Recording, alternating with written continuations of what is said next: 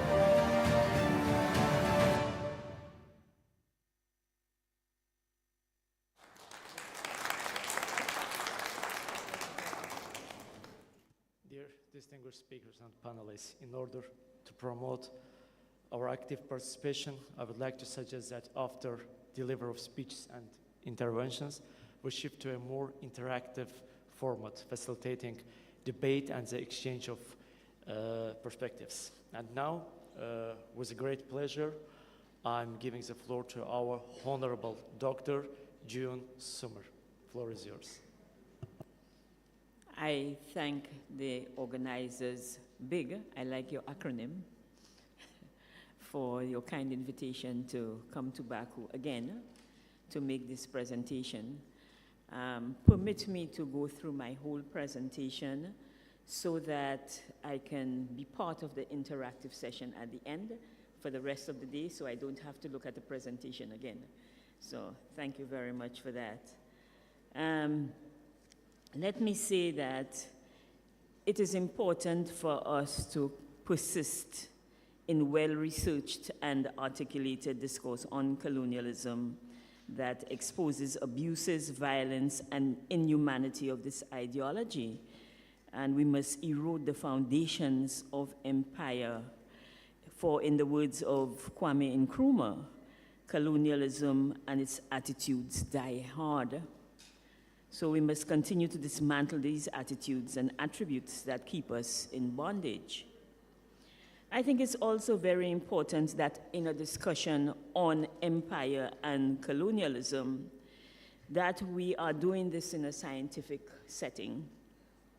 Science historically has been used to facilitate exploitation and knowledge extraction from colonized peoples in order to exploit the superiority-inferiority dichotomy. And the exploitation of colonized people's knowledge is also evident in the extraction of knowledge and stolen innovations from enslaved people in the Caribbean and from the Americans and everywhere else. And I have to say that because of this exploitation and extraction, that colonized people have not been given the opportunity to innovate. So that is one of the realities that we have to face. And so now we have to purchase technology, or we have to ask for technology to be transferred to us for us to develop. And so the legacy of colonialism continues to influence science today. Former and current imperial nations still appear superior to the once colonized countries in terms of scientific study. And the cultural biases that they hold also disadvantage those who are subjected to colonialism.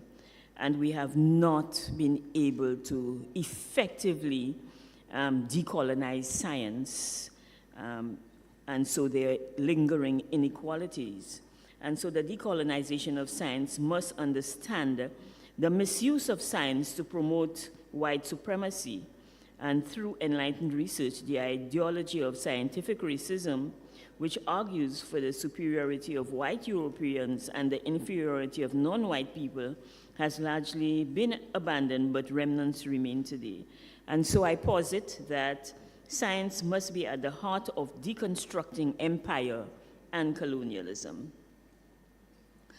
I want to then, because of that preamble, move to speaking about one of the key components of empire building as it involved establishing colonies in foreign territories, even though conquest is also disassembled, because imperialists and colonialists remain in these countries. And to help us understand better this, I want to, of course, speak to my region in the Caribbean. And I hope this will enlighten you, because many of you probably think that all we do is because we have beaches, go to the beach. But we spend a lot of time thinking about our situation and making sure that we have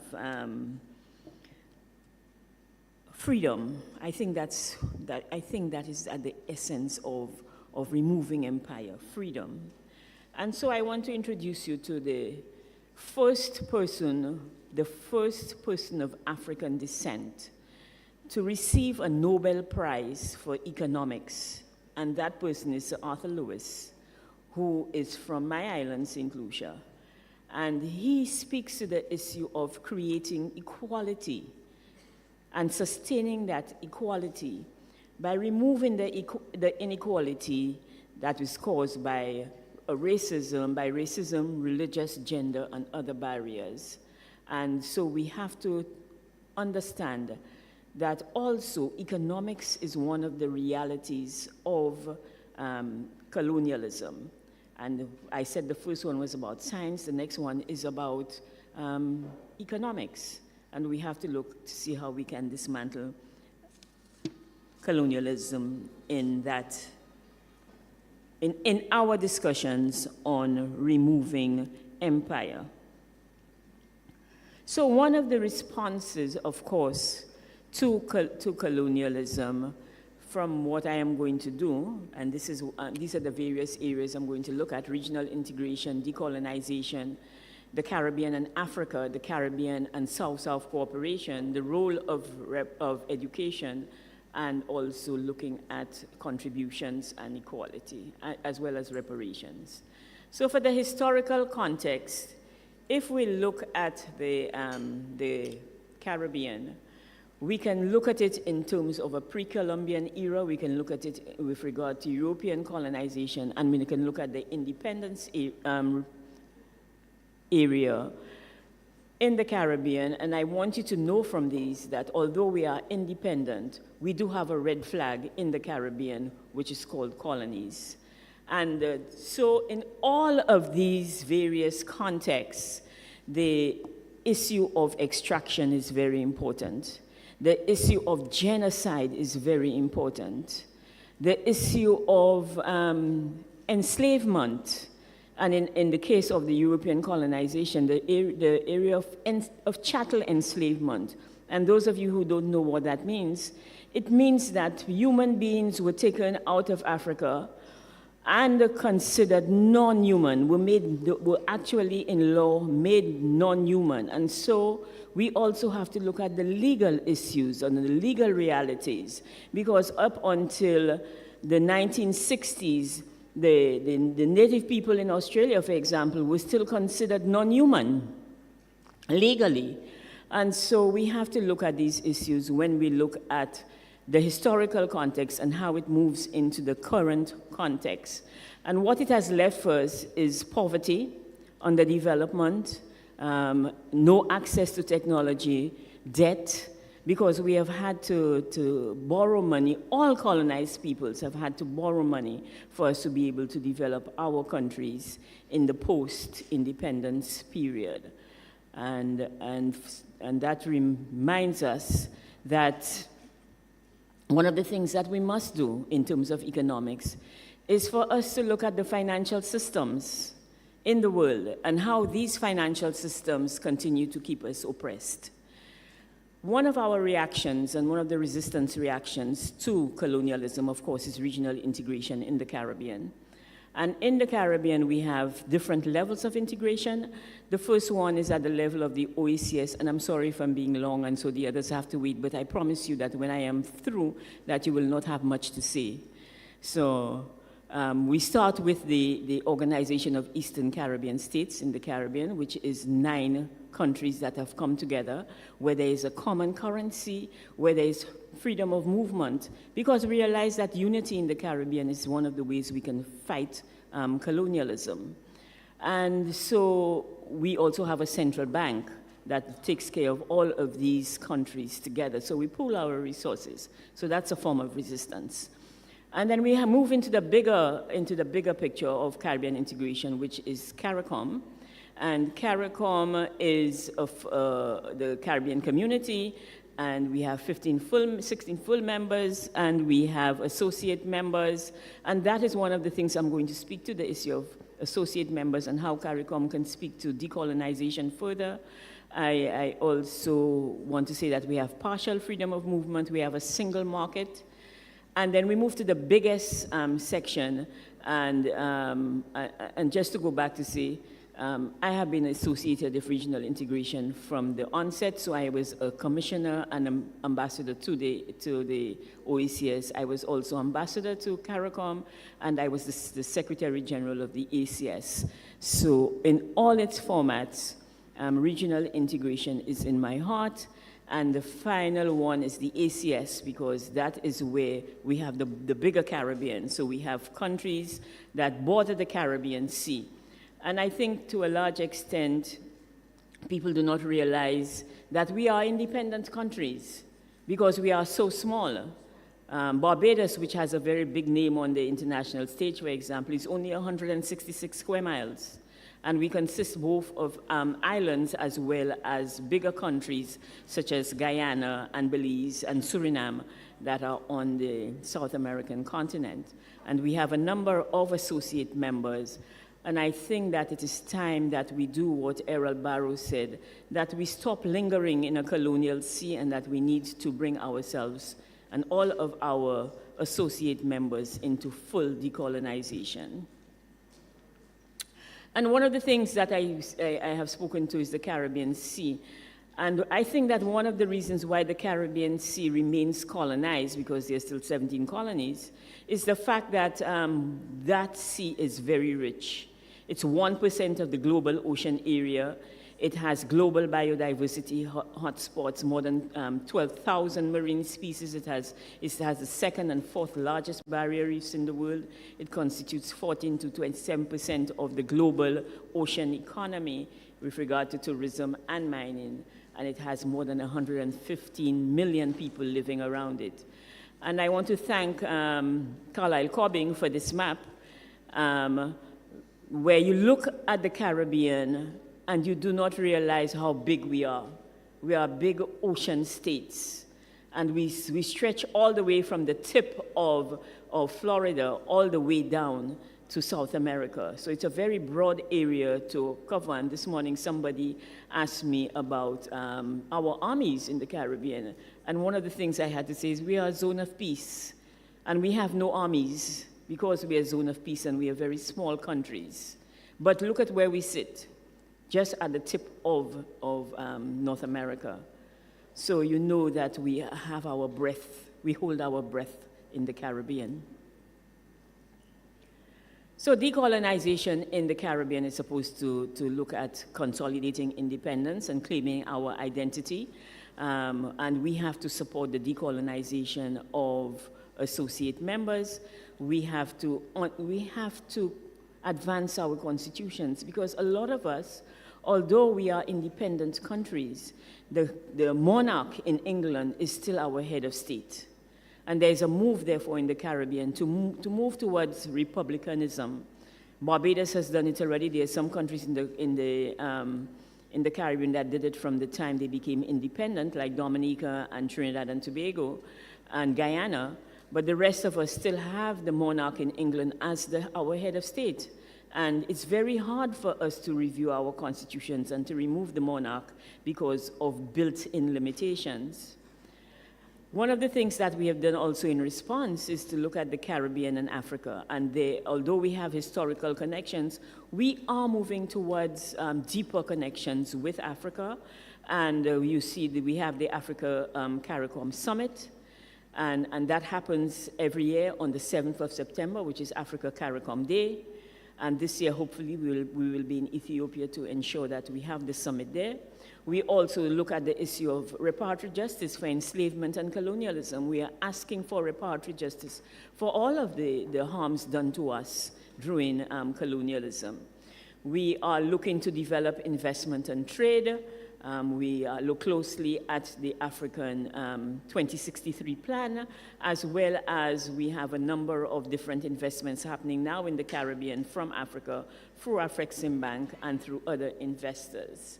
And we have established diplomatic relations in most of our countries with Africa. So we think that it is time for us to look at our own. And so that is one of the areas in which we are resisting colonialism. There are 55 countries in Africa at the United Nations, and there are 14 of us at the United Nations from CARICOM, and so together we form a very big bloc. And I'm very happy to see that some of the work that BIG has done with regard to Africa and the Caribbean. And I leave you with, these words from Marcus Garvey, that we have to start depending on ourselves. Essentially, that is what he's saying, and that we have to look at our own self-determination. We are also looking at South-South cooperation as part of our resistance. And South-South cooperation, we start with looking at the ACS that we had looked at for integration, but they are also responsible for trade, transport, tourism, disaster risk reduction. So we are building our capacity in these areas together as a group. We are looking at it as an alternate multilateral organization, as well as with others. We are trying to reduce dependency, and as I said, we are trying to ensure our sovereignty. We think that part of our challenge, of course, is one of the realities of colonialism, the fact that it has left low levels of literacy in most of these countries. In the Caribbean, when we became independent, our average was about 40% in terms of illiteracy. Now we have literacy rates of 94 to 95% throughout. There are some countries that have 100% in the Caribbean. It means that we have invested a lot in education. And that is one of the ways in which we can resist and get access to equality. And I want to leave you with these words from Frantz Fanon: imperialism leaves behind germs of rot, which we must clinically detect and remove from our land, but also from our minds. And Selassie said it better than me, that we need to free our minds from mental slavery. I thank you very much.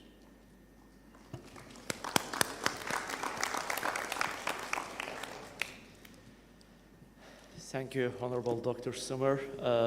I have a question, and I would like to know your point of view. What were the key narratives or myths used to justify colonial rule? Well, the first one, of course, was that there were a group of people that were superior to another group of people. I think that you can find that narrative throughout all of colonization.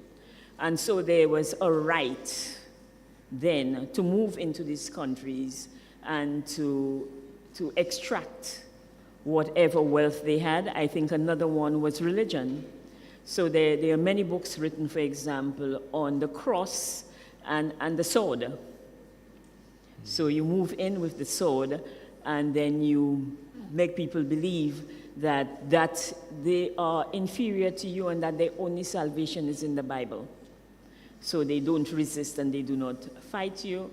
The third one, of course, is economic domination. It's one of the realities that exist today, and and you can see it in the colonies that still exist in our parts of the world, that there is still a lot of extraction. So I think these are three of the fundamental, but then it leaves behind a colonized mind. And that colonized mind never sees itself as wanting to be free from the colonizer. You always have that hold on to, and to the point where we call it the motherland. So we say that, like England is our motherland. I'm not too sure about the Dutch say the same thing, etc., or the French. But so we look to the monarch as our savior. So essentially, these are some of the issues. But I'll discuss more as we go along. Thank you. Thank you. Thank you for such clear answer. And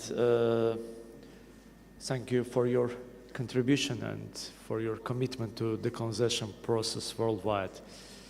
Dear panelists, dear participants, through mutual cooperation with Dr. Carlyle Corbin, we have prepared the book Evolution of French Colonialism, a Political and Constitutional Analysis, which offers a comprehensive study of the development and transformation of French colonial rule from its inception for the post-colonial era. This book critically explores how political ideologies, constitutional arrangements, and administrative systems shaped and sustained the French Empire, particularly in Africa, in the Caribbean, Southeast Asia and the Pacific. And with this chance, I would like to give the floor to our distinguished speaker, Dr. Corbin, for his introductory speech. Please, Doctor. Good morning, Mr. Chairman, Excellencies, colleagues, Ambassador. Thank you very much for your statement. I'd like to begin with the decided United Nations aspect of this, because decolonization is a matter of international law under the Charter of the United Nations. Since the adoption of the Charter in 1945, we can identify 3 periods of decolonization. The first period beginning with the actual signing of the Charter in 1945, and the following year, 1946, the beginning of the list of non-self-governing territories. We had a discussion yesterday with my colleague about the fact that there is actually no list per se, but it is recognized that a list exists. And those are originally the 74 territories that were placed on the list in 1946, voluntarily by the administering powers, those countries which administer territories globally, which included, of course, United Kingdom, United States, France, Netherlands, New Zealand, among others. The period between 1946 and 1960 was the initial decolonization period.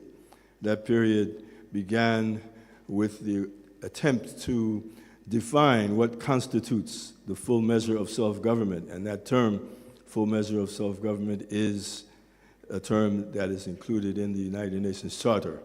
This is Article 11, or rather, Chapter 11, Article 73, A through E, which refers to the questions of the non-self-governing territories. Again, 74 were identified in the year 1946. Between 1946 and 1960, a number of territories were removed from the list, many by resolution of the United Nations, but also there were those, in particular the French-administered territories, that were not removed by resolution, but rather by unilateral action, and even, in fact, taking place 1 year following the list's creation. So that, in fact, took place with respect to the French West Indies, we know as Martinique, Guadeloupe, Guyane, AKA French Guiana, as well as in the Pacific, which the French establishments in Oceania. Today we refer to it as French Polynesia, or Maui Nui as the indigenous name. The question of removal without a resolution of the United Nations is important, because in fact it was done at a period when the majority of the countries in the United Nations were themselves administering powers. So, or certainly a great number of them, which have made the distinction of having to achieve such a de-inscription, such a removal from the list, of quite simple. There was no mandate necessarily, and the definition of self-government was evolving at that time, in the very early stages. But 1960 was the watershed moment when the United Nations adopted the Decolonization Declaration, Resolution 1514, which effectively also adopted what I refer to as a companion resolution to it, Resolution 1541, which is the resolution that defined the principles which determine full self-government: independence, free association, or integration. And we know that many territories achieved one of those 3 options within the period following 1960. But 1960 onward to 1990 was considered the second period of decolonization. That is the period of decolonization acceleration, where you find most of the territories in the Pacific, in the Caribbean, and of course in Africa became independent in that early period. In my region, our region, we had the initial wave of independence from the 1960s onward, and then of course we had the Eastern Caribbean states, the smaller countries, coming a bit later in the period, the 1970s, 1980s, right? So we then saw, therefore, what remains in the region were the small island territories that we have seen in Ambassador's presentation on the slide. And it is important to note that the recommendations of the United Nations on determining whether territories should have been removed from the list continue to evolve. So in some instances, between 1946 and 1960, you find territories that were removed, as mentioned, the French administered territories were removed without a resolution, but there were those that were removed with a resolution which would not necessarily meet the criteria of today, because that criteria was created in 1960, and it then provided minimum standards for what is referred to as the full measure of self-government.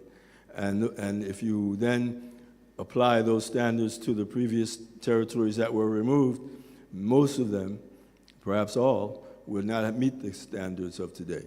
But there's no mechanism within the United Nations system to actually review what was done in the past. So it becomes a decidedly political process, which takes on all of the implications of that.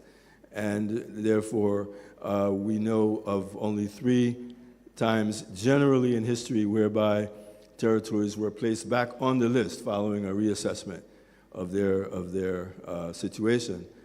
2 of them, Kanaki and Maui Nui, were done in 1986 and 2013 respectively, which of course showed in fact that the new criteria was in fact in place and territories needed to be reassessed. But of course, again, a very decidedly political process and very difficult in the context of geopolitical issues of the time and even today. There are numbers of territories currently seeking to be relisted, and they're going through the same, even more intense geopolitical issues, certainly in the Pacific region as well as in the Caribbean, particularly as one we know very well, Bonaire, which is a Netherlands partially integrated polity, which does not meet the standard of full integration. So therefore, they are prone to become part of that United Nations review process if in fact it is permitted. Now, we go from 1960 to 1990, once again, the majority of territories that were removed during that period. But 1990 begins the third period of decolonization, and that period we refer to in a number of ways. The decolonization deceleration period. If the second period was acceleration, the third period was deceleration, or we also refer to it as the colonial legitimization period. Because what happens after 1990, 2 things occurred. One, the thawing of the Cold War. It did not end, but it thawed, and as the icebergs are thawing under global warming. But the other aspect of that was that Namibia became independent. That was the largest territory at that time. They became independent, and therefore what remained generally, with the exception of Western Sahara, you have small island territories, mainly in the Caribbean and Pacific regions. And there was a change of mindset amongst the colonial powers that colonialism and decolonization were considered in their minds to be issues of the Cold War. And since the Cold War ended and the remaining territories were small islands, therefore there was a need to de-emphasize decolonization within the United Nations system, and this is essentially what occurred. And so it is now considered a period of deceleration, and between 1990 and today, only 1 territory has achieved the full measure of self-government through independence, being Timor-Leste in the year 2002.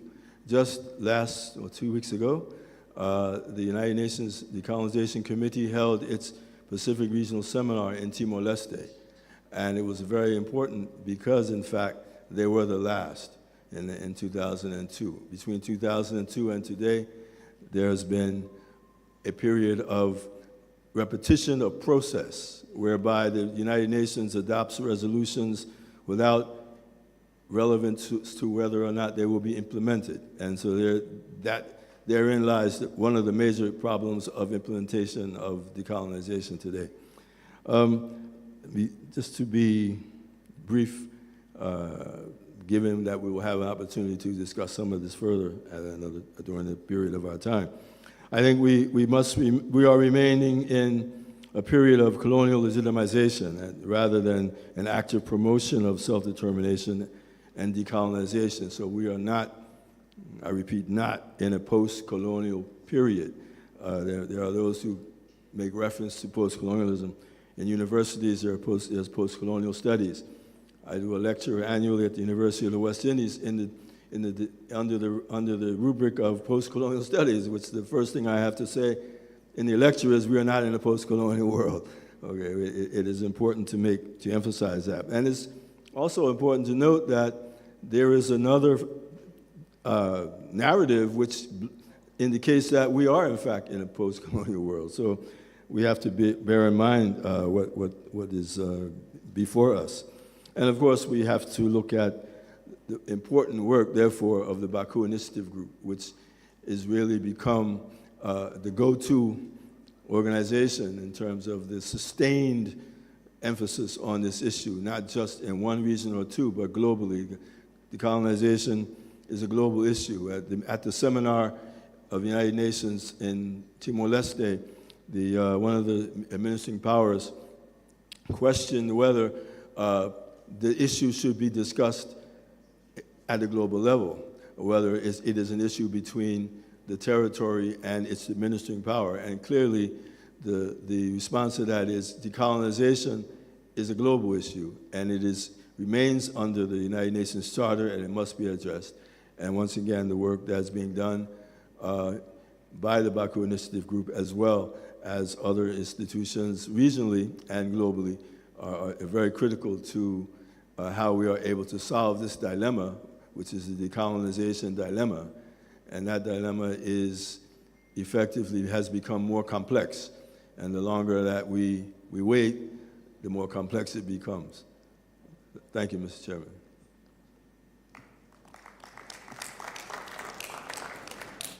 Thank you very much, Dr. Corbin. Thank you for your insightful speech. Thank you for your impactful contribution and efforts on elimination of colonialism. Dear participants, before shifting to interactive discussions and debates, I will give the floors to our esteemed speakers for delivering their speeches and presentations. And our next distinguished speaker is His Excellency Ambassador Mr. Pastor Martinez. Por favor.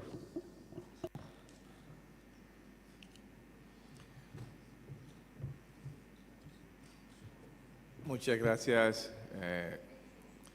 Yo quiero, seguramente dar un segundo que puedan ubicar sus audífonos. Antes que nada, quiero expresarle mis agradecimientos a la iniciativa Baku y al Centro Internacional del Multiculturalismo por la oportunidad de participar en esta conversación. Interpreto que mi invitación es justamente una reafirmación del entendimiento de que el multilingüismo es uno de los pilares más importantes del multiculturalismo. Normalmente debo empezar también mis intervenciones aclarando que pastor es mi nombre, no es un título. Y esto lo hago con frecuencia porque soy consciente que los pastores despiertan pasiones extremas. Me interesa de manera especial en esta oportunidad destacar la importancia crítica que reviste las cuestiones de los afrodescendientes para el abordaje de muchos de los grandes retos globales. y esto consciente de que el mundo cada vez es más pequeño y que nadie, absolutamente nadie, es inmune al racismo y a las desigualdades. Los afrodescendientes fuimos víctimas del colonialismo, de la trata transatlántica y la esclavización, y continuamos siéndolo de sus consecuencias. Hoy, en momentos en que los asuntos relacionados con la migración y la instrumentalización política del racismo y la discriminación racial, particularmente la xenofobia, la crisis climática y la transición energética, los impactos disruptivos de la inteligencia artificial, entre otras cuestiones, y su utilización de manera inadecuada, en el caso de la inteligencia artificial, por ejemplo, que está generando formas contemporáneas de racismo y discriminación racial, la utilización de estas herramientas en la gestión migratoria, en la cuestión de la seguridad, y que tienen a grupos históricamente discriminados, a grupos históricamente víctimas del colonialismo, entre los chivos expiatorios, están conspirando contra la paz y la seguridad internacional, que constituyen hoy un desafío muy importante para la democracia y de manera muy especial para la democracia liberal. Creo que la conversación que nos convoca es una ocasión propicia para mostrar un panorama más amplio de esta cuestión, que nos permita conocer y reconocer a estos grupos, particularmente los afrodescendientes, que en la región de las Américas, por ejemplo, representan más de 200 millones de personas, de los cuales tan solo Brasil cuenta con más de 110 millones de afrodescendientes. El 55% de la población de Brasil es afrodescendientes. En Estados Unidos alrededor de 50 millones. Colombia, mi país, el 20% de la población es afrodescendiente. Y una población que se localiza en unas áreas geográficas donde se interceptan, donde hay una intersección muy elocuente en temas que son vitales para la paz y la estabilidad global. A manera de introducción, tan solo en este segmento quiero destacar a Haití, que fue el primer país que logró su independencia en América y que se vio obligado por Francia, por el país colonizante, a pagar una indemnización de 150 millones de francos, que concluyó su pago apenas en 1948, y como hoy la situación de Haití está impactando la paz y la seguridad internacionales, porque la crisis que vive el pueblo de Haití hoy hunde sus raíces en el proceso de colonialismo y esclavización, pero la instrumentalización política que se ha hecho de la cuestión de Haití, como quedó constatado en las pasadas elecciones en los Estados Unidos, insisto, está impactando no solo la región, sino a nivel global. Entonces, esta es una dimensión. La segunda dimensión tiene que ver con, como lo señalaba, la intersección entre los pueblos afrodescendientes víctimas de la trata y la esclavización que en su momento fueron relegados a zonas geográficas inhóspitas, pero que hoy constituyen ejes centrales y que son determinantes para la geopolítica a nivel global.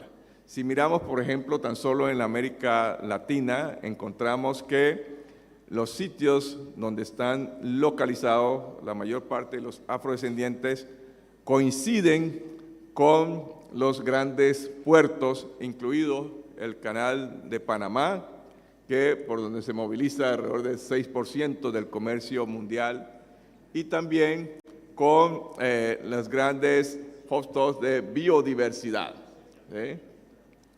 Esa intersección es la que revela una de estas dimensiones que, en mi opinión, son determinantes para la conversación que nos ocupa.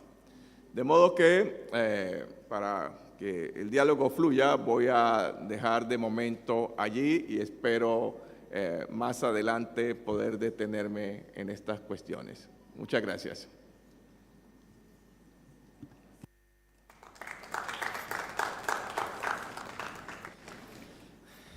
Muchas gracias, dear Ambassador. And we would like to hear our esteemed guest from Algeria, Professor Shakib Benafri. Please. Çok teşekkür ederim. İlk önce Sayın Abbas Abbasov ve ona bağlı staffınız ve Baku İnisiyatif Grupa çok teşekkür etmek istiyorum. Ve bu sabah bu güzel panelle olmaktan şeref duyarım. Benim vereceğim konferans Fransızca olarak devam etmek istiyorum müsaadenizle. Donc, j'ai choisi comme thème pour aujourd'hui le thème de la propagande et les discours des différents présidents français depuis la Deuxième Guerre mondiale à nos jours, envers le discours colonial et postcolonial.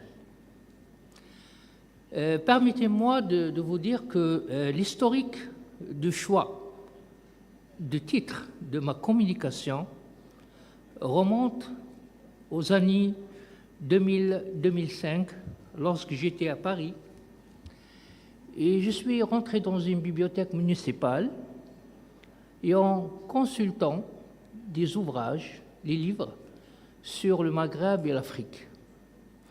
Et j'étais frappé par les titres choisis par une grande majorité de ces livres. Je vous donne des exemples. L'Afrique en panne, l'Afrique qui ne marche pas, l'Afrique et la légende noire, l'Afrique et le sous-développement. Concernant l'Algérie, j'ai constaté que tous les ouvrages, même les historiens académiciens, quand ils parlaient de l'histoire de l'Algérie, on écrit toujours l'histoire de la guerre de l'Algérie. Jamais vous allez trouver des titres, sauf quelques-uns, qui parlaient de l'histoire de l'indépendance de la guerre d'Algérie. Il n'y a toujours que la guerre de l'Algérie, c'est comme un département français dans lequel on vit un conflit, mais jamais un pays indépendant. Le mot ou le terme indépendance, ça n'existe pas. Jusqu'à ce jour-là, on voit uniquement des titres « Histoire de la guerre de l'Algérie ». Donc, ce que j'ai constaté comme deuxième point, c'est la complicité des médias. Non seulement français, mais en même temps les médias occidentaux envers la transmission d'une image stéréotypée, caricaturelle de ces ex-colonies et de l'Afrique. Rares sont les images positives sur l'Afrique. regardez les chaînes de télévision françaises, par exemple, vous allez trouver peut-être 2% qui parlent de l'Afrique. Et quelle Afrique? Uniquement quand il s'agit d'un événement négatif. Il y a un coup d'État, une prise d'otages européens dans un pays africain, des maladies comme le sida. Donc on a toujours ces mêmes images qui reviennent. C'est comme il n'y avait pas un passage de temps. Donc cette image de cliché sur l'Afrique, elle est toujours là, présente pour les générations, que ce soit français ou immigrés issus de ces ex-colonies sur leur pays d'origine. Une image négative qui est transmise de génération à une génération. Ça, c'est une chose. Un des points peut-être cruciaux que nous devons aussi parler aujourd'hui, c'est actuellement, on vit en France spécialement ce qu'on appelle la guerre des mémoires concernant la période coloniale. Que ce soit cette génération, on va parler de la 4e et la 5e génération des descendants de ces ex-colonies qui sont des citoyens français, certes, mais qui sont mal dans leur peau. Ils sont le sentiment qu'ils sont restés toujours des métèques en dehors de la cité française et qui cherchent actuellement dans la mémoire de ses aïeux et des parents une réponse à ce passé colonial, à cette mémoire que la France voulait officialiser et la rendre clean, et la rendre une mémoire sur mesure, dépendant des intérêts de la France. Ça, c'est un point crucial. Et la France, regardez actuellement avec la droite et l'extrême droite, comment on commence même à attaquer à cette, entre parenthèses, à ces descendants de cette ex-colonie par des qualifications, je dirais, de clichés. Quand on parle de l'islamisme, l'antisémitisme, de l'immigration, le danger venu de cette immigration en pleine société française. Donc, il y a un vrai problème de société en France. Donc, permettez-moi, et bien sûr, vous avez ces slides que vous voyez, j'ai essayé de montrer comment la France a toujours utilisé la propagande à travers les affiches, à travers les films, sur cette mission, soi-disant, de la civilisation menée par l'homme blanc vers l'Afrique et le Maghreb. Cette France, tracée par Charles de Gaulle, la France-Afrique, qui va devenir la communauté française, et dans laquelle ce message de paternalisme français suit son cours à ce jour. Que ce soit François Mitterrand, que ce soit les socialistes ou la droite, on a toujours ce même regard. Le Maghreb et l'Afrique de l'Ouest, c'est l'espace privé de la France. C'est le jardin privé de la France qu'on doit garder. On doit garder avec qui ou avec quoi? On sait que la francophonie, à travers la culture, la langue, avec les bases militaires français, avec cette politique d'interventionnisme français dans les crises africaines, continue de transmettre cette image de que l'Afrique ne pourra pas changer, ne pourra pas se développer sans la guidance et sans le regard du maître qui est la France coloniale. Je dirais à ce jour, vous vous rappelez sans doute de la loi de 22 février 2005, quand on commence à reprendre le même langage de Charles de Gaulle. Lorsqu'il parlait de l'Algérie, il disait « En réalité, il n'y a pas une nationalité algérienne.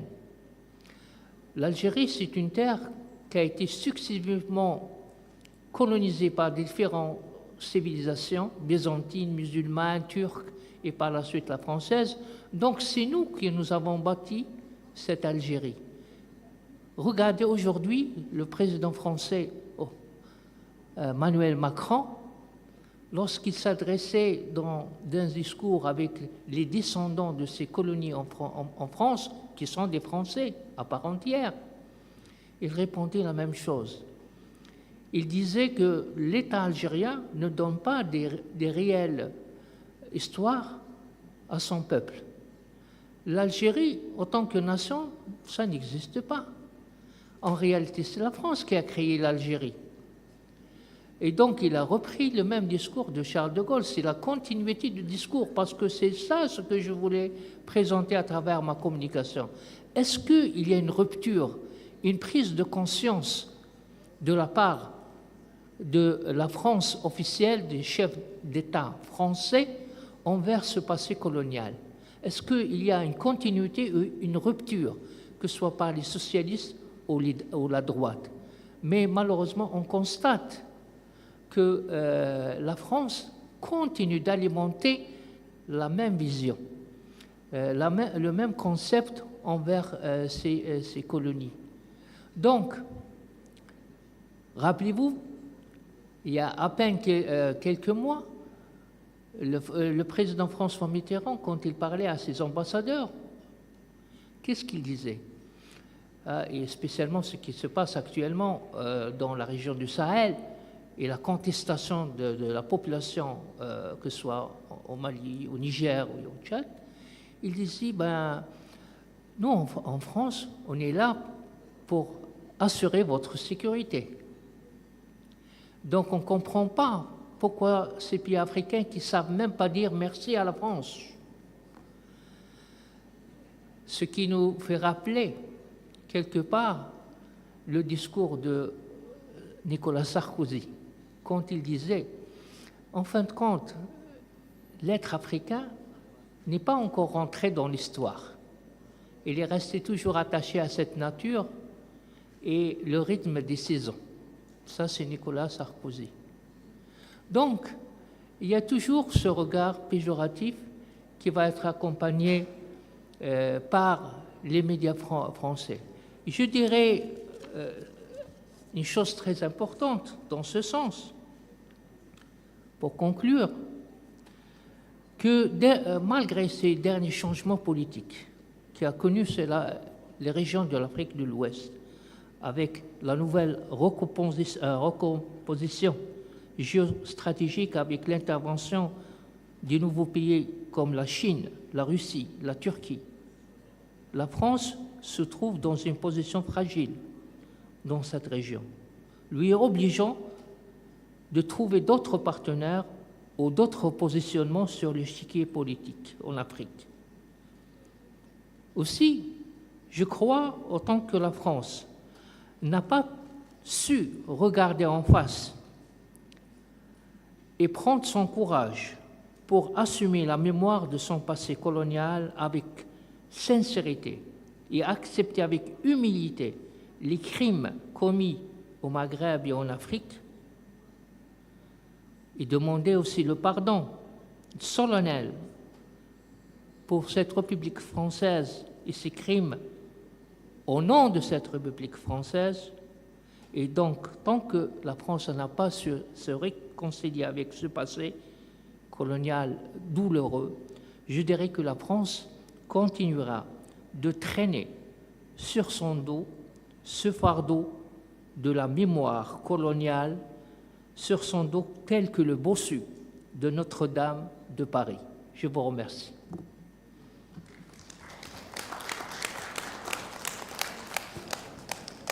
Thank you, Professor, for your presentation.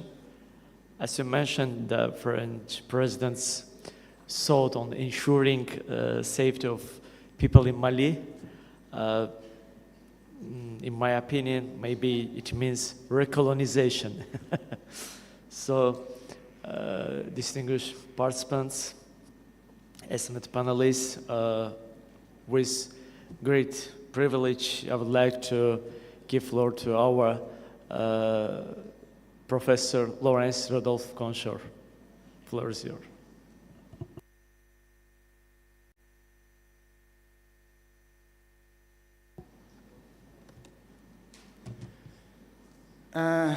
Mr. Chairman, thank you very much. Distinguished guests, excellencies, professors.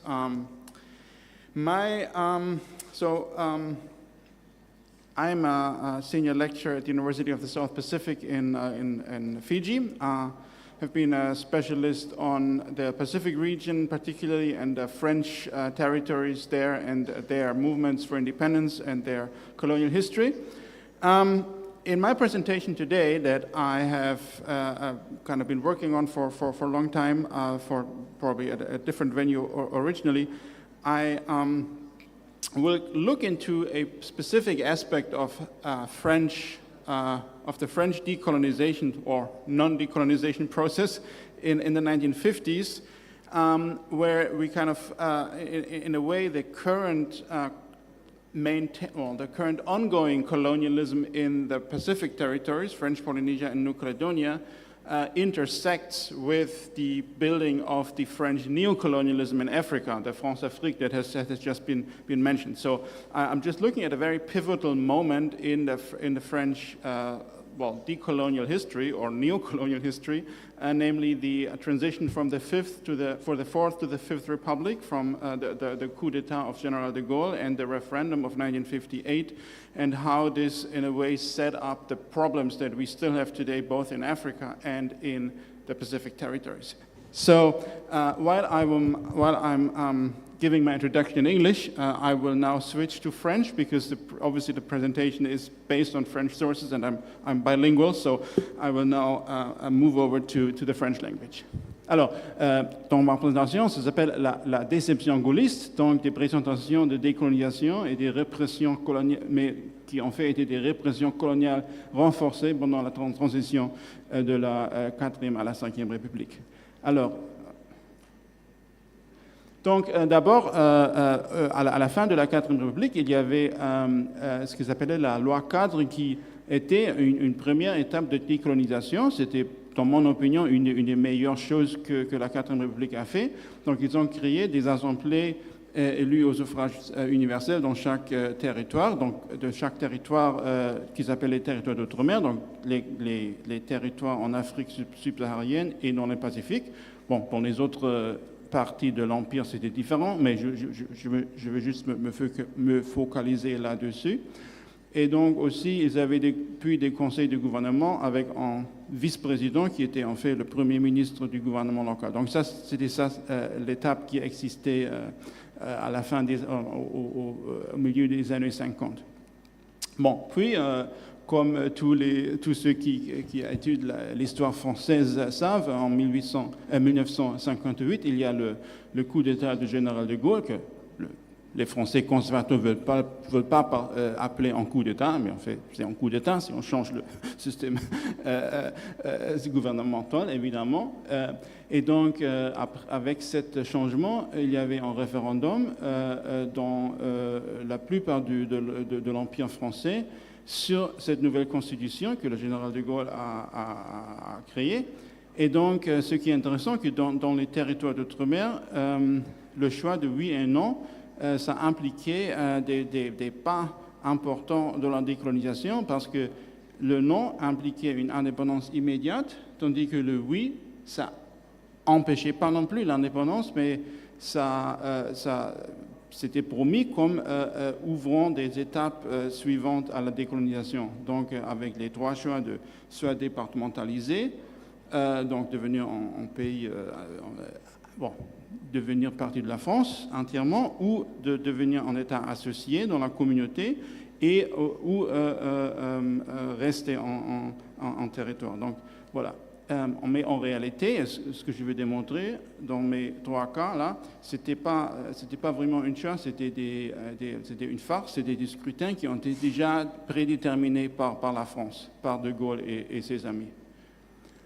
Donc, si on regarde le résultat du référendum, voilà quelques images avec une affiche très coloniale, évidemment, et puis une affiche pour le oui, et puis les deux bulletins, là. Et donc, si on regarde ces résultats, on peut voir trois types de résultats dans les territoires d'outre-mer. Soit il y avait un oui écrasant, ce qui s'est passé là, où il y avait déjà, on peut dire, la France-Afrique a été déjà établie.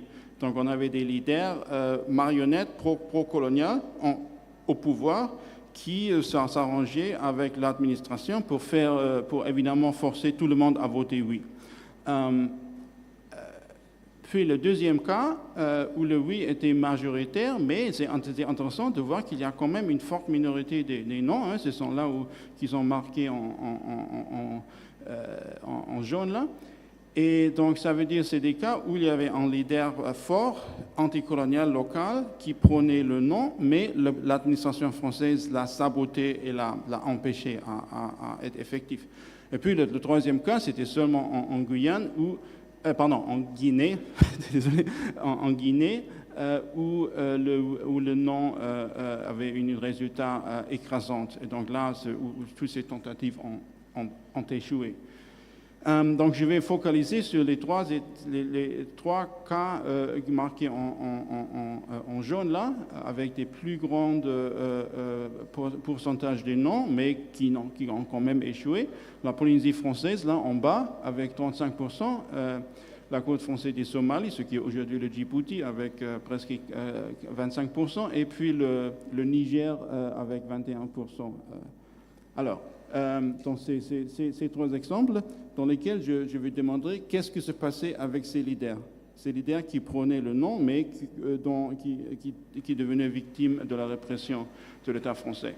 Donc ce que j'ai étudié le plus, parce que moi-même j'ai vécu longtemps en Polynésie française, je parle le tahitien, j'ai recherché longtemps dans ce pays, c'était le grand leader anticolonial, père de la nation, on peut dire, de la nation empêchée, Povana Oopa.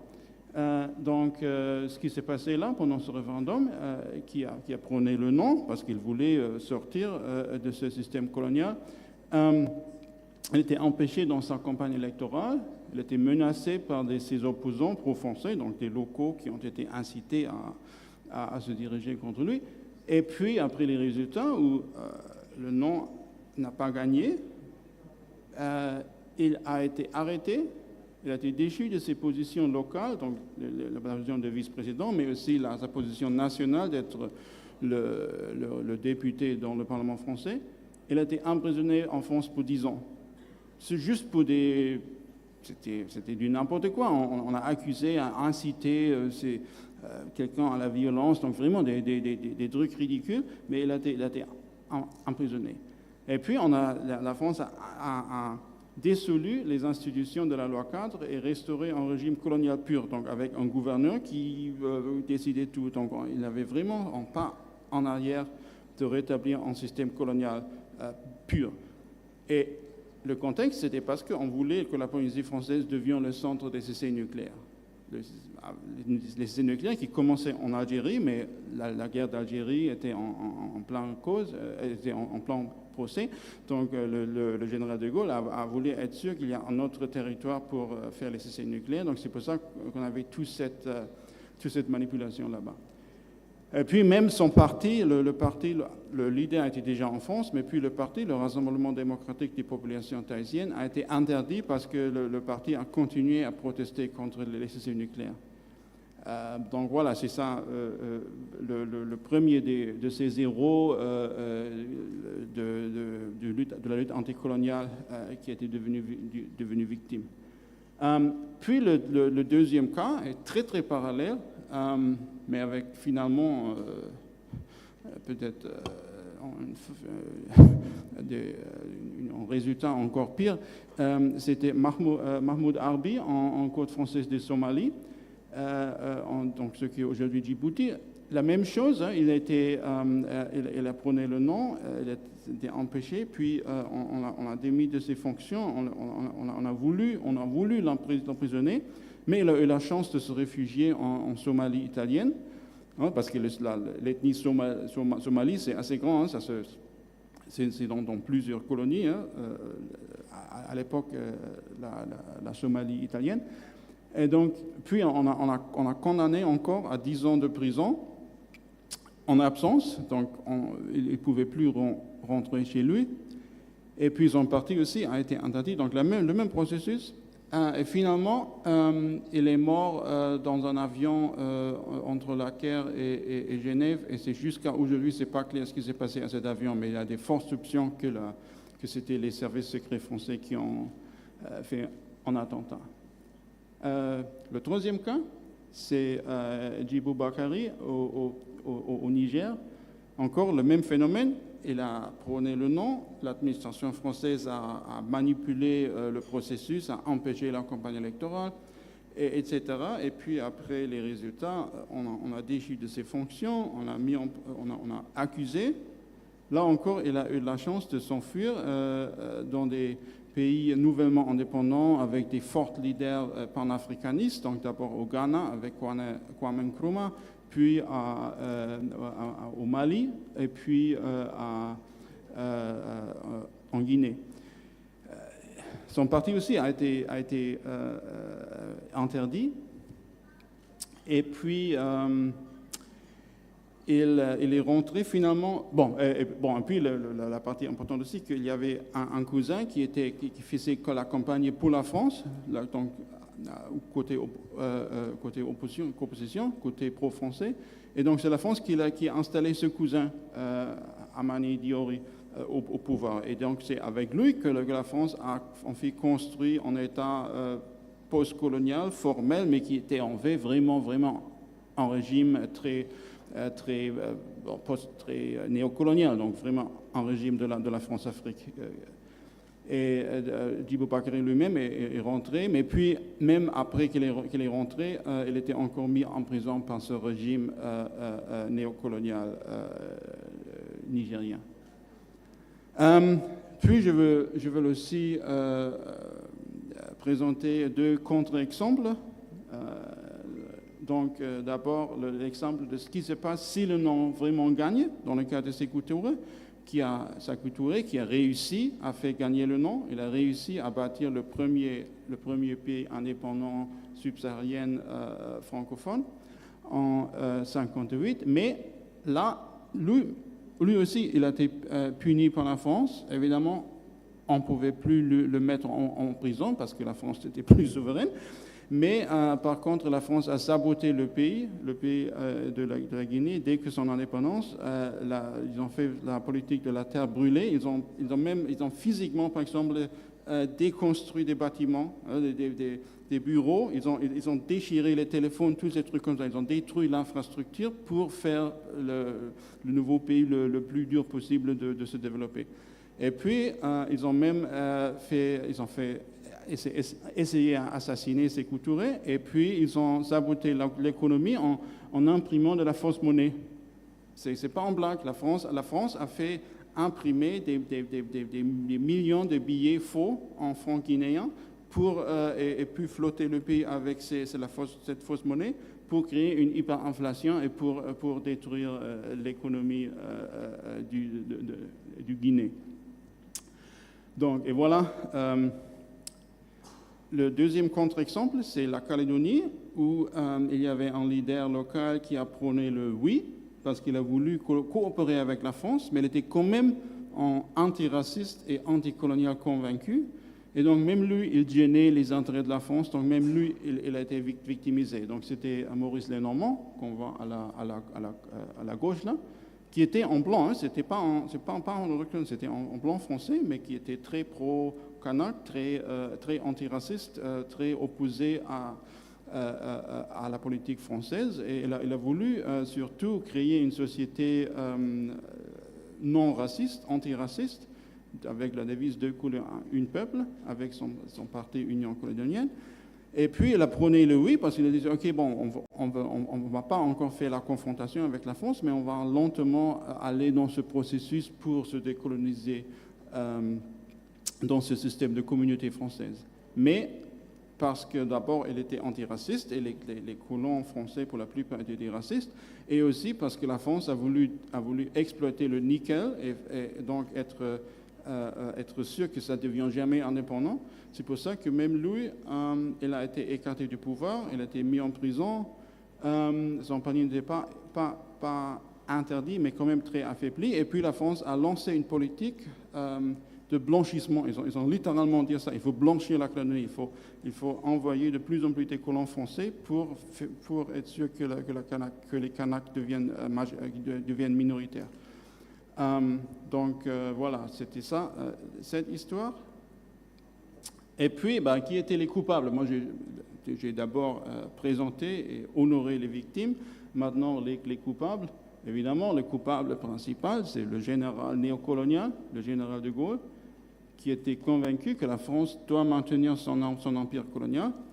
Malgré toute cette historiographie qu'on voit, cette historiographie de la droite française qui dit que le général de Gaulle était le grand décolonisateur. Non, il n'était pas le grand décolonisateur. C'était le père du néocolonialisme et du maintien du colonialisme.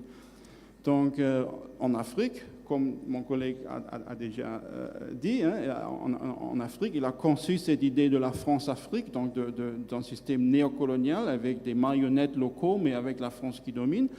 Et dans le Pacifique, il a empêché toute voie vers la décolonisation et voulu bloquer la décolonisation pour toujours, pour garder la Polynésie comme zone de tests nucléaires. C'est ça ce qu'on voit là sur l'image, où le général de Gaulle observe une explosion nucléaire sur l'atoll de Moruroa. Et en Calédonie, avec son richesse de nickel. Et puis, les autres coupables, ce sont aussi des gens qui sont assez bien regardés en France, mais il faut démontrer cette image parce que c'était le trio infernal des complices qui a travaillé avec De Gaulle pour implémenter ces politiques, donc Michel Debré, Pierre Mesmer et Jacques Foccart. Et en fait, on voit deux de ce trio infernal, on voit dans cette image là où De Gaulle visite la Guinée juste avant le référendum avec Sékou Touré. On voit Michel Debré à la gauche et Michel Foccart, Jacques Foccart à la droite. Voilà, donc je vais juste mentionner ces deux qui étaient des colonialistes et racistes très convaincus. Et puis, je sais que je suis un peu... ça devient trop long. Donc, je vais terminer avec juste quelques perspectives d'aujourd'hui, le silage de ces trois personnes, de ces personnages. Donc, si on regarde la Polynésie française aujourd'hui, il y a des monuments qui ont été construits pour honorer Povana. Il y a le nom, la route principale qui a été renommée avenue Povana Opa. Là, on voit le leader actuel indépendantiste, Oscar Temaru, au centre, qui est là pour inaugurer cette rue. Il y a aussi des tombes, donc il y a beaucoup qui a été fait maintenant pour réhabiliter Povana, mais il le fait et que Maohinoï reste en territoire colonial. Et donc la lutte anticoloniale continue dans le silage de lui. Au Djibouti, c'est un peu différent. Il y avait d'abord aussi un régime france-africain néocolonial. Les mémoires de Harbi ont été oubliées pendant très longtemps, mais aux années 2000, il y avait aussi une réhabilitation. Il est maintenant reconnu comme un des pères fondateurs. Par exemple, sur le billet de 5 000 francs, aussi la place principale de Djibouti a été renommée place Djibo. Et ce qui correspond aussi un peu, ça coïncide avec une ouverture que je crois le gouvernement actuel de Djibouti est plutôt intéressé à se positionner plutôt dans le multilatéralisme, pas seulement avec la France. Donc on verra où ça va mener. Et peut-être le plus intéressant, ce qui s'est passé au Niger, qu'après des décennies sous des régimes néocoloniaux qui coopéraient avec la France, il y avait cette révolution militaire il y a 2 ans, avec le général Abdourahmane Tiani qui est au pouvoir et qui a vraiment tourné le pays vraiment à côté pour vraiment faire du Niger une des pays le plus anticolonial. Et comme partie de cette réformulation de politique nigérienne, ils ont renommé la route principale de Niamey qui s'appelait avenue du Général de Gaulle, hein, super néocolonial, un nom comme ça, et il a renommé l'année dernière en avenue Djibo Bakary. Donc finalement, notre troisième héros aussi a eu ses honneurs. En Calédonie, dans les villages de Maurice Lenormand, c'est très intéressant ce qui s'est passé, parce que le parti n'était pas interdit, l'Union calédonienne. Donc Maurice Lenormand, évidemment, il était écarté, mais il est resté fidèle à ce parti. Mais le parti s'est évolué, il est devenu de plus en plus anticolonial, de plus en plus radical, avec par exemple Eloy Machoro, un des grands leaders. On s'est assassiné par l'État français en 1985, qui était très radical hein, dans son positionnement. Et aujourd'hui, l'Union calédonienne, toujours avec cette devise de couleur un seul peuple, c'est la composante principale de la Front de libération nationale kanak socialiste, qui est aujourd'hui sous la présidence d'Emmanuel Tibaou. On va à une conférence de presse là, il y a 2 ou 3 semaines. Donc là aussi, on a la lutte continue évidemment, mais la lutte continue, donc on verra où ça va mener. Donc voilà, je vous remercie pour m'avoir écouté, et voilà, je suis prêt à suivre des commentaires, soit en anglais, soit en français. Okay.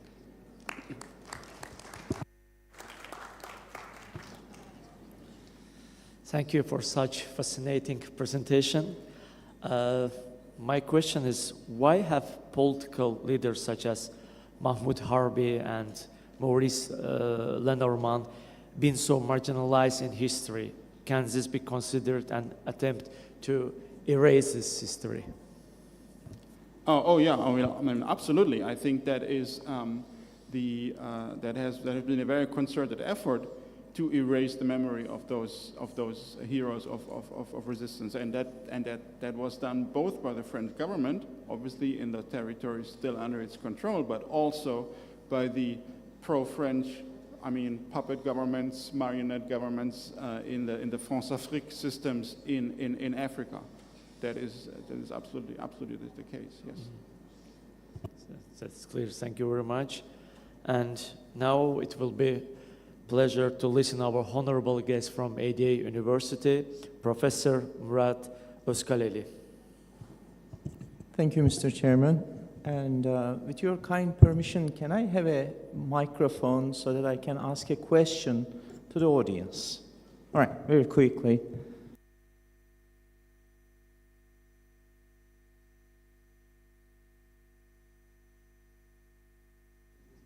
To gain time, I need a volunteer, please.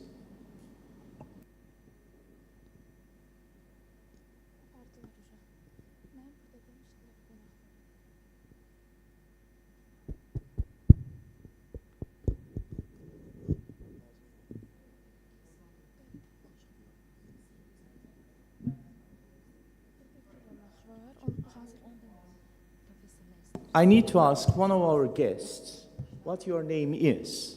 What's your name? Anybody? Yeah. My name is June. All right. Madam Ambassador, what's your real name? My real name is June. All right. Okay. We don't know our real names.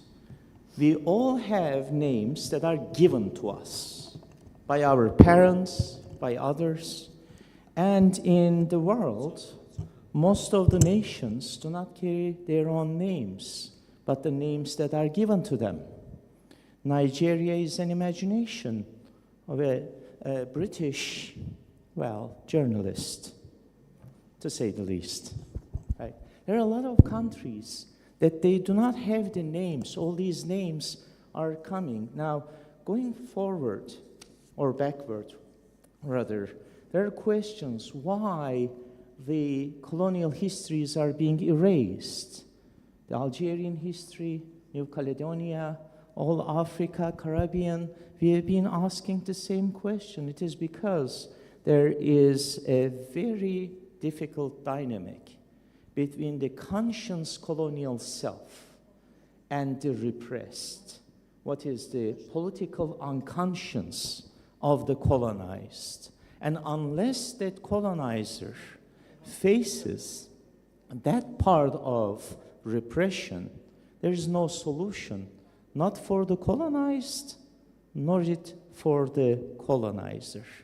But we don't know our real names. The names are long buried. And if we try to speak in our native languages, it would sound like gibberish. Our distinguished guest from Colombia mentioned two things, and I welcome you all with my full heart.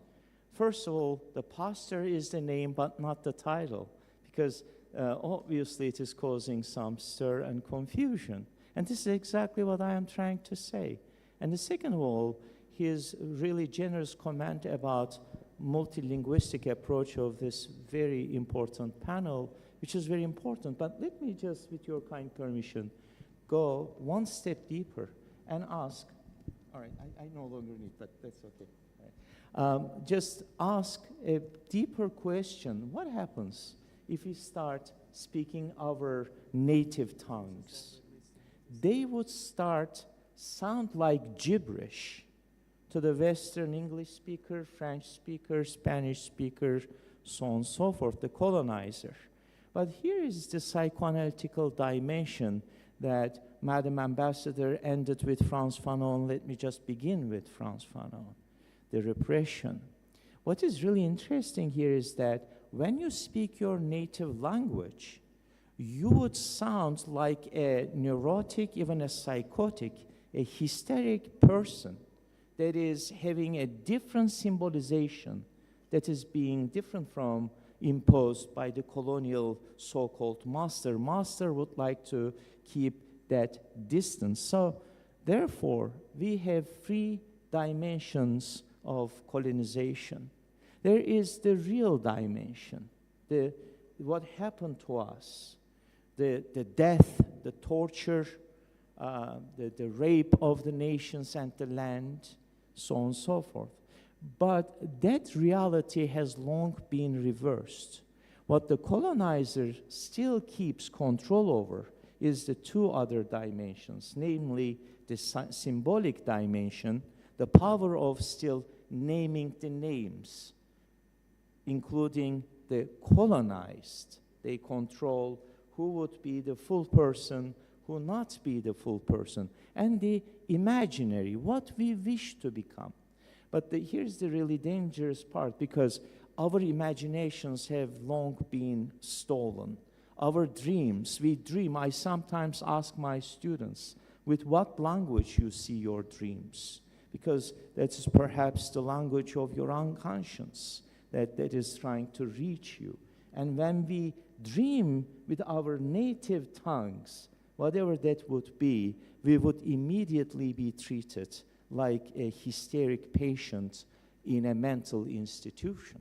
So practically what colonizing process still keep doing is to vilify the colonized other. Since Thomas Hobbes, the invention of the body politic, that body is a male body with phallus, the phallic image, the imagination of the male reproduction organ, through which the other in the trace is somewhat effeminized. Someone is taken as the opposite of the male body politic, which needs to be controlled in Rousseauian sense.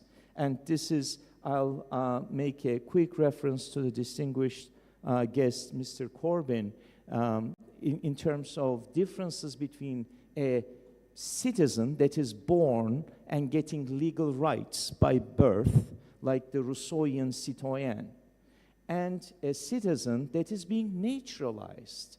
And one of the really interesting things, and all these decolonized countries are naturalized citizens of international community. They are not considered as the ones that are born free. They are admitted into freedom after the fact. And one of the first things that our legal scholars would, please correct me if I am mistaken, but one of the first things for you to get your naturalization, to become a naturalized citizen is denouncement of your political self, your older self. You need to be, for instance, if you are to get into, say, US naturalization, you take an oath to become a full American, I need to be denouncing my Turkishness. And this is exactly what it is being asked from Algeria, from other countries, that if you like to be a member, a full member of international society, international community, first and foremost, you need to denounce your true self, the self that you are born with. Then you would have your symbolic self overwhelming what you imagined, because they cannot, sir, endure the fact. The French cannot face the fact of what they did, because that means that they are not the civilized man that they imagine themselves to be. So they need to erase the history. They need to kind of make the new generations forget about what happened, so that they can exert their control over the symbolic and reimagine Algeria not with the Battle of Algiers, but whatever they wish to be. So in their imagination, still a colonized self that is seeking approval to be a full-fledged member of the international society. In other words, kind of a Hobbesian Leviathan, Hobbesian man. It is really interesting that my recent research revealed the fact that the contemporaries of Thomas Hobbes criticized him as Leviathan being the Turk. So that is really interesting, because if you become the sovereign self, the despotic self, that is the image of the Turk, then this begs the question, what does Turk signify in an endless chain of signifiers? Perhaps it is the real that they cannot face, because the Ottomans ruled big chunk of Europe against the will of the Christians. So they need to forget. Then it has to be once again vilified. The monstrous, the barbaric Turk, that is the one that is being admitted, and always incomplete, always the other, always an image that is suffering at least like a child, if not a totally monstrous barbaric. And if you realize, and I don't want to continue for too long, because I think that I've already delivered the message that I wish to, but here's the thing. Madam Ambassador, your name is not innocent. The name coordinates us in society. We are named so that we can be positioned in the social imagination. For instance, when I say that my name is Murat or Abdullah, right, in a Western society, in France, in Britain, in States, USA, right, I would immediately be located as the other. So my name already pushes me into the otherness position. So all these countries, as you know, Turkey has changed its official name a couple of years ago to be able to regain the symbolic sovereignty. There are still people in this world refusing to call Zimbabwe with its name. They are still invoking colonial imaginations. Imagine how long did it take for the Turks to have the name changed from Constantinople to Istanbul. How many more years did it take for the Turks to be able to move their capital from Istanbul to Ankara? It took almost a decade before all the Western embassies eventually took position in Ankara. Therefore, only through names that the colonial imagination still position us that we are the other. But not only the other, it is almost in a patriarchic system that the Mr. Chairman has asked a couple of questions, I believe with the same sentiment, why history is being erased, why these great people of history being erased. They are not only erased, but in a phallic world, they are othered like a female is being othered. So the system works through its patriarchy and the controlling all these images. Let me conclude my remarks by comparing, this is what Mr. Chairman asked about history, comparing the French Revolution and the revolution in Haiti, the Haitian Revolution. The one that is the French Revolution is written in the history, world history, aka Western history, right? The world history is not about the history of the world that our distinguished friend is just gave us. The history of the world is the Western European history. And all the nation states, whether they like it or not, needed to repeat the French nationalism after the French history. So all of a sudden, the French Revolution became the 0 point of sovereign state history, whereas the Haitian Revolution, which precedes, more important, but all negated and erased from the history because the black people of Haiti taking their own position democratically against the monarchies, against the Republican idea that Madam Ambassador mentioned, when they took the history into their hands, that is too much to handle for the colonial mind. So it needs to be repressed, it needs to be erased, it needs to be neglected. Therefore, my humble suggestion, I once again wish to thank the Baku Initiative Group and its chairman, Mr. Abbas Abbasov, because these meetings are so fundamental, so crucial to take what is repressed from the unconscious and bring it forth to the consciences with the names, with the faces, with the experiences, true realities, not the law of the Father, the name of the Father, but the law of the people, because we are all born free, but still chained everywhere. Thank you very much.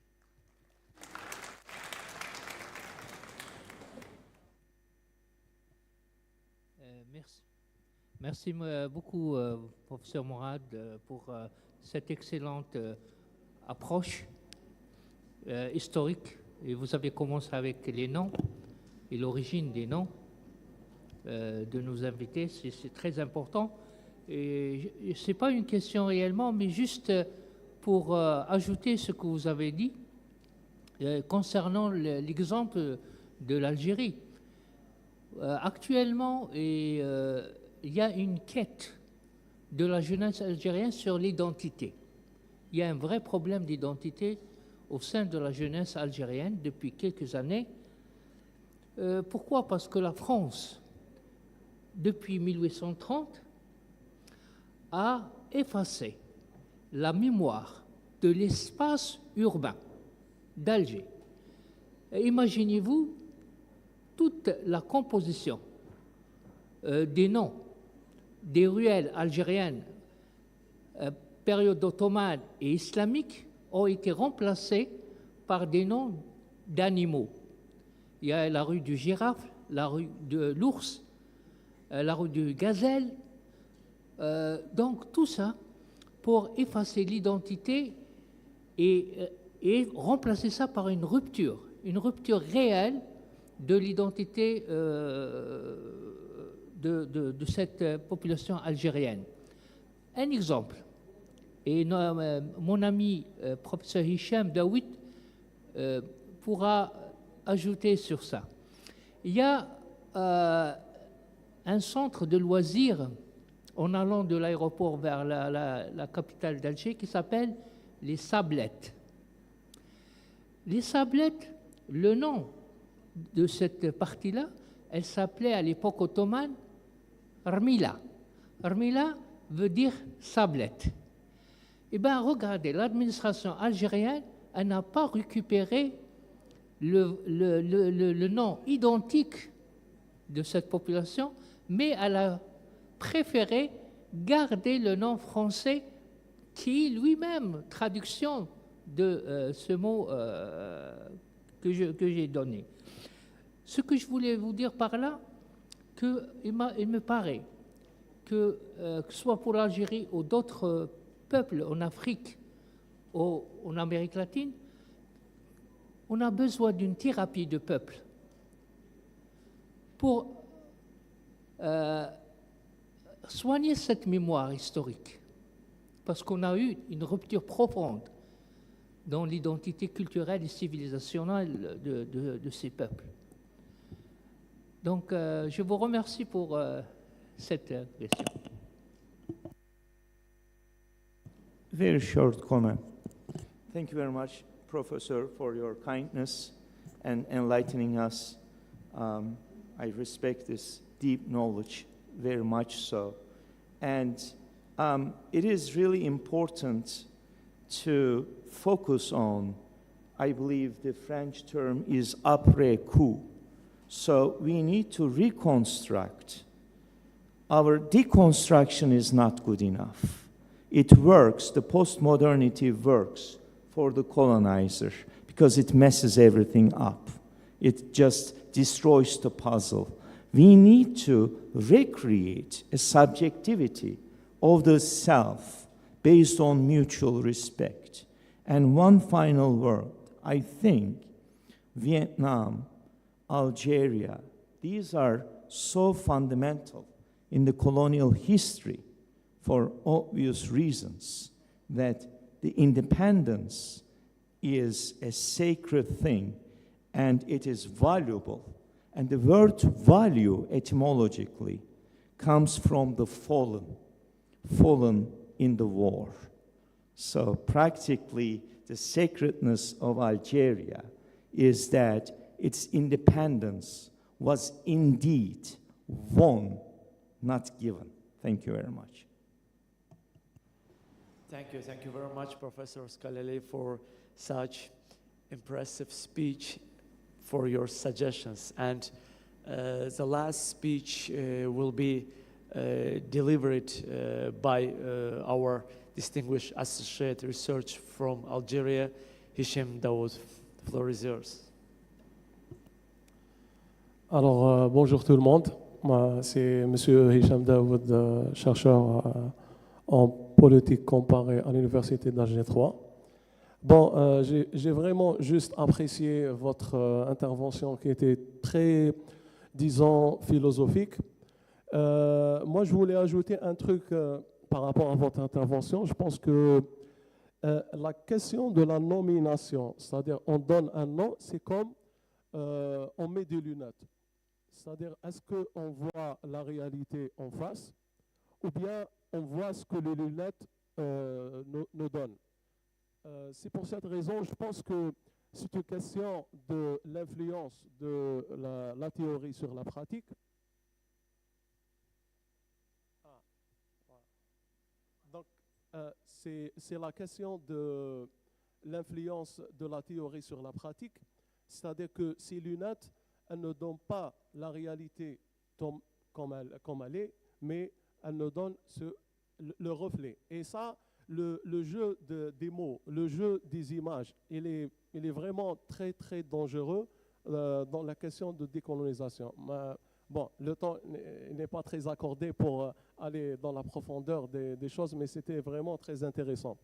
Moi je suis très honoré d'être peut-être le plus jeune intervenant, et cela montre bien que les jeunes sont très incorporés dans cette lutte de décolonisation. Je voudrais tout d'abord remercier l'État azerbaïdjanais ainsi que le groupe d'initiative de Baku pour cette opportunité qui m'a été offerte. pour assister à cette conférence qui porte sur un thème très important. Bon, en tant qu'Algérien, j'ai fait le choix de revenir à l'époque coloniale française pour décrire les atrocités commises par les Français à l'encontre des Algériens. Je pense que les Algériens étaient...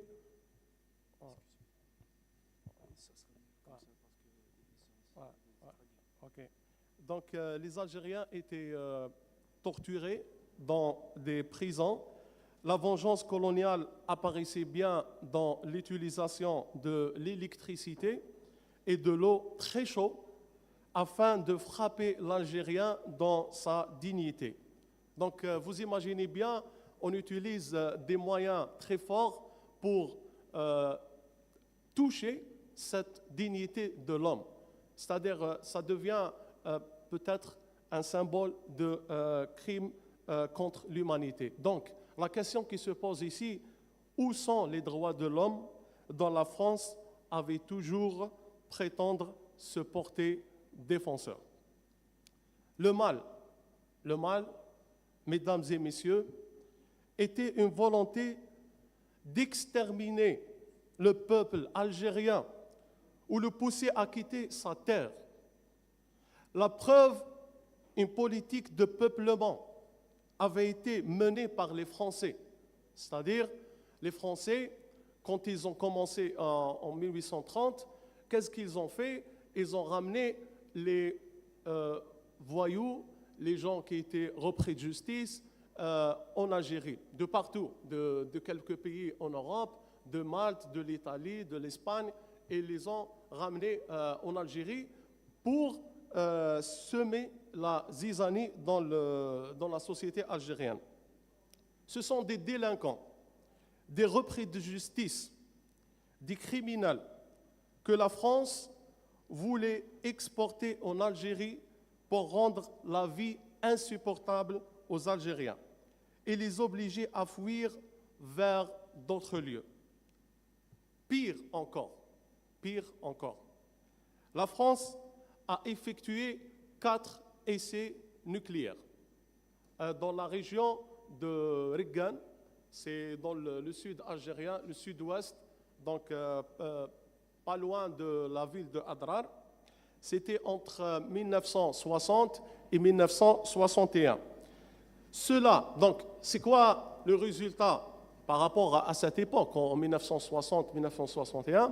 Donc, jusqu'à maintenant, on ressent bien les résultats graves et les conséquences néfastes de ces expériences. Donc, il y a des morts, il y a des handicapés, des aberrations physiques et psychologiques durables. Les rayons nucléaires ne cessent jusqu'à aujourd'hui de produire des maladies incurables au sein de la population de Riggan. Je vais dire, pour aller avec notre ami dans l'approche psychologique, disons que le subconscient algérien, surtout dans cette région et même dans toute l'Algérie, il a été attaqué par un problème d'infériorité, c'est-à-dire que vous n'avez pas les moyens de faire face au rapport de force et à la maîtrise de la technologie nucléaire en cette époque. Alors, notre président, M. Tebboune, a plaidé plusieurs fois pour la reconnaissance de ces crimes de guerre par l'État français. Alors, en 2017, le président français Emmanuel Macron, il a annoncé une certaine reconnaissance par rapport, pas à des crimes de guerre, mais comme il l'appelait, quelques erreurs qui ont été commises par l'armée française pendant cette période. Alors, mais l'État français, un peu des années plus tard, il a retiré cette déclaration du président pour ne rien rendre à l'Algérie concernant cette question. Alors, il y a aussi la question des squelettes, la question des squelettes, des crânes qui existent dans le musée de Catacombes à Paris. Alors, il y a une commission qui a été introduite en 2022 qui, la partie algérienne, elle est représentée par Abdelmajid Chikhi, qui est le directeur de l'archive algérienne, et Benjamin Stora, le grand historien français qui représente la partie française. Le but de cette commission, c'était en 2022 de rendre un rapport à chacune des parties concernant la question de reprendre les squelettes et les crânes qui se trouvent en France. C'est les squelettes des martyrs. C'est les squelettes des martyrs algériens qui existent en France. Et l'Algérie demande et réitère de récupérer ces squelettes pour au moins donner un honneur à ces martyrs. Alors, jusqu'à maintenant, la commission elle a été gelée après la crise diplomatique qui existe actuellement entre l'Algérie et la France. Même si Benjamin Stora a rendu son rapport au président Emmanuel Macron, mais Abdelmajid Chikhi, jusqu'à actuellement, il n'a pas rendu ce rapport, ce qui fait que la commission actuellement, elle est gelée. Donc, pourquoi? La question qu'on doit poser ici, pourquoi l'État français refuse de céder les documents et archives relatifs à la guerre de libération algérienne? Pourquoi? C'est quoi la raison? Alors, je pense que la raison est claire. La France ne peut pas mettre à la disposition des Algériens les preuves tangibles de ces crimes en Algérie. C'est-à-dire que l'Algérie, si la France, elle va rendre ses archives et ses crânes à l'Algérie, l'Algérie peut les utiliser pour attaquer la France dans la Cour de justice internationale ou la Cour pénale internationale pour crimes contre l'humanité. Alors, la même chose si on veut faire le lien avec la Nouvelle-Calédonie. Il y a un lien historique entre l'Algérie et la Nouvelle-Calédonie. Alors, les Algériens déportés en Nouvelle-Calédonie, comme punition pour passer toute leur vie dans l'exil, à faire des travaux forcés. C'est-à-dire les Algériens, quand ils allaient en Nouvelle-Calédonie, ce n'est pas pour le tourisme, c'est pour faire des travaux forcés. Ils sont déracinés de leur terre natale. C'est pour cette raison la question de la Nouvelle-Calédonie, aujourd'hui, intéresse tous les Algériens. Tous les Algériens, actuellement et aujourd'hui, sont intéressés par la question de la Nouvelle-Calédonie parce qu'il y a les familles de descendants des Algériens en Nouvelle-Calédonie aujourd'hui. Ils font partie de la Nouvelle-Calédonie. Alors, les deux peuples aspirent à la décolonisation, très important, et à l'indépendance. Les Algériens l'ont eu par la guerre de libération contre les Français et les Kanaks se battent pour se libérer de la domination française. Juste pour information, c'est que la France récemment a perdu des bases militaires et sa présence dans 16 pays africains. Donc cela montre qu'il y a une conscience collective qui se monte au niveau africain contre la France, contre cette oppression française. Alors, l'Algérie se tenait et soutient le droit des peuples opprimés à l'autodétermination et pour cela, il faut unir nos forces. C'est ça l'objectif, je pense, on est réunis aujourd'hui pour unir nos forces, pour parler dans le même chemin et décrire ce récit colonial pendant aussi par rapport à différents exemples. Alors, l'objectif aussi de notre réunion, c'est donner aussi l'information fiable. Parce que aussi, la France essaye par les médias de donner des fake news, de donner des informations fausses sur ces colonies. Donc l'objectif de ces colloques, de ces rencontres, c'est aussi de donner l'information fiable qui est basée sur les ressources. Alors, la France, pendant la guerre de libération algérienne, a été et supporté ce qu'on appelle le groupe des assimilationnistes. Assimilationnistes, c'est un groupe de gens qui voulaient que la France reste en Algérie et que juste l'Algérie va être reliée à la France. Alors, il y avait un petit conflit entre les indépendantistes et les assimilationnistes.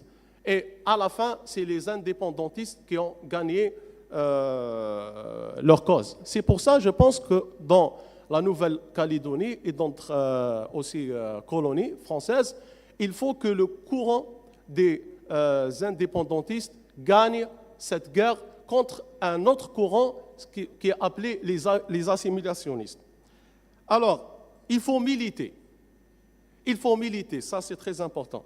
La liberté a un prix cher. Il faut d'abord libérer les esprits de la domination et du complexe d'infériorité face aux Français.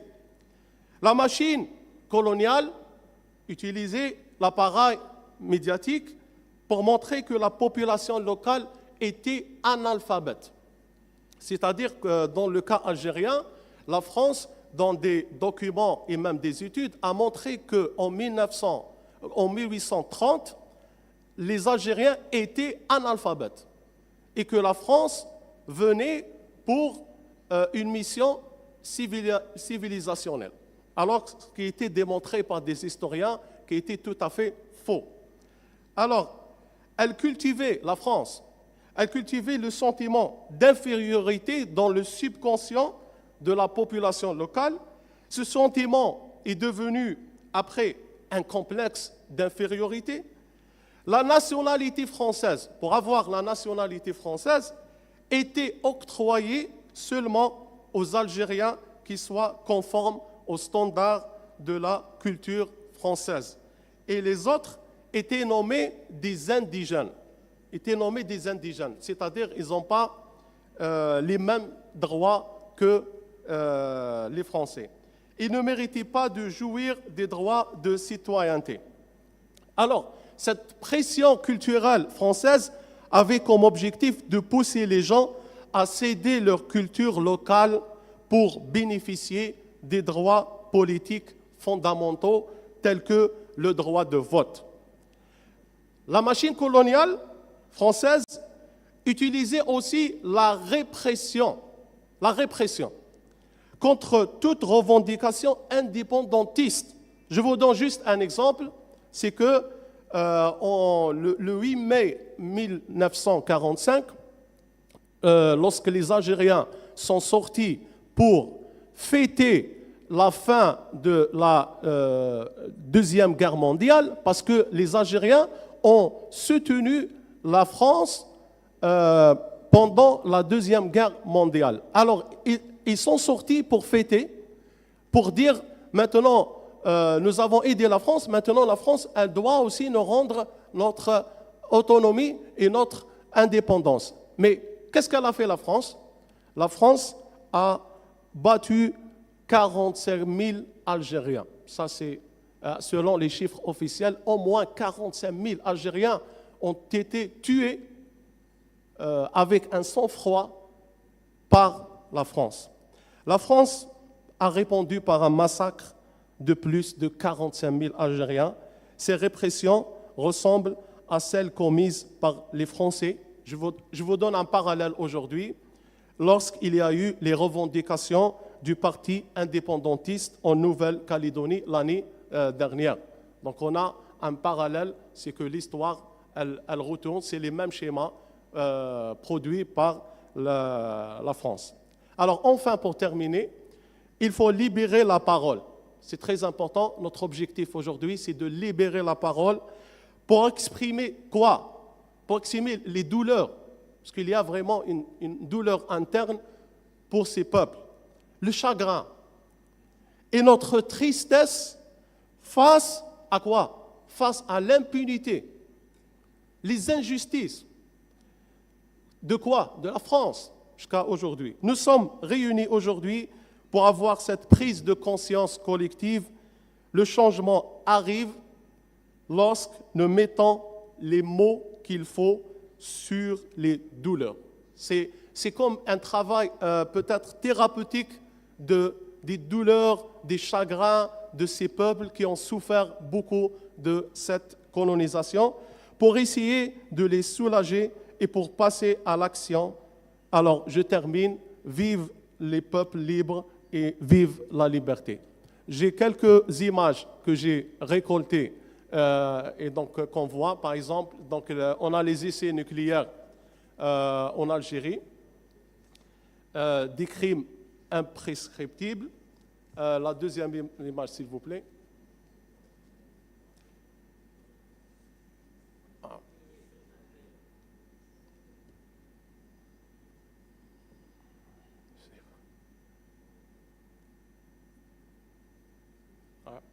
Alors, on a des essais nucléaires à Regan, la région de Adrar, un crime impuni depuis 63 ans. Aussi, il y a une affaire très grave aussi qui a été reliée aux essais nucléaires, c'est aussi l'utilisation par la France des armes chimiques. Des armes chimiques. C'était aussi prouvé par des études, et ce qui est vraiment très condamné, non seulement par l'Agence internationale contre les armes chimiques, mais aussi c'est par les lois internationales. On a aussi l'utilisation des armes chimiques, et il y a le mur de silence. Personne ne parle aujourd'hui. C'est comme si, comme disent les Français, c'est une affaire de l'histoire. On n'est pas concerné aujourd'hui, alors que, comme on dit dans la loi internationale, les crimes, quand elles sont commises, il doit y avoir un recours à la justice, même si ça fait 200 ans. Parce que c'est très important de recouvrer ce mal qui a été fait pendant la guerre de libération algérienne. Alors, pour terminer, on a les effets des essais nucléaires français au Sahara. Ouais. Donc, on voit bien des gens qui sont vraiment touchés, non seulement dans leur mental, mais aussi dans leur physique. On a cette détorsion, déprivation des mains, des têtes. On voit bien les enfants qui sont vraiment... ils sentent le mal, qu'ils n'ont rien à faire dans cette question, mais à la fin, ils se trouvent sans bras, sans tête, détorsionnés. Ils sont vraiment dans un état grave de répression mentale et physique, et surtout mentale, parce que ça reste, et elle a plus de danger sur le devenir des enfants que la répression physique. Donc, je vous remercie pour cette écoute.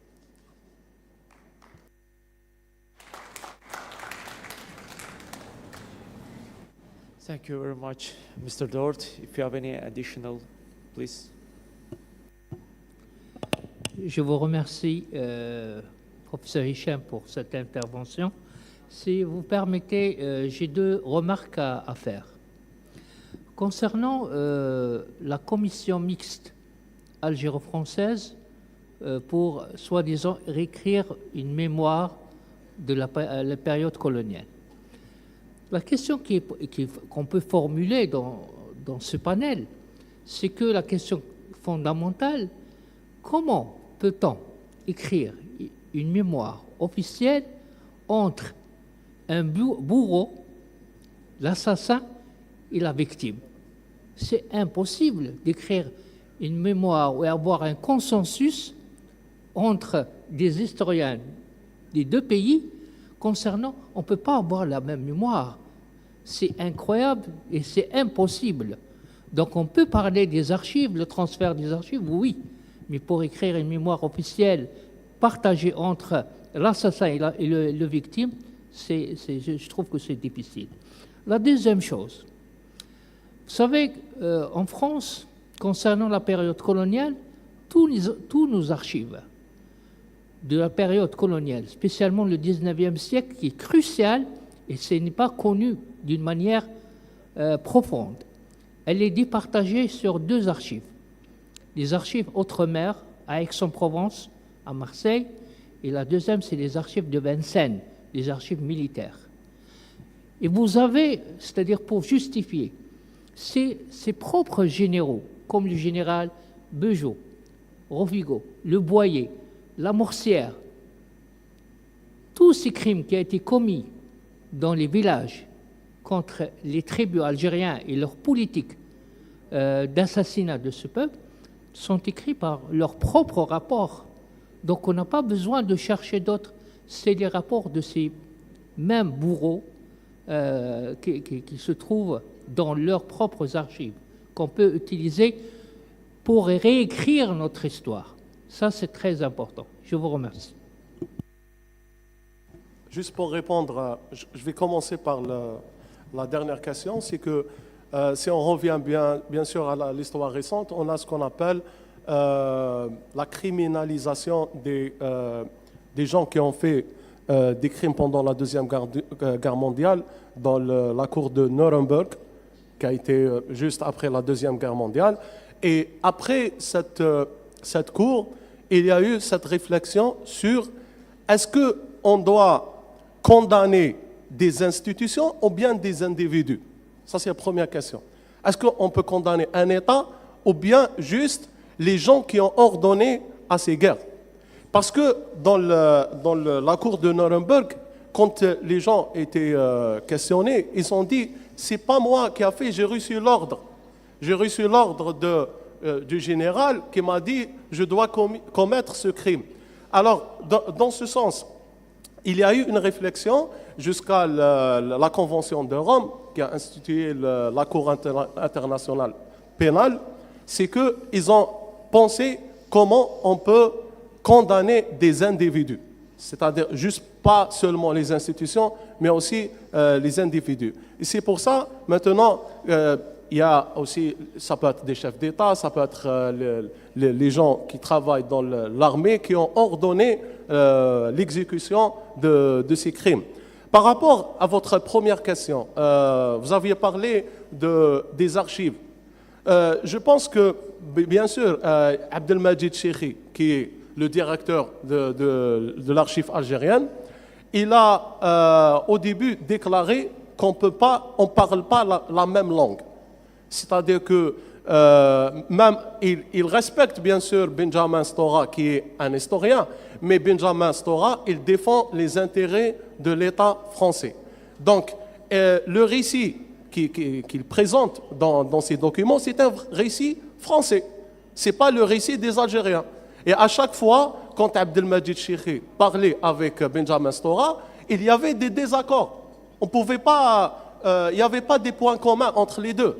Et c'est pour ça, je pense qu'en 2022, et surtout récemment, en juillet dernier, lorsque la France elle a reconnu la marocanité du Sahara occidental et que la crise diplomatique a commencé entre l'Algérie et la France, que la commission a cessé et qu'il n'y a plus de rencontres entre Benjamin Stora et Abdelmajid Cheikhi. Même Abdelmajid Cheikhi, il devait rendre un rapport à Monsieur le Président Abdelmajid Tebboune à la fin de l'année. Il n'a pas rendu.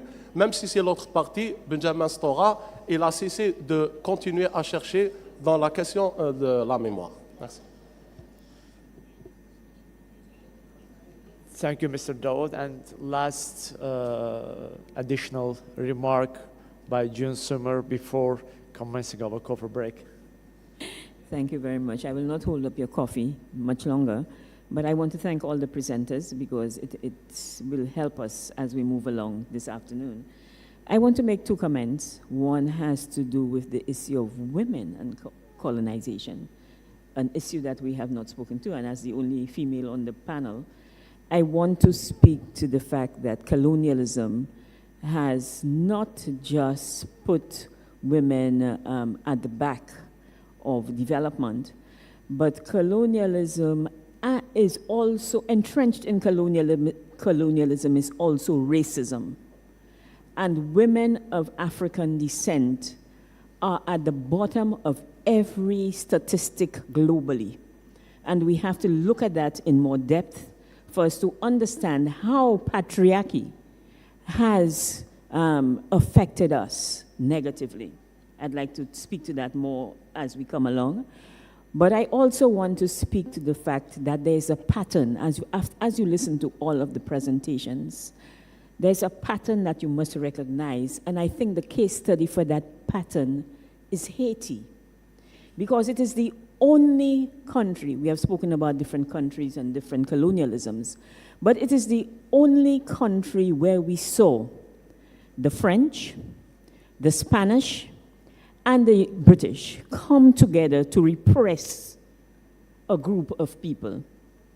And it is entrenched in something that Napoleon said, and I want to read it to you.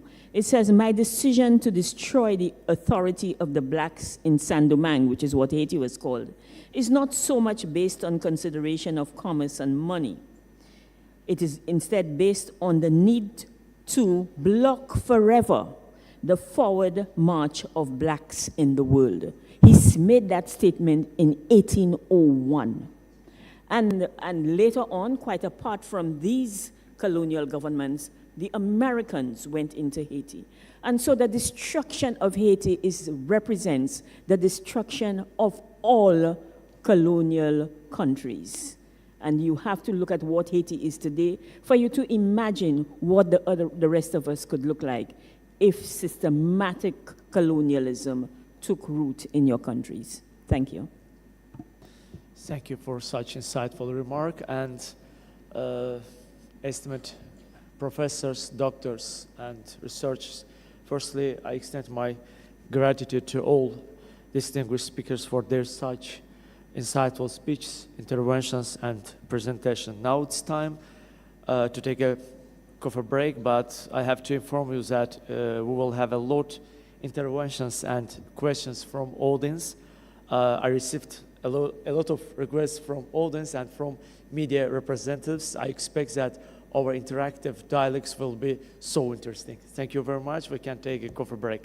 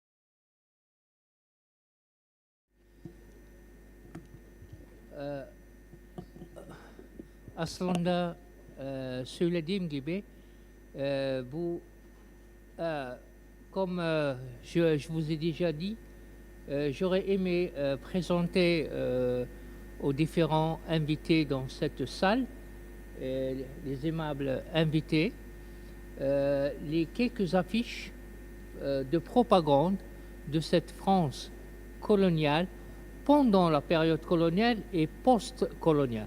Quoique, à mon avis, il faut peut-être changer et parler un petit peu de la terminologie.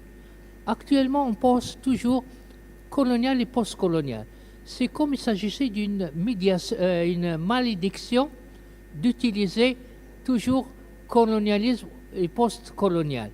Pourquoi pas préférer plutôt post-indépendance pour nous donner une rupture à cette terminologie de l'héritage colonial. Bon, je commence par la première affiche que vous voyez, dans laquelle on voit le maréchal Pétain, le sauveur de l'empire colonial français, sur son cheval, blanc comme Napoléon Bonaparte, qui est là pour sauver l'empire colonial français. Le deuxième, comme vous voyez, c'est toujours le maréchal Pétain en s'adressant aux Algériens et aux Maghrébins en arabe, appelant les colonies au sacrifice de la patrie. Donc c'est des indigènes qui ne sont pas des Français, n'ont aucun droit, mais la France a besoin de leur sang, qui doit couler pendant la Première et Deuxième Guerre, qui réellement, ce n'est pas leur guerre, mais que la France a sacrifié des milliers d'Africains et d'Algériens et des tirailleurs sénégalais, et qui, la France actuelle, a oublié, comme normalement on doit le dire à M. Macron, vous avez oublié de dire merci à ces victimes, à ces Sénégalais et Algériens qui ont donné leur vie pour la victoire des Alliés et la libération de cette France.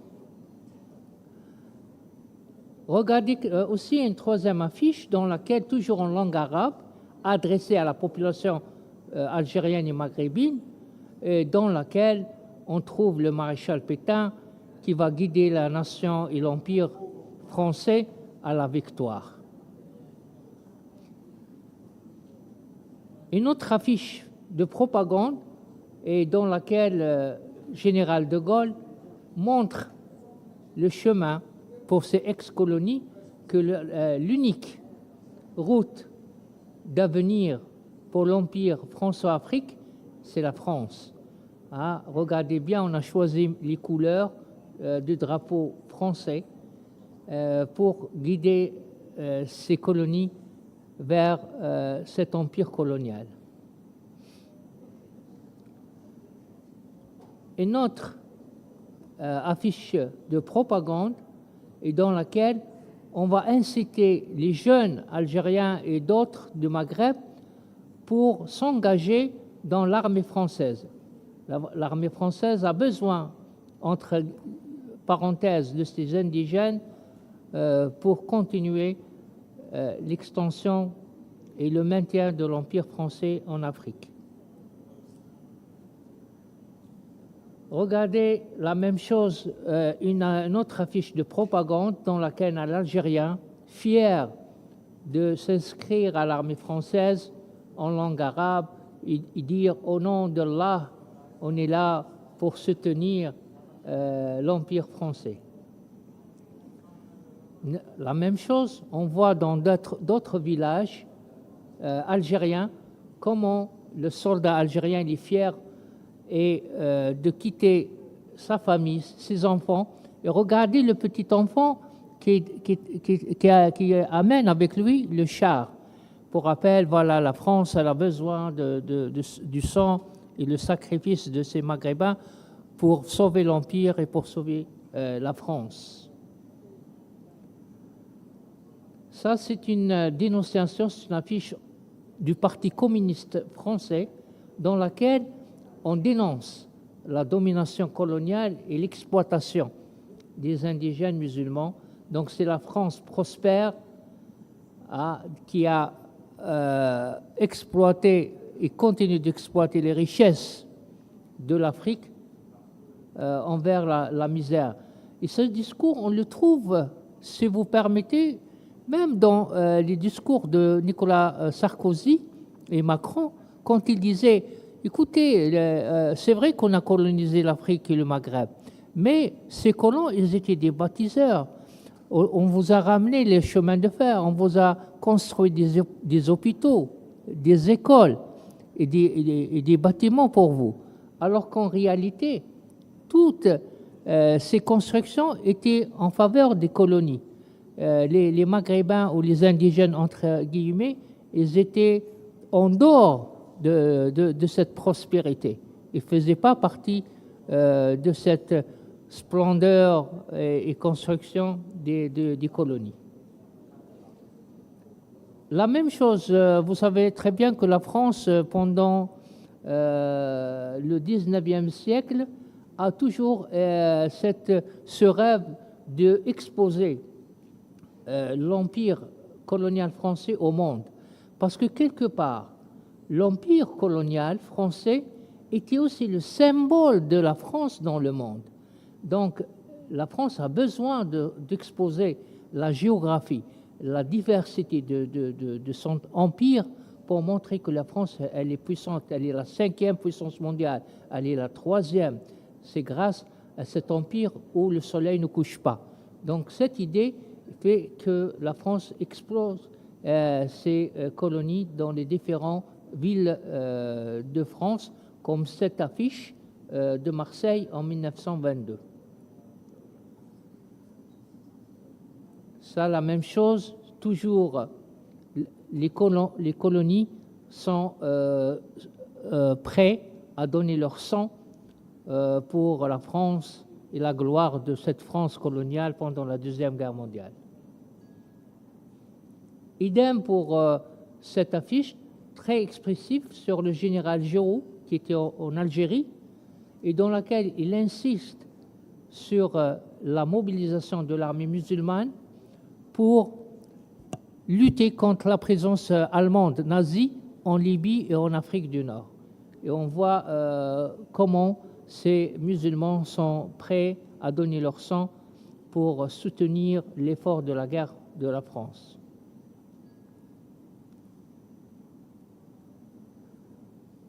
Regardez, comme je vous ai expliqué, c'est une affiche de propagande dans laquelle on voit cet empire colonial représenté par les différentes couleurs.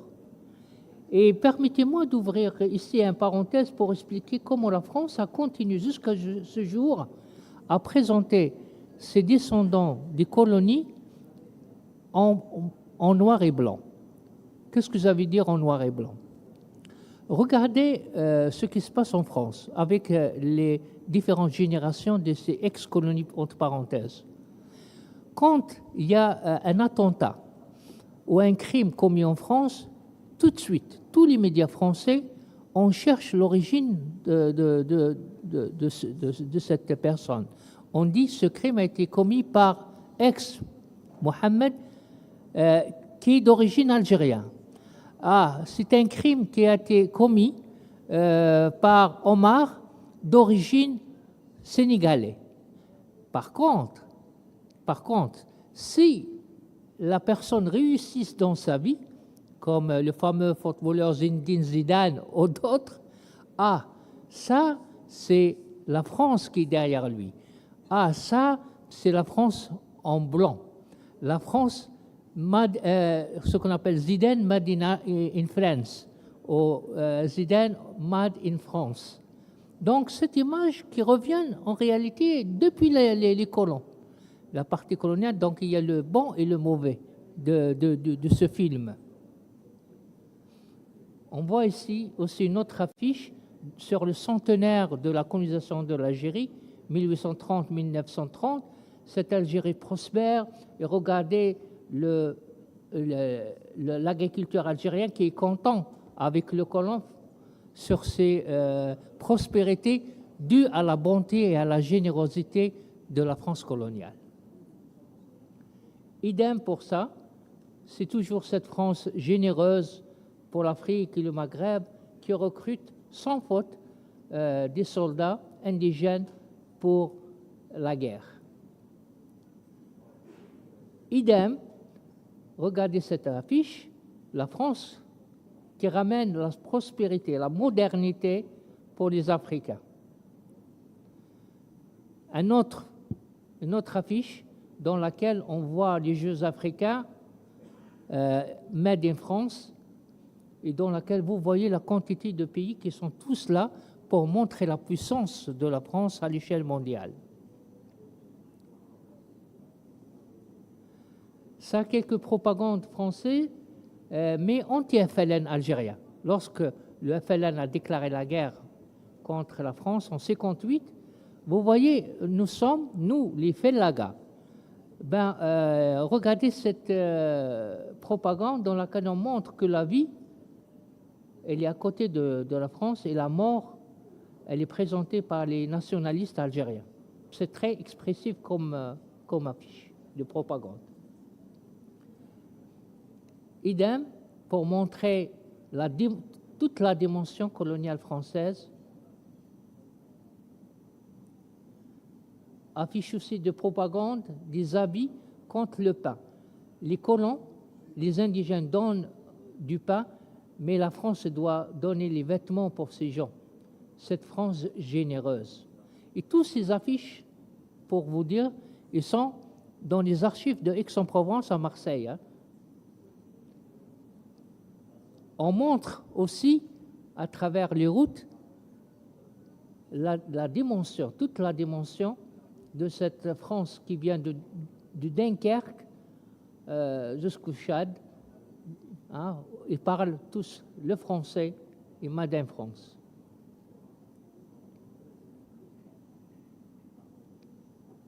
Une autre affiche contre les nationalistes algériens, et dans laquelle on montre que la France, elle représente la vie, l'avenir des Algériens, alors que le FLN présente la misère, la guerre, la mort. Voilà une autre affiche dans laquelle on montre les mains de cette République française généreuse qui apporte à cette Afrique famine, du blé et de la prospérité.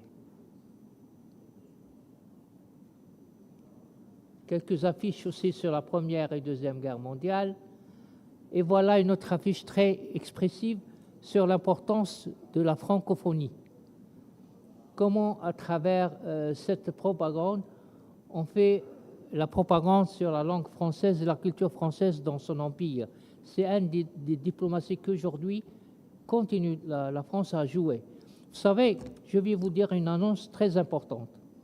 Vous savez que le système éducatif au Maghreb, l'Algérie, le Maroc, la Tunisie, a été structuré selon le système français, du primaire jusqu'à l'université. Les mêmes examens, les mêmes structures de programme, contenu.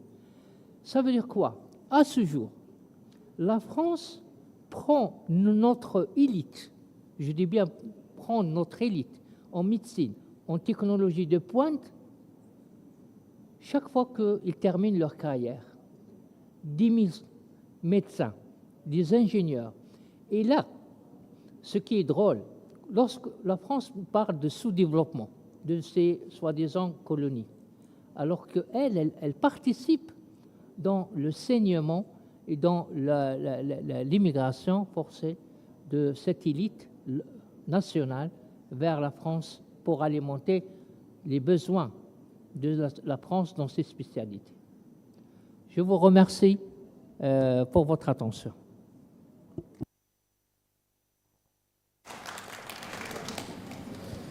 It was an amazing presentation. Thank you for your contribution. Dear doctors, dear professors, I suppose we have to receive interventions from audience because I received a lot of requests for interventions from audience. And firstly, I am giving the floor for intervention of Honorable Member of Parliament, Ms. Nigar Mammadova. By the way, thank you very much for your participation. Thank you very much, distinguished guests. Thank you for your valuable speech. Mr. Abbasov, thank you for invitation and thank you for organization of this important discussion, of this important event. I'd like to share my ideas concerning the role of Azerbaijan in the fight with colonialism. Countries of the global south, which have historically fallen to policies aimed to turning dominant powers into colonial empires, rightfully oppose double standards.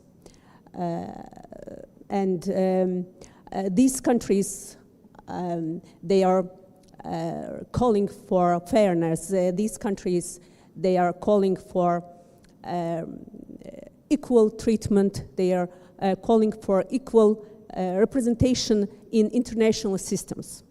Azerbaijan, it's important. Azerbaijan plays a very important role in the fight with colonialism today.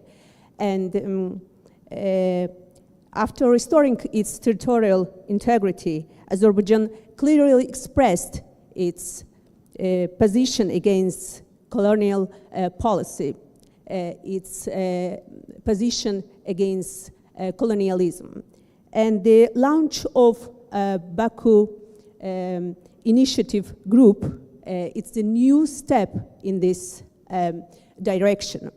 I want to mention the chairmanship of Azerbaijan in non-alignment movement, and this is a position of Azerbaijan. This is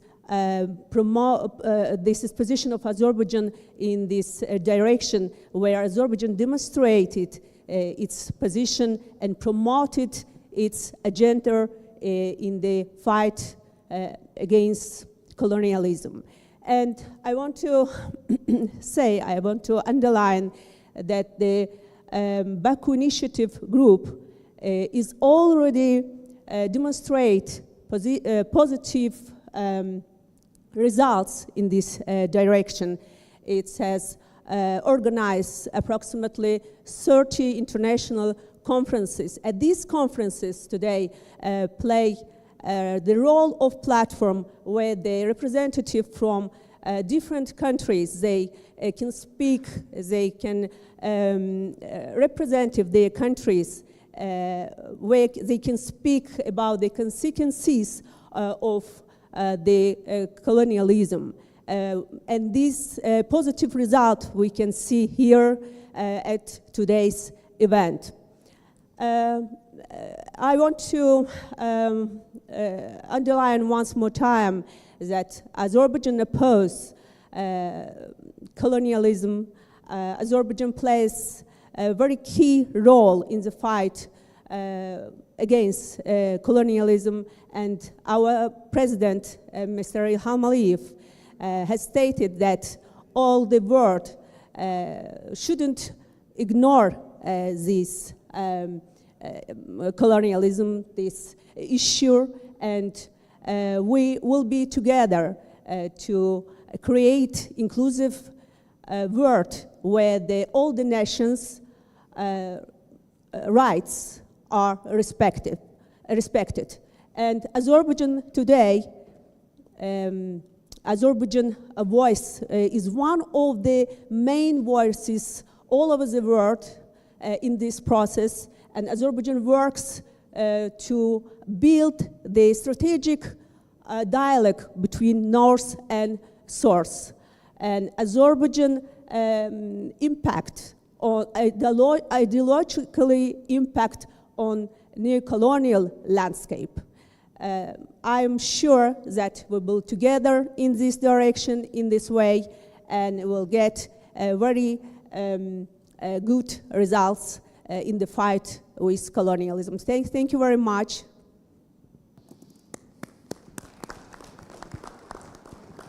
Thank you, Ms. Mamadova, for your thoughts. Thank you very much for high appreciation of Baku Initiative Group's activity. And our next speaker from audience, he is brilliant expert on decolonization matters, Member of Parliament, Mr. Tural Ganjaliv. Bonjour à tous, peut-être je me levais que tout le monde puisse me voir.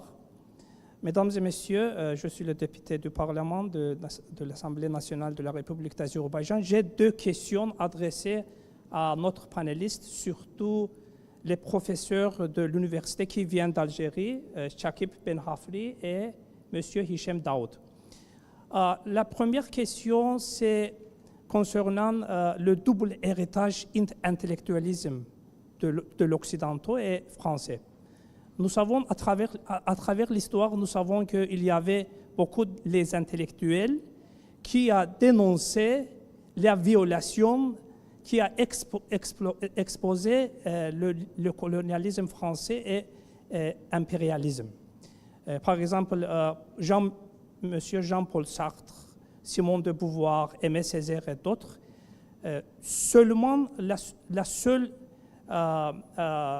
affirmation de M. Jean-Paul Sartre disant que le colonialisme et le système a continué sécuer et bouleverser les bases de l'idéologie du colonialisme français. Et est-ce qu'il y a, ma question c'est, est-ce qu'il y a les intellectuels aujourd'hui en existence? Dans ce cas, où elles sont? Pourquoi on ne les entend pas? Ma deuxième question, c'est concernant la méthodologie de l'intellectualisme, le scientifique, la méthodologie de science. Par exemple, on savait que les impérialistes, les Français par exemple, pour justifier, pour réaliser son politique de colonialisme, ils ont construit le soi-disant science de l'orientalisme. Et vous savez qu'il y a Monsieur Edward Said qui a écrit un très excellent livre qui s'appelle Orientalisme. Mon question, c'est la deuxième question, est-ce qu'il y a la continuation de cette trend, de cette méthode pour battre les néocolonialistes utilisant cette méthode de l'intellectualisme? Est-ce qu'il y a un nouveau orientalisme en existence? Est-ce que vous avez entendu, est-ce que vous avez les méthodes que vous utilisez dans votre université, dans votre profession aujourd'hui? Merci beaucoup.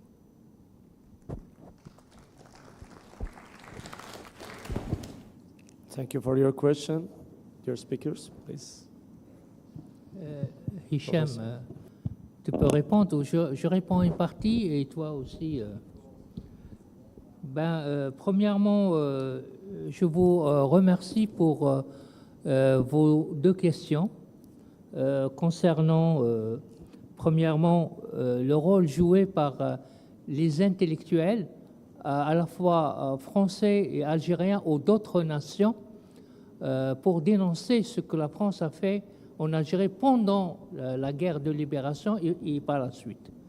Écoutez, sachez qu'il y a le Parti communiste français. À ma tête, il vient Jean Allègre, par exemple, au France Fanon, et j'en passe. Il y a énormément d'intellectuels de la gauche ou de l'extrême gauche, c'est les communistes. Et vous savez très bien que même des Français qui étaient impliqués dans cette guerre de l'Algérie, ils ont choisi le camp algérien pour lutter contre la France et été condamnés à mort. On a pas mal de stèles en Algérie concernant justement ces Français qui ont été tués par l'administration coloniale française, le fait qu'ils ont participé, ils ont aidé les Algériens dans leur lutte de libération. Sachez également que le ministère des Moudjahidines algériens, ou vous préférez le ministère des anciens combattants de la libération nationale, invite chaque année un colloque international animé par ce qu'on appelle les Amis de la libération algérienne, et dans laquelle il y a tous les pays représentés, de l'Amérique latine, de l'Asie et de l'Afrique, qui ont soutenu l'effort de la guerre de libération algérienne. Donc, il y a un énorme effort de l'État algérien pour remercier ces gens qui ont resté à côté du droit, à côté des droits de l'homme, à côté de la vérité. Donc, ça, c'est très important à signaler, comme le premier point. Le deuxième point concernant l'orientalisme, en effet, vous avez raison. Réellement, aujourd'hui même, on dénonce le colonialisme. On dénonce ce que les empires coloniaux ont fait en Asie, en Amérique latine et en Afrique. Mais en réalité, nous devons penser avec quelle méthode nous devons travailler, pour dénoncer ce malheur ou cette douleur de cette mémoire coloniale, non seulement à travers les livres, non seulement à travers les films de commentaires qui sont là pour dénoncer ça, mais on doit peut-être penser au père fondateur de cette panafrique, le pan-asiatique. Et nous, comme vous avez dit, ce qu'on appelle le Global South, le Sud global, nous devons proposer une autre alternative, une autre manière d'écrire notre mémoire commune et en même temps différente sous le joug de cette colonisation. Donc vous avez raison que nous, les pays du Sud, nous avons besoin de faire, comme a été cité ce matin, de faire une thérapie peut-être collective et individuelle de ce mal d'héritage de l'époque coloniale. Merci beaucoup.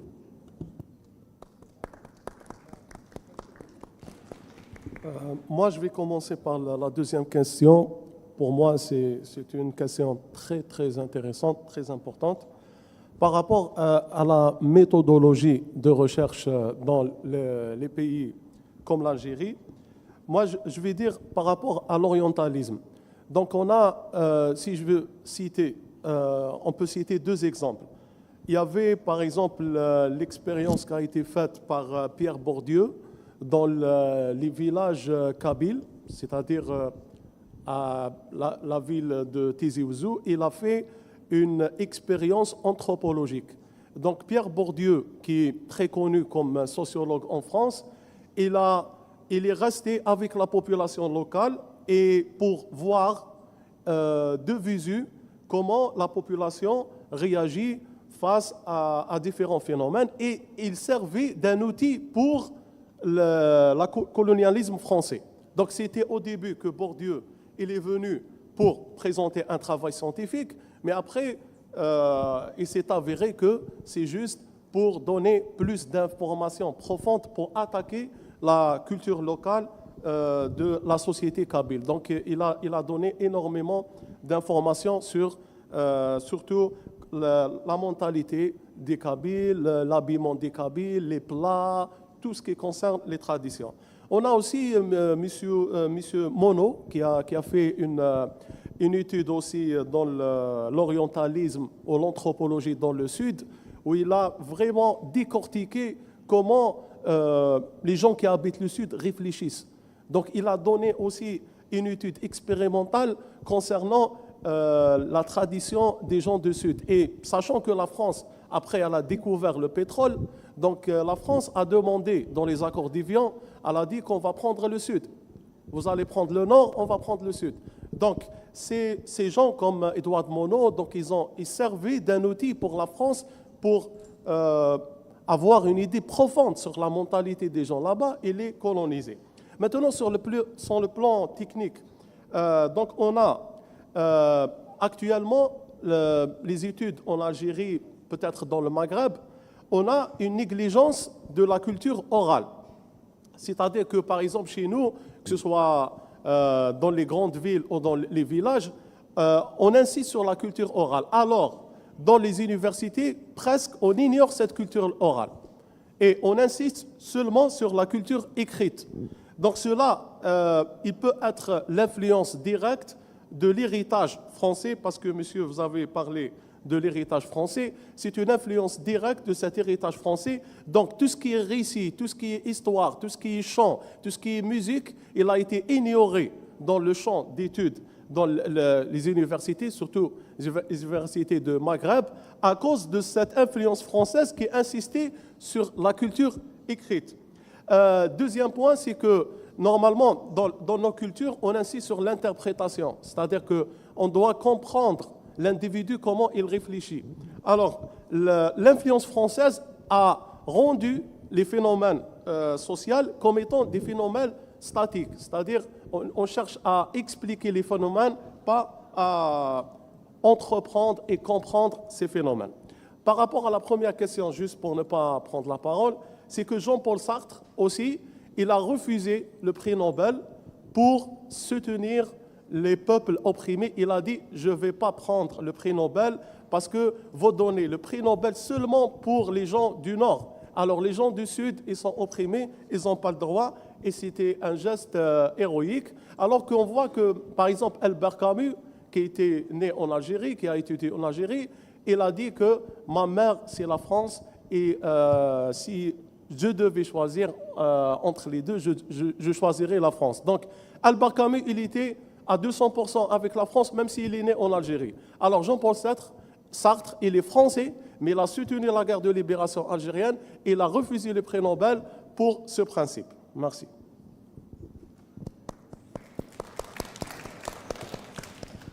Thank you for your replies and shared information. We have 4 more additional remarks by Professor Gonchor, Professor Skaleli, Honorable Dr. Sumer, and dear Ambassador. We have to start with Professor Gonchor. Please, floor is yours. Thank you, Mr. Chairman. Je vais dire en français parce que ma question, mon commentaire s'adresse au professeur Chakib. J'ai trouvé très intéressant parmi les images, j'ai remarqué une chose, que dans les affiches de propagande avant ou pendant la Deuxième Guerre mondiale, il y a beaucoup d'arabes qui étaient utilisés, tandis que les affiches de propagande d'après, donc des années 50 contre le FLN, c'est tout en français.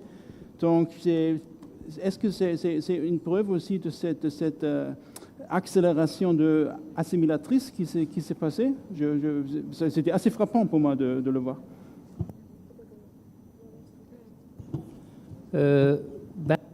Répondre à votre question, en effet, c'est vrai qu'il y a, on va dire, il y a 2 sortes de populations. Il y a ce qu'on appelle la population citadine autour des grandes villes, dans laquelle la culture française était omniprésente. Il y a aussi la partie rurale, dans laquelle une grande partie de cette population qui ne va pas à l'école et qui parle uniquement l'arabe, on avait besoin de son sang pour participer à la Première et Deuxième Guerre mondiale. Donc, on écrit dans toutes les langues, pas uniquement, même le berbère, on écrit pour pouvoir ramener le maximum de ces Algériens pour soutenir l'effort de la guerre en Europe. Merci. Merci beaucoup pour ces précisions. En fait, ça me rappelle, dans ma recherche que j'ai vue en Polynésie française, à Tahiti, au établissement français de l'Océanie, qu'il y avait aussi cette propagande française qui se faisait en tahitien pour surtout la population des îles éloignées qui ne maîtrisait pas encore le français dans les années 30, 40, 50. Donc, c'est un peu la même chose. Merci. Merci. Thank you for your feedbacks and comments. Please, Professor Manouche. Si vous permettez, Monsieur le Président, pour revenir normalement à ce que le professeur Jeanne-Christine avait posé comme, pas une question, mais plutôt une une réflexion sur le rôle de la femme pendant la période coloniale. Je dirais, normalement, on devait rendre hommage à toutes les femmes de ces colonies en Amérique latine, en Afrique et en Asie, parce qu'ils ont joué un rôle déterminant pour la conservation de notre héritage culturel, à travers les chansons, à travers les fêtes, à travers les récits qui ont pu sauvegarder notre identité grâce à ces femmes. Donc je vous remercie pour votre excellente mention de la femme et son rôle dans le maintien et une lutte contre l'effacement de notre mémoire. Thank you for your intervention. And next speaker, Professor Skaleli, please. My sincere apologies, first of all, interrupting you. With your kind permission, without turning my back on you, I'll try to. I hate to turn my back to the people, let alone its representatives. So let me just, my sincere apologies. It's not my choice. So I'll just simply stand up, at least to seek your permission for this involuntary mistake. My sincere apologies. Nigar Hanım, thank you very much. The second part of my speech included His Excellency Mr. President Ilham Aliyev's very important speech that was delivered during COP29, supplemented with Her Excellency Vice President, Madam Vice President Mehriban Aliyeva. The combination of these two speeches, I always encourage my students humbly to read and pay particular attention in comparison to the speeches delivered during the Bandung conference, because I think that this is still a watershed event. From Bandung to Baku, I think that the non-aligned movement is resurrecting, this time not as a third world, but as a world embracing itself. So that is, the speeches were well written and even better delivered. Tural Muallim, Jean-Paul Sartre, I believe in Heloise, in theatrical play, called the hell is others.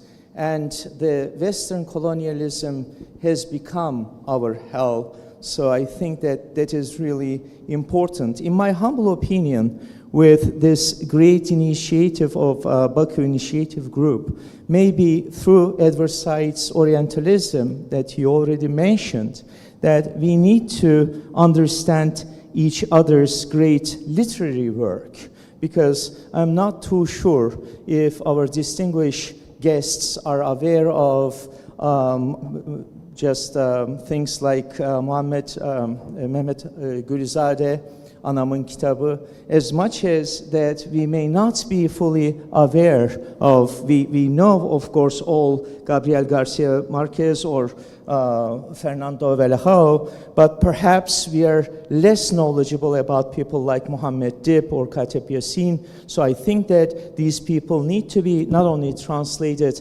but fully incorporated in our literary teaching, especially in the university level, to fight back against Orientalism.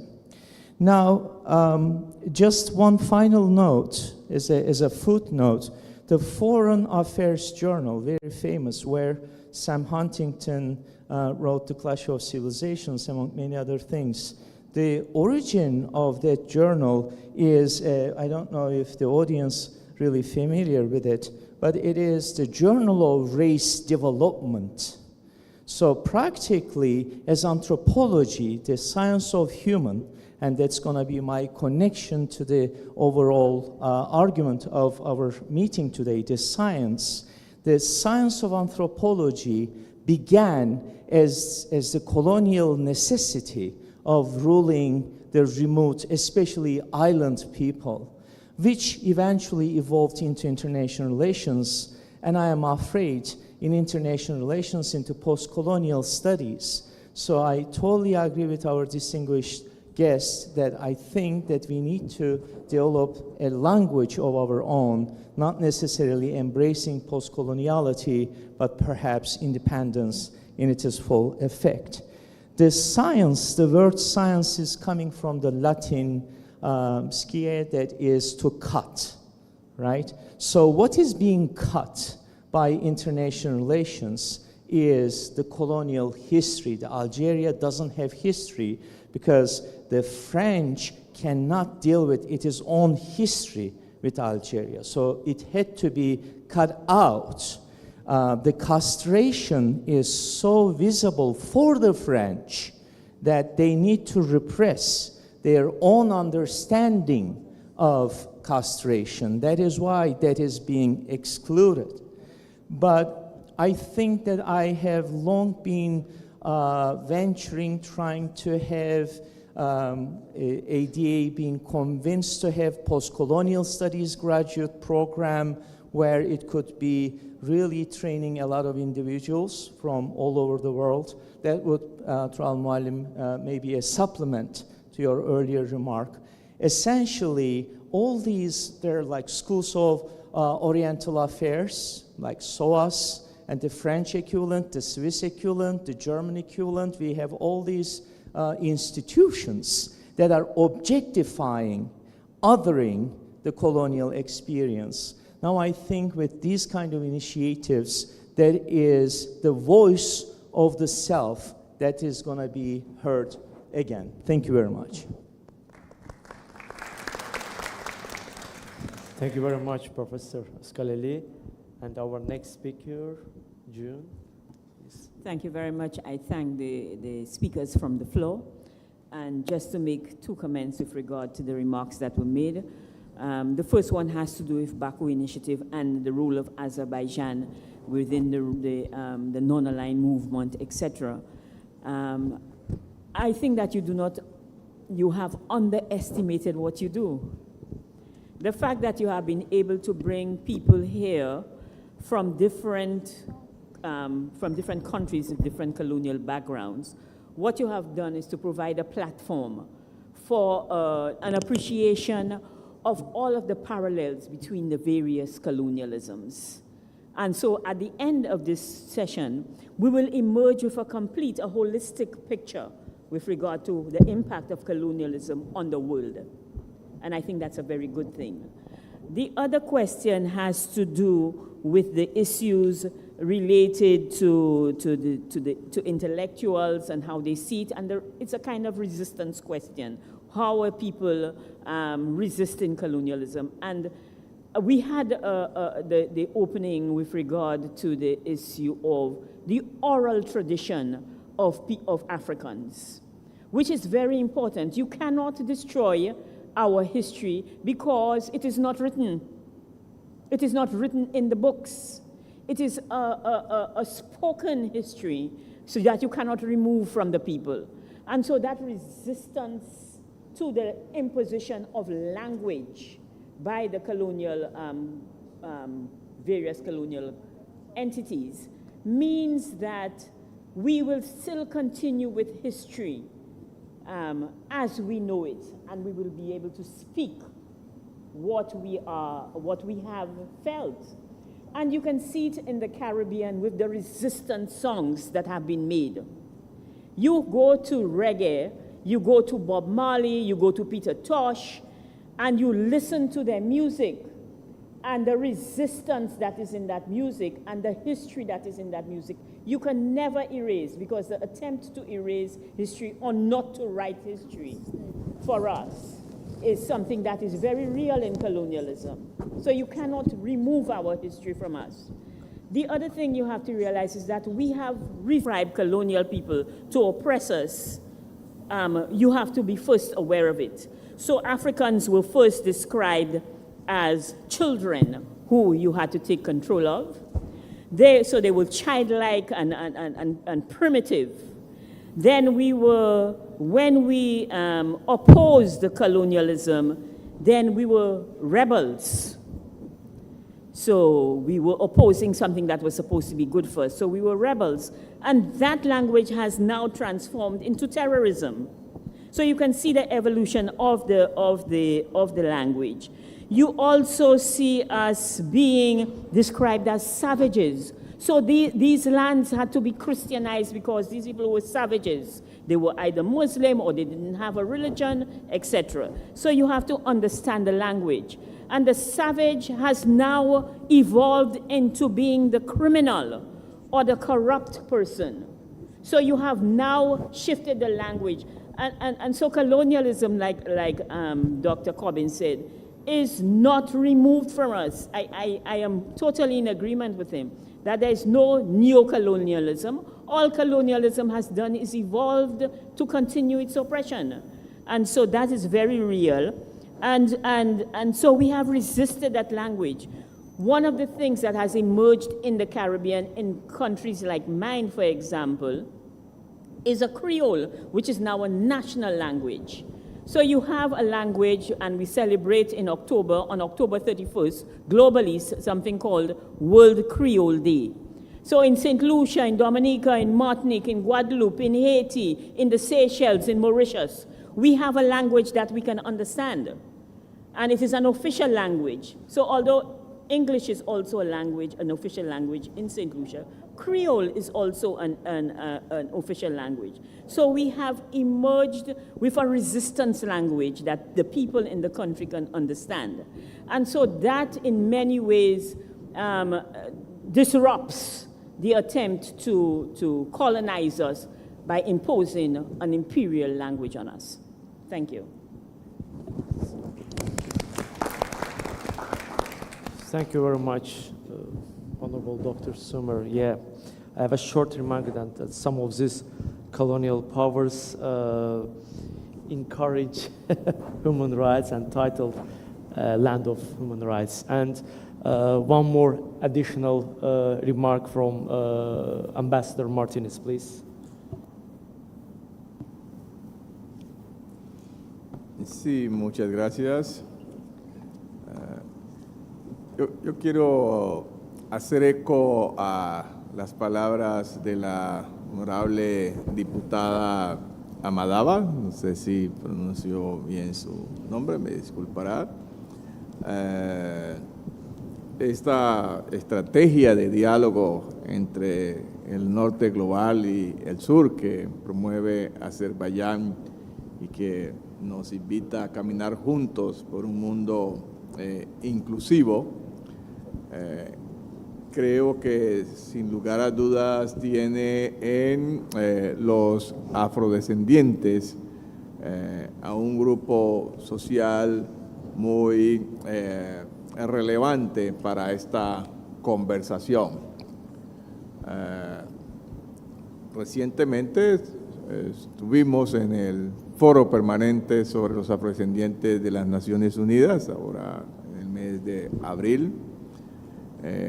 Justamente un diálogo donde la cuestión de Haití estuvo en el centro, y la embajadora Jun, otra colega de esta conversación, y creo que quedó muy en evidencia que la cuestión de los afrodescendientes es quizás una piedra angular en la conversación global porque sus impactos actualmente en la geopolítica, donde los temas de identidad, de etnia y de raza, entre comillas, han resurgido más de 80 años después de la Segunda Guerra Mundial, se han situado nuevamente en el centro de la geopolítica a nivel global. La conversación en torno a las víctimas de la trata transatlántica y la esclavización en América tiene la potencialidad de aportar mucho a este diálogo. Y es muy vigente, aquí se ha hecho referencia a la impunidad y este es un crimen que aún sigue impune, sin duda alguna. Pero bueno, no hay crimen perfecto, ¿sí? En el foro permanente, ahora en abril, hubo 3 hechos muy destacados. En primer lugar, bueno, coincidió con ocasión de la conmemoración de los 200 años de la independencia de Haití, el gobierno de Francia manifestó su disposición de crear una comisión franco-haitiana que aborde la responsabilidad de Francia en la situación actual de Haití, en la desestructuración actual de Haití. Quizás sería bueno escuchar de nuestros colegas panelistas que tienen experiencia de otras comisiones en este sentido, qué lecciones deberían derivarse para abordar esta cuestión y, bueno, cómo un país como Azerbaiyán, que está muy interesado en este diálogo, podría contribuir a esta conversación que tiene en el centro la cuestión de las reparaciones. La segunda asunto justamente tuvo que ver con eso. El gobierno de Colombia dio un paso al frente y manifestó su interés de promover un fondo para la reparación histórica de Haití, al que invita a otras naciones a que se puedan sumar. Esto creo que va muy en sintonía con el espíritu de esta estrategia de diálogo entre el norte y el sur. Y en tercer lugar, otro hecho importante fue que por primera vez, en el contexto de la conversación en torno a la cuestión del pasado en relación con los afrodescendientes, hubo un diálogo entre descendientes de los victimarios y de las víctimas, a diferencia de lo que ha ocurrido, por ejemplo, con el Holocausto judío.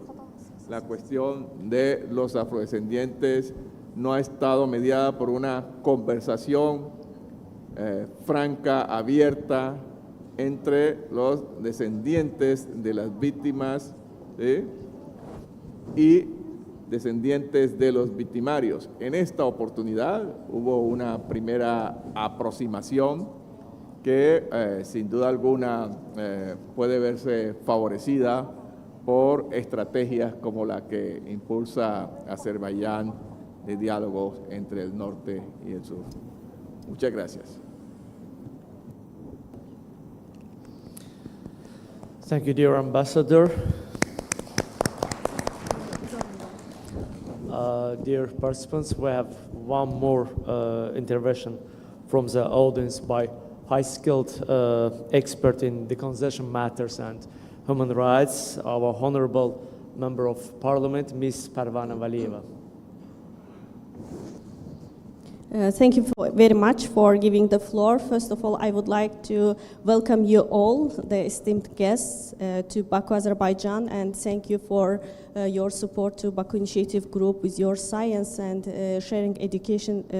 Exactly, it's very important. And advocacy and science has strong intersections with each other. For example, advocates use scientific research findings to support their arguments that are reliable on, are grounded on reliable data, and scientific data can be technical, but advocates can revert them to clear messages to inspire political will and the public.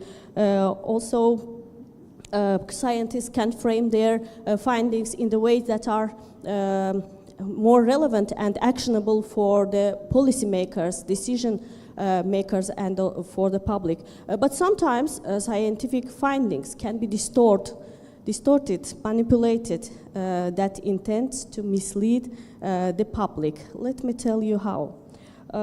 As a member of Health Committee in the Parliament, and as I have some health background, we have conducted health-related projects. Maybe you all discussed here political science, but I will shift to health. Health policy, health research. system and health systems. If we want an effective and quality health system, then we need some indicators, to focus on some indicators that are defined by global health actors, standards, for example, by WHO, by UN institutions, by any international organizations on health, NGOs, and etc. Then we adopt them to our national health programs, health systems. These indicators include distribution of health budget adequately among populations' health needs, then mother and child mortality rate, the number of health facilities, number of hospital beds, disease outbreaks, effective management of non-communicable diseases, which means that we have a strong primary healthcare system. If we have low rate of non-communicable diseases, NCDs, we say, then it means that we have a strong primary healthcare system. We diagnose early and revert to treatment. French Polynesia, which has the highest age standardized cancer incidence and age standardized mortality, cancer mortality rate among Pacific Island countries and territories. So, which means that we need more attention and we need more researches, scientific evidence to analyze, to understand the causes, the situation. Regarding the causes, they can be genetic factors, they can be dietary habits, stress, environmental pollution, water sanitation, and etc. So regarding dietary habits, the nations whose dietary habit include only organic local vegetables and sea products. So how they can get a cancer, how they can develop a cancer. Related to environmental pollution, from 1966 to 1996, France conducted up to 200 nuclear tests in the atolls of French Polynesia, including 44 above ground nuclear tests. I mean, it is atmospheric nuclear tests. And there are many studies available on open access scientific journals that the hypothesis of the researchers can be different, but they say, the findings say the same. There is an impact of those nuclear tests on today's high cancer rate in French Polynesia. Australian scientist Rebus, maybe some of you know, his scientific research was published on Elsevier, very famous scientific journal, and it says that local French Polynesians were mostly affected by nuclear tests. When exploring some more information, if genetic factors also can cause cancer in French Polynesia, I found one research report that was conducted by French scientists. They were willing to prove that high cancer rate in French Polynesia is from them mainly related to genetic factors, but not the radiation exposure, which continued almost 20 years. It was published on Health Science and made the conclusion that they didn't observe a significant interaction between steroid radiation dose and atmospheric nuclear tests. But they also, in conclusion, confessed that while they conducted a genetic study, they used genotyping of European ancestry, European populations. Because French Polynesians has genetically admixed genes. which influence from Asia and European population. Despite this, the dominant ancestor remains indigenous Polynesian. This mixture can affect genetic research outcomes, especially for disease studies. But at the same time, genetic admixture would be sometimes beneficial, reducing the risk of inherited diseases due to more gene combination, gene-to-gene interactions. You know, the colonizers, when they colonized their territories, the main idea was assimilation of the culture and modify the gene. Which means that as it is admixed and as they use European population genotyping, so the research conducted by French scientists are biased because they didn't use indigenous peoples, indigenous Polynesian population genotyping. Such a prevalence, high prevalence, cannot be caused by genetic factors, again shifts the blame to nuclear tests. So the French authorities have concealed the true impact of nuclear tests on the health of Polynesian for more than 50 years, but studies unveiled the truth. In conclusion, I would like to say that the science should be independent, must be independent, not reflect any conflict of interest. I would like to suggest that we have a strong health researchers in our country. If you have any idea related to social health and environmental problems in overseas, you can collaborate with our scientists, because when you share your knowledge, you also support advocacy. World needs more data. Sometimes they are available, but they are not public. So you can share, and you can, I just suggest that you can have a joint health research projects together with our researchers. Thank you. Thank you, Ms. Valieva, for your thoughts and for your research. We have three more additional remarks. First, Professor Skalili, and after Mr. Corbin. Thank you very much. Madam Representative, when I was taking my first statistics class, we had a professor taught us two things. First, the term state that we are using today as a transmutable word for devlet at this point is coming from the word statistics. So it is the counting. And he added, without any hesitation, there are three ways to say lies. Lies, bad lies, statistical lies. So practically bad science hurts us. But I think that the ancient Greek taxonomy of the meaning of knowledge could be invoked to help us. Ancient Greeks had seen differences between common knowledge, which they called doxa, and they distinguished it from the techne, the technical knowledge, technology, the root word for technology, then episteme. So we are facing the colonial yoke at three levels, at least, of knowledge. We have doxa, the ordinary Westerners have the assumption that they have individual superiority. Then we have a technological control, which came at the expense of all these nuclear tests and whatnot.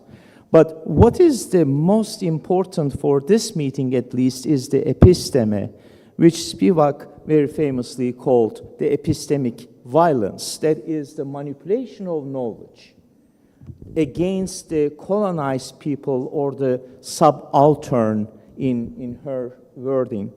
So I think that the misuse of science is deeply connected into the episteme.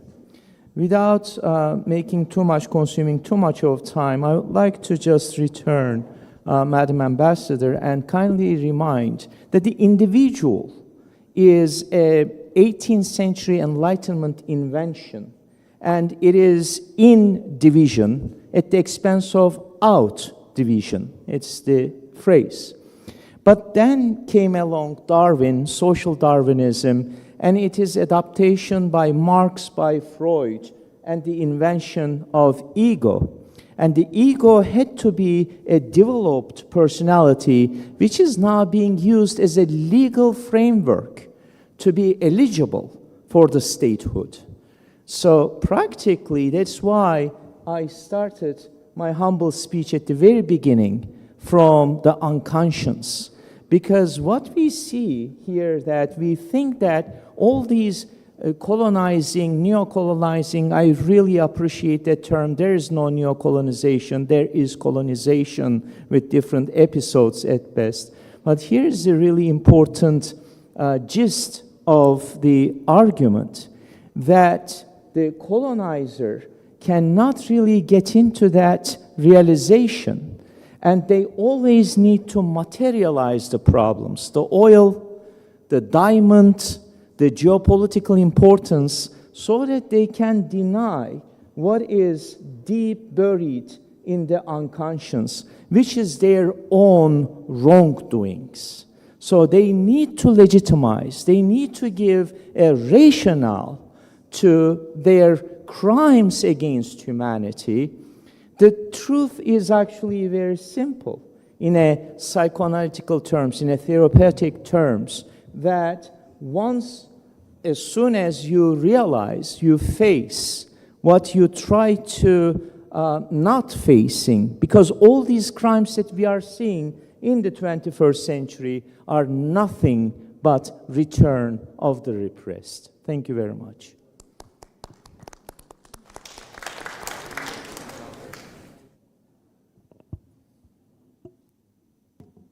Thank you, Mr. Chairman, and thank you for the presentations by the Member of Parliament.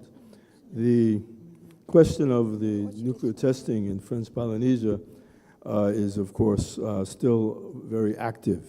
And I bring it to the United Nations, whereby since the reinscription of French Polynesia on the United Nations list of non-self-governing territories, there have been references to two reports of the Secretary General of the United Nations on the economic, health, and other implications and consequences of 30 years of nuclear testing. What has occurred, it's very interesting in the sense that we speak of the question of manipulation of science, and the idea is that those reports that were made were wholly inadequate. They relied on very old information, and there was a reluctance, and continues to be a reluctance, to include reference to independent research. And it does not necessarily, is not necessarily limited to the French Polynesia nuclear testing issue, but also with respect to other issues related to the development of the decolonization process for this territory and other territories. So this is a major impediment to the decolonization process, not to include and reference the activity and the research and the analysis that takes place outside of the realm of the very restricted and politically oriented research that may be overly influenced by these colonial powers. This is an issue that we are working on very, very closely.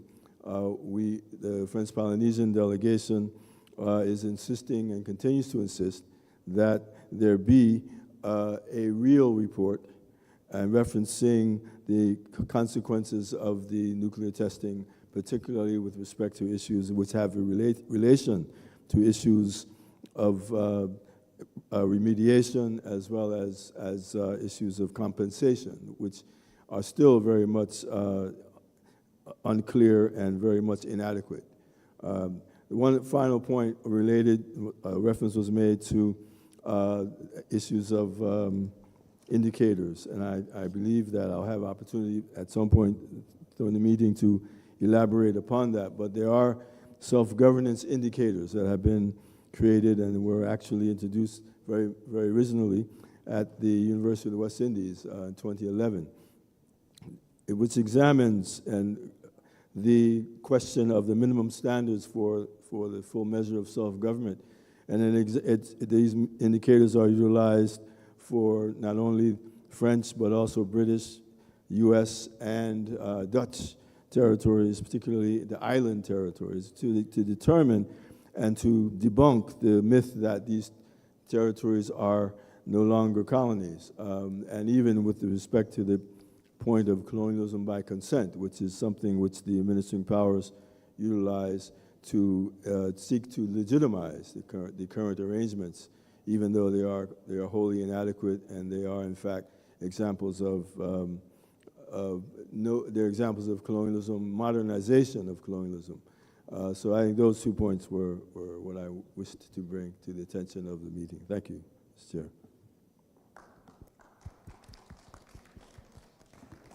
Thank you very much, Chair. I want to thank the Member of Parliament for the comments on health. Very relevant because, well, I sit on 3 different boards and each of us look at the issue of the health crisis. The first one is the Permanent Forum, where the issue of statistics with regard to health and with regard to people of African descent in general are very lacking. So if you are not in the statistics, then you become invisible. So part of the aim of not addressing these things statistically is that they make you invisible. So if you are not there, then they cannot be talking about you. But there are some bodies within the United Nations that actually look at the impact on women of African descent, and that is the United Nations Population Fund. And the reports of the UNFPA show that women of African descent have the highest mortality rates when it comes to giving birth, as do their children. I have taken it one step further in my own analysis and my own thinking that if they kill us before we are born, then they don't have a challenge with us. And so we have the highest mortality rates. Our children die at childbirth, and our women also die at childbirth, more than any other grouping within the Americas.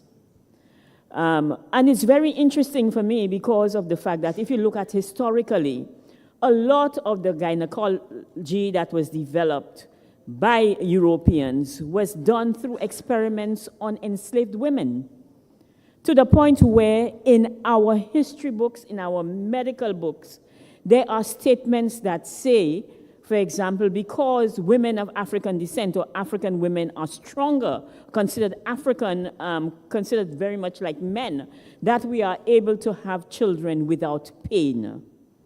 And so we get very terrible treatment even today when you go to hospitals, because they tell you that you feel no pain because you are a woman of African descent. And that is still written in medical books today. The other thing I want to talk to is what Mr. Carlyle said, Dr. Carlyle said with regard to the University of the West Indies.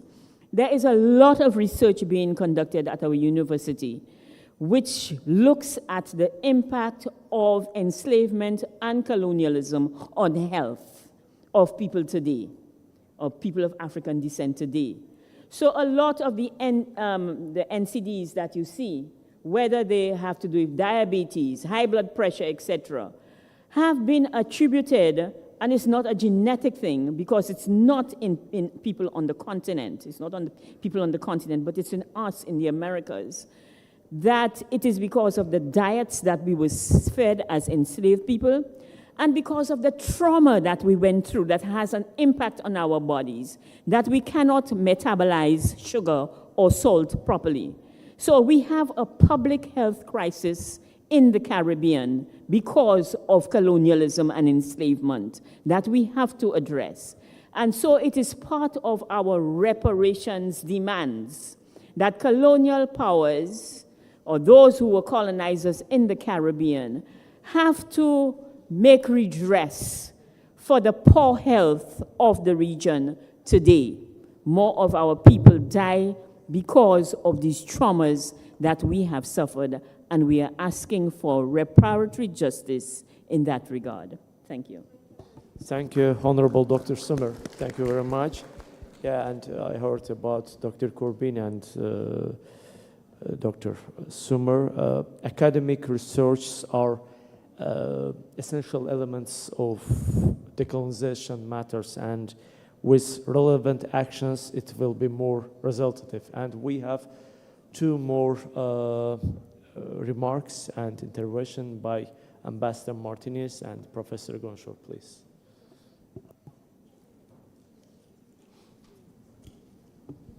Muchas gracias. Yo también quiero hacer eco a las referencias que ha hecho la señora Balivas con respecto a la cuestión de la salud, porque sin duda alguna el nexo con el colonialismo, ¿sí? En un mundo cada vez más interdependiente es de la mayor relevancia. Pensamos que habríamos asimilado algunas de las lesiones de la pandemia del COVID-19, donde se puso muy en evidencia esta interconexión entre la salud global, la salud del planeta y la salud de la población, donde, por ejemplo, se pudo constatar que el exceso de muertes en ciudades como Nueva York, en ciudades como Lombardía, ¿sí? Fue de alrededor de un 15% más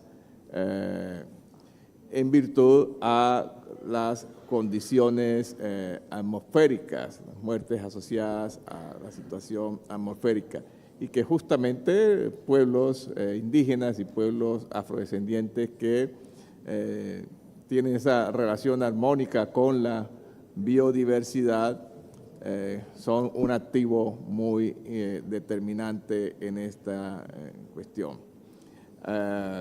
Acabamos hace apenas una semana de constatar la aprobación de un instrumento internacional para la prevención de futuras pandemias, que sin embargo se queda muy corto con respecto a estas realidades. Entonces, la importancia de tener estos asuntos en el foco de nuestra atención es de la mayor vigencia. Y como ha señalado la embajadora Jung, en el caso particular de grupos como los afrodescendientes, los traumas intergeneracionales e intrageneracionales que se reflejan en los determinantes sociales de la salud son muy evidentes. Ella ha traído a colación enfermedades como la diabetes, la hipertensión en la región de la señora Yun, en el Caribe, por ejemplo, que se disputan entre Barbados y Jamaica el primer puesto en amputación de miembros inferiores por consecuencia de la diabetes. Eso está asociado, los estudios indican que tiene que ver con implicaciones del estrés que se generó, igualmente, y por supuesto, la alimentación, el proceso de la trata y la esclavización. De manera que todas estas llamados a tener información estadística apropiada y conectar todas estas cuestiones son de la mayor importancia. De allí la premisa, y con esto concluyo, con que introduje mi conversación cuando hice referencia a que el mundo cada vez es más pequeño y nadie, absolutamente nadie, es inmune al racismo y a la desigualdad. Muchas gracias.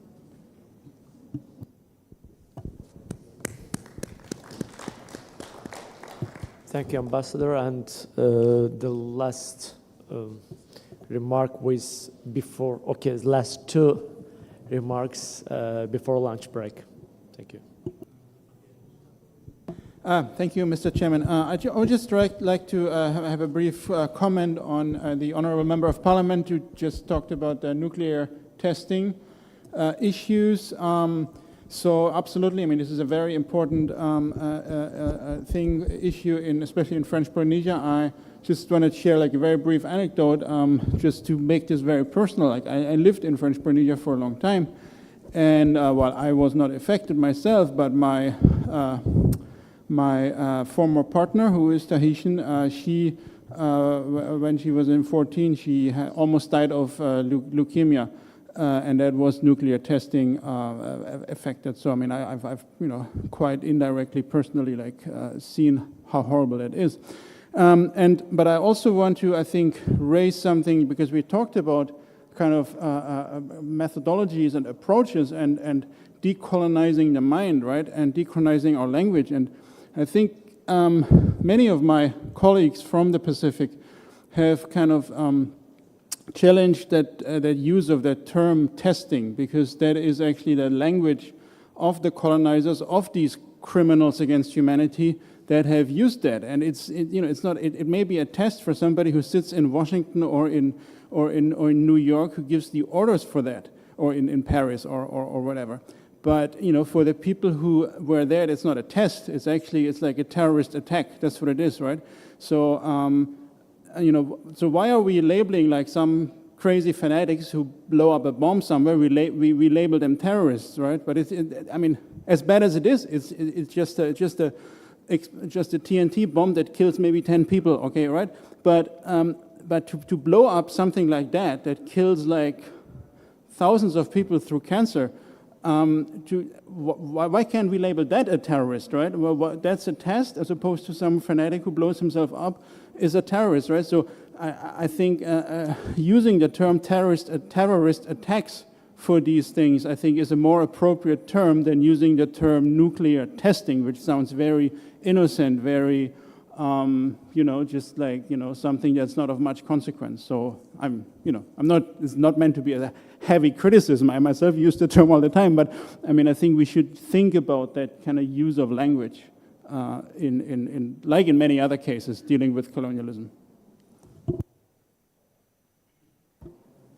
Firstly, I'd like to thank Parliament member for her take. I think that I will start with your expression when you said that science must be independent. I think that we had a debate between theory and practice. So if the theory can shape our practice, or just theory can explain our practice. I think that our issue here in the initiative of Baku, we can use theory to change the reality, to change our action, not just to understand the reality.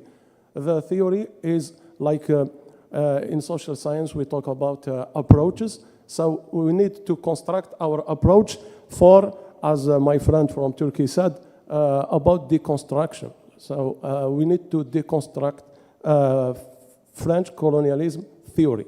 So the problem here is when French colonialism made this like mediator between ourselves and the reality. So we don't need our words, we don't need our images, and in this case, we don't see the reality as it. I think that in this case, we need to go deeper in as a process of to have this awareness about some problems of our subconsciousness, where we need to clean our subconsciousness in order to have a clear vision of reality. It's a hard job, but it needs the collect of all our efforts. Thank you.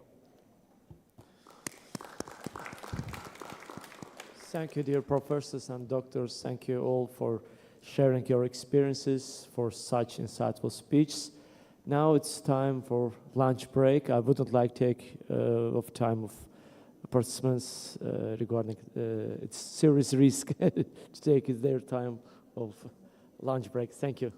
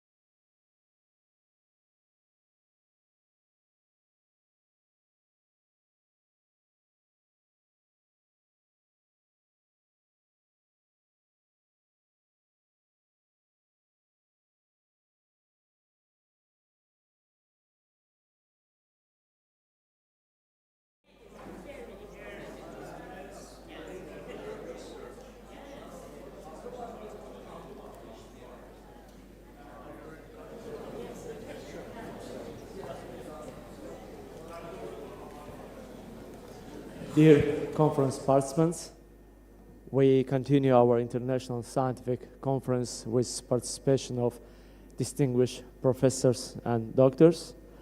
I hope I will listen more energized speakers and participants after lunch break. Their role in terms of maintaining interactivity of our event, we are ready for your questions and interventions. So, dear speakers, we can continue our discussions on colonial ideologies. The first floor is Professor Askalel, please. Thank you very much, Mr. Chairman. Once again, I used to work for a politician, a president, as a matter of fact, and in Cyprus. And he used to tell me that the worst speech that comes after the lunch. So that is the way it is. But I'll try to grab the attention. I once again need a volunteer from the participants, please. I need a volunteer, please. Just for a simple question. Anyone? Anyone? Just a very simple question. I'll simply ask, what is 1 plus 1?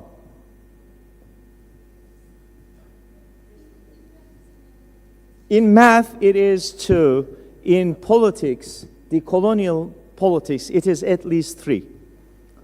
Let me do the post-colonial math for you, all right, if I may, all right? Yeah, it is really interesting. Now, think in terms of you are watching TV with 2 actors. How many people are there actually? 2 actors and the camera.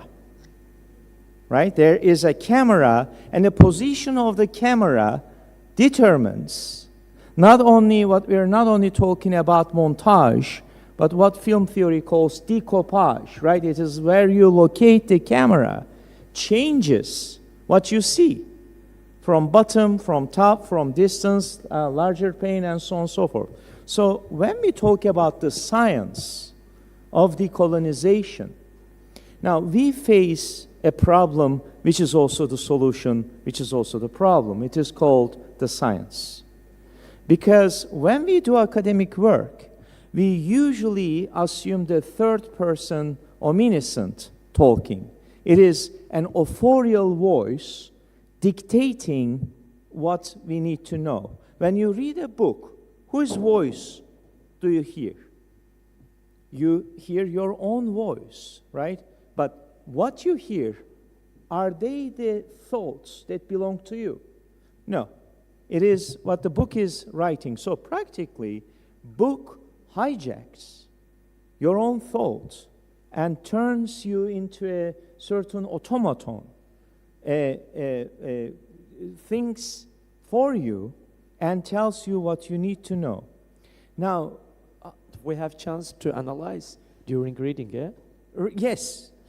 But here's the thing. Even the analytical, thank you very much, Mr. Chairman. And this is actually, this is the very end. I think that you got all my storm right now. This is where this is where I would like to get. I'm like, that requires consciousness, though. You need to be able to hear your own voice. You need to kind of pay attention where the authorial voice ends and when your own voice begins. And what is really interesting to me, especially in the legal framework, now our very distinguished professor mentioned that when you are dealing with a victim versus a perpetrator, this is not a dialogue. When you are dealing with French, what they did in Algeria, in Haiti, and elsewhere, this is a very difficult conversation. Worse yet, who is the third person? That's 1 plus 1. Who is the third person? Whose law, whose norms that we adopt to solve the problem? International Criminal Court, International Court of Justice. These were created not to protect the victim, but said to say, most of the time, most of the case, give political immunity through legal system to the perpetrator. So, in many ways that we had seen, for instance, the Minsk group. Sometimes I ask my students, and they naively say that Minsk group failed. And I said, no, they exactly did, accomplished their mandate of protecting the occupier, the perpetrator. Therefore, I think when we invoke the legal system, and this is kind of the dilemma, and I try to create for the floor the twofold of this, the same dilemma, almost the two sides of the same coin. Our distinguished members of the parliament actually raised this question. On the one hand, we need science, scientific evidence as support. We need statistics, how many women are killed, domestic violence, and so on and so forth. On the other hand, all this scientific evidence is actually used against us. And I try to invoke Mr. President's, His Excellency Ilham Aliyev's speech delivered during COP29. And that was so important as far as I am concerned for the following reason. Because he spoke to the faces of those who try to weaponize environment against the colonized. That happened with human rights. That always happens with democracy. Democracy has all of a sudden became, at the end of history, the democracy, not a democracy. The democracy dictated by the old colonial powers. So when you try to measure yourself up with the democratic republican rules, you must embrace the colonial yoke in the mirror of the colonist. Therefore, this is the scientific part. And the second part is the legal part. On the one hand, we need justice. We seek justice. But who is justice? Who is law? Who is norms that we are invoking to solve the problems? We still need the French justice to punish the French perpetrators. And guess what? Guess what? The French justice system would not punish them. The French system, as the French scientist who found no correlation between cancer and nuclear test, scientifically, bad science, the justice system would give immunity. And this is worse, because when you know that you are dealing with people like Rhodos or Kipling, they were without shame colonists. But when we face 21st century, now the colonists disguises themselves in the best attire of democratic NGO, the helper of the human rights, women rights, gay rights. Yet the truth is that they are nothing but state agents. Very dangerously, because this time they come in disguise. We are more vulnerable unless we hear our own voice. Thank you very much, Mr. Chairman. Thank you. It was so impressive. Thank you for your insightful thoughts.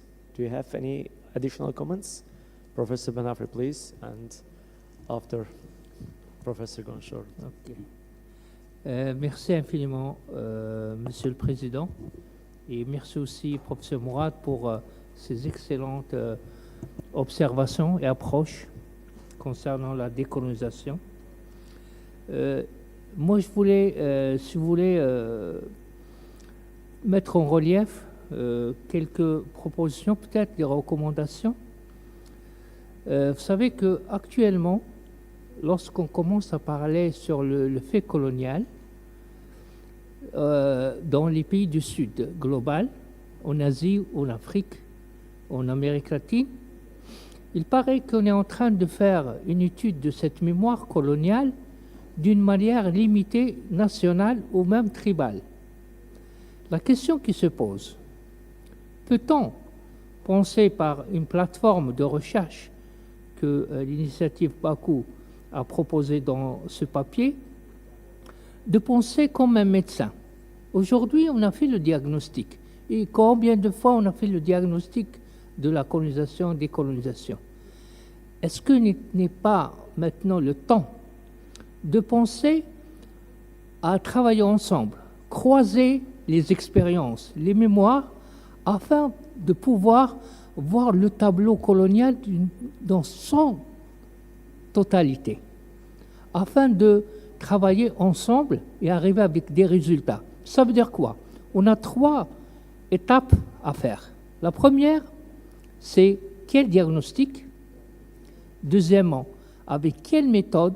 Et quand je dis quelle méthode, ça veut dire il y a le travail des anthropologues, des historiens, tous les domaines des sciences sociales et humaines, et même, je dirais, inclure l'IA, l'intelligence artificielle peut-être, qui va nous aider à savoir comment travailler sur cette mémoire coloniale pour arriver aux résultats. Et ces résultats qui sont en général arriver à faire la thérapie des peuples, comme je vous ai expliqué. Cette maladie qui nous a touchés, nous, ensemble, les pays du Sud, comment peut-on arriver à faire une thérapie proposée à ces peuples, peut-être à petite échelle, grande échelle, une thérapie qui peut un petit peu arriver à nous donner cette sensation, qui sommes-nous?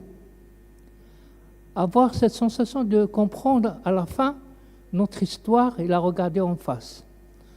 Parce qu'il y a un subconscient de la mémoire coloniale qu'on n'arrive pas à expliquer maintenant, avec les mots.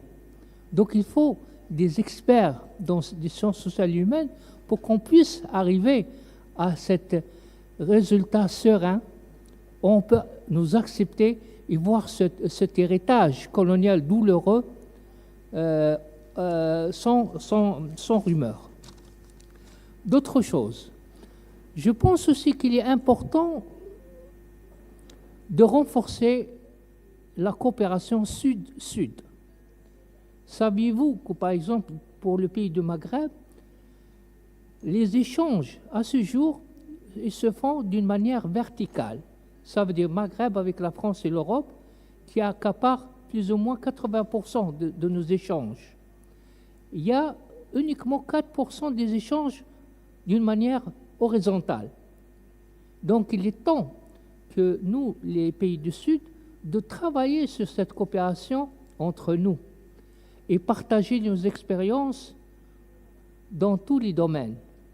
Parce que je pense, et je suis convaincu, qu'on a la possibilité de proposer au monde d'autres échelles de valeurs sur ces droits de l'homme, sur la liberté, sur la colonisation. À ce jour, malheureusement, ces droits de l'homme, sur la liberté et la démocratie que les pays, les puissances du monde nous bombardent matin et soir, et on voit constamment comment ces valeurs n'ont plus cet consensus universel.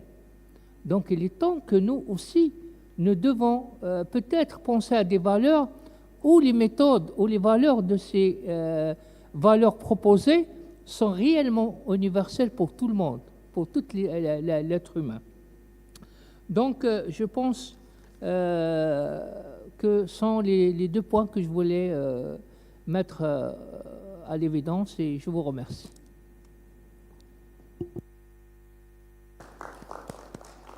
Thank you. Please, Professor Gonchor. Yeah, just a short comment also to Professor Murat's speech. I myself also have been very impressed by President Aliyev's intervention at the COP29. That was such a wonderful moment in the history of advocacy for decolonization, so I totally share that.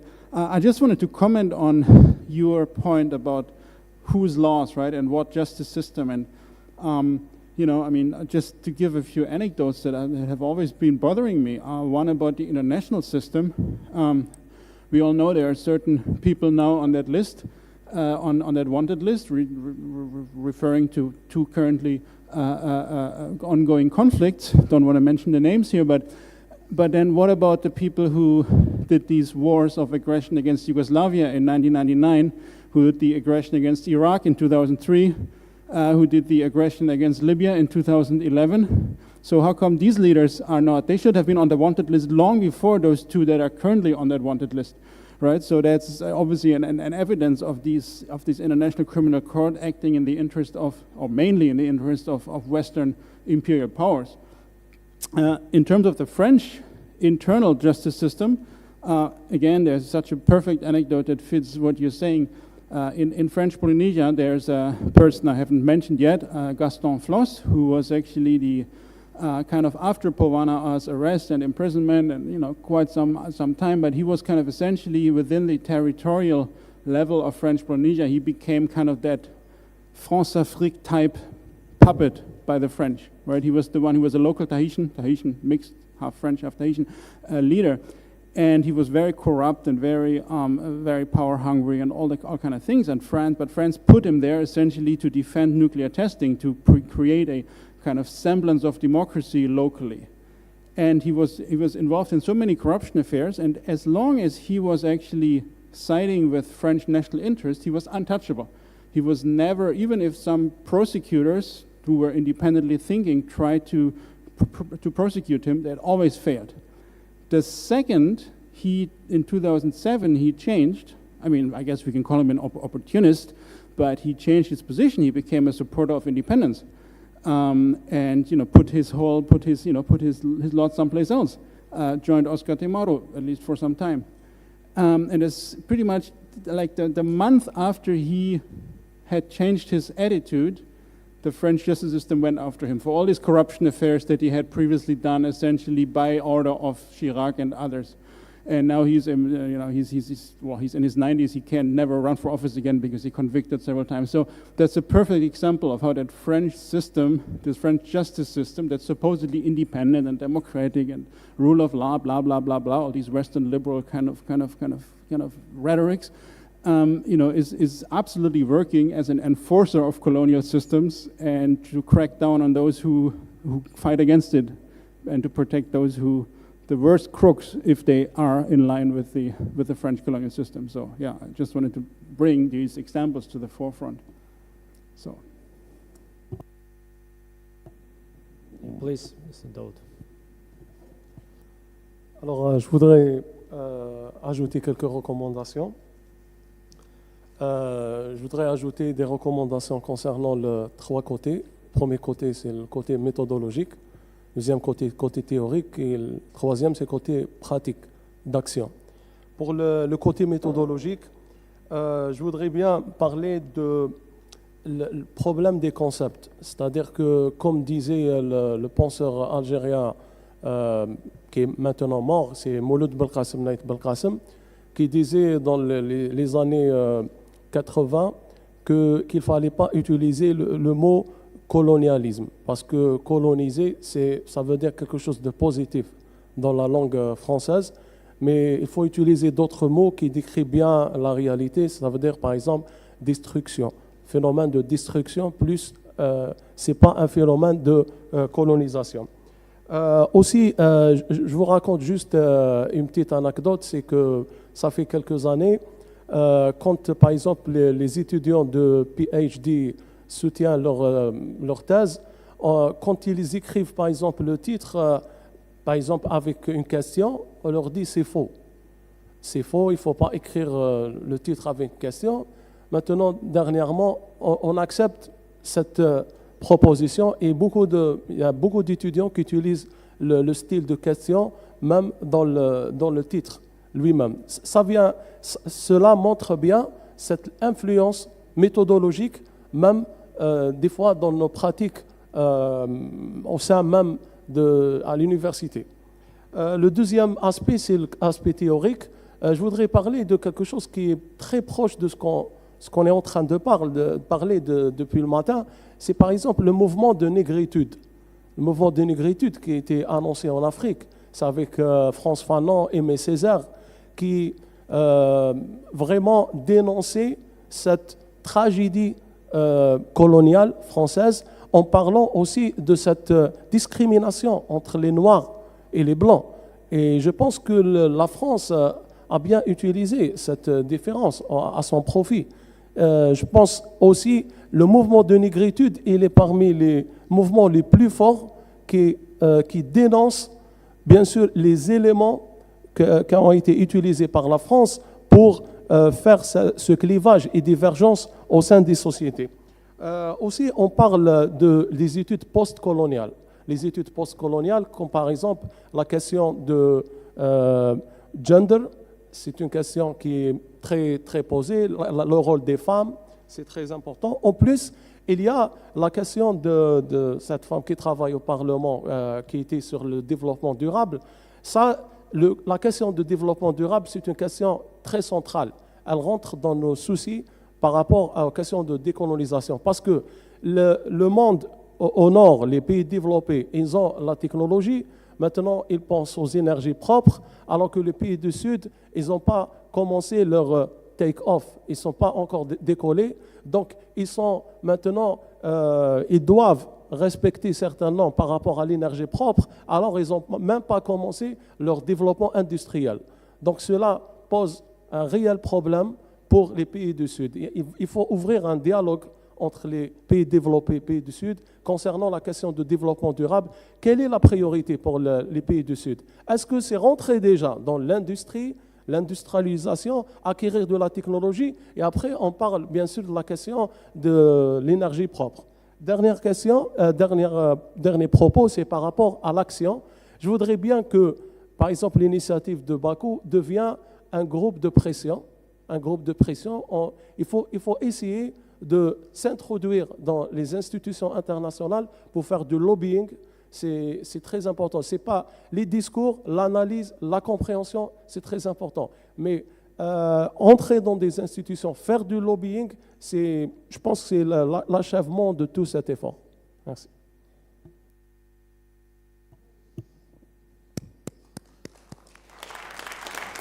Thank you for your remarks. I totally agree. The Baku Initiative Group is a key driver of fair struggles against colonialism. And our next speaker is Dr. Corbin. Please, you have additional remark. Thank you, Mr. Chairman. I'd like to return to the question of what constitutes decolonization. We point to the long-standing legislative authority contained in international instruments as key to this question. These instruments include the United Nations Charter, Human Rights Conventions, United Nations resolutions, and other international instruments adopted by the United Nations and other international organizations, which serve to refine the required measurement in determining whether the threshold of full self-government is met in any decolonization process or processes that suggest that they're being decolonized. The issue, of course, whether political developments or judicial decisions of the administering power can affect the arrangement, and whether that arrangement is then mitigated by those factors. There is also the issue of whether the threshold of full self-government has been met under the various political status arrangements that often are below the required minimum standards for full self-government. So there are degrees of colonialism. And we find that in some instances, those colonial systems meet some standards but not the full measure. What we have done in the Dependency Studies project is to synthesize these relevant international instruments, and this has resulted in the formulation of self-governance indicators. These first introduced, as I mentioned earlier today, in 2011 at the Sir Arthur Lewis Institute for Social and Economic Studies of the University of the West Indies, and is published in the edited volume on the non-independent territories of the Caribbean and Pacific. It was published by the Institute of Commonwealth Studies in 2012.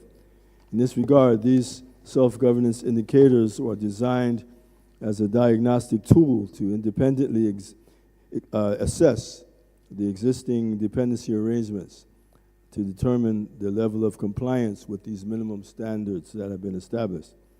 If so often these standards, these arrangements are projected as self-government.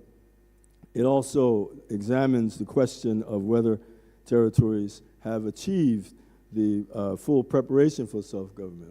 Article 73B of the United Nations Charter requires that countries that administer territories advance those territories to the full measure of self-government. Well, the indicators assess whether or not that preparation has been completed, or whether it has been delegated, and at what point those powers are actually transferred, which is a requirement of the Decolonization Declaration of 1960. Now, the self-governance indicators are applied through a process of self-governance assessment to examine the sufficiency of these models. Several versions of the indicators are utilized in this process, depending on the specific governance model on the evaluation. There is a model for non-self-governing territories that, in fact, are on the United Nations list of 17 current territories, mostly with respect to small island territories in the Caribbean and Pacific. And these indicators, this set of indicators examines the question of whether they have been prepared for self-government and identifies the areas in which further preparation is necessary, recognizing the fact that the issue of decolonization after the 1945 signing of the United Nations Charter became a preparatory function.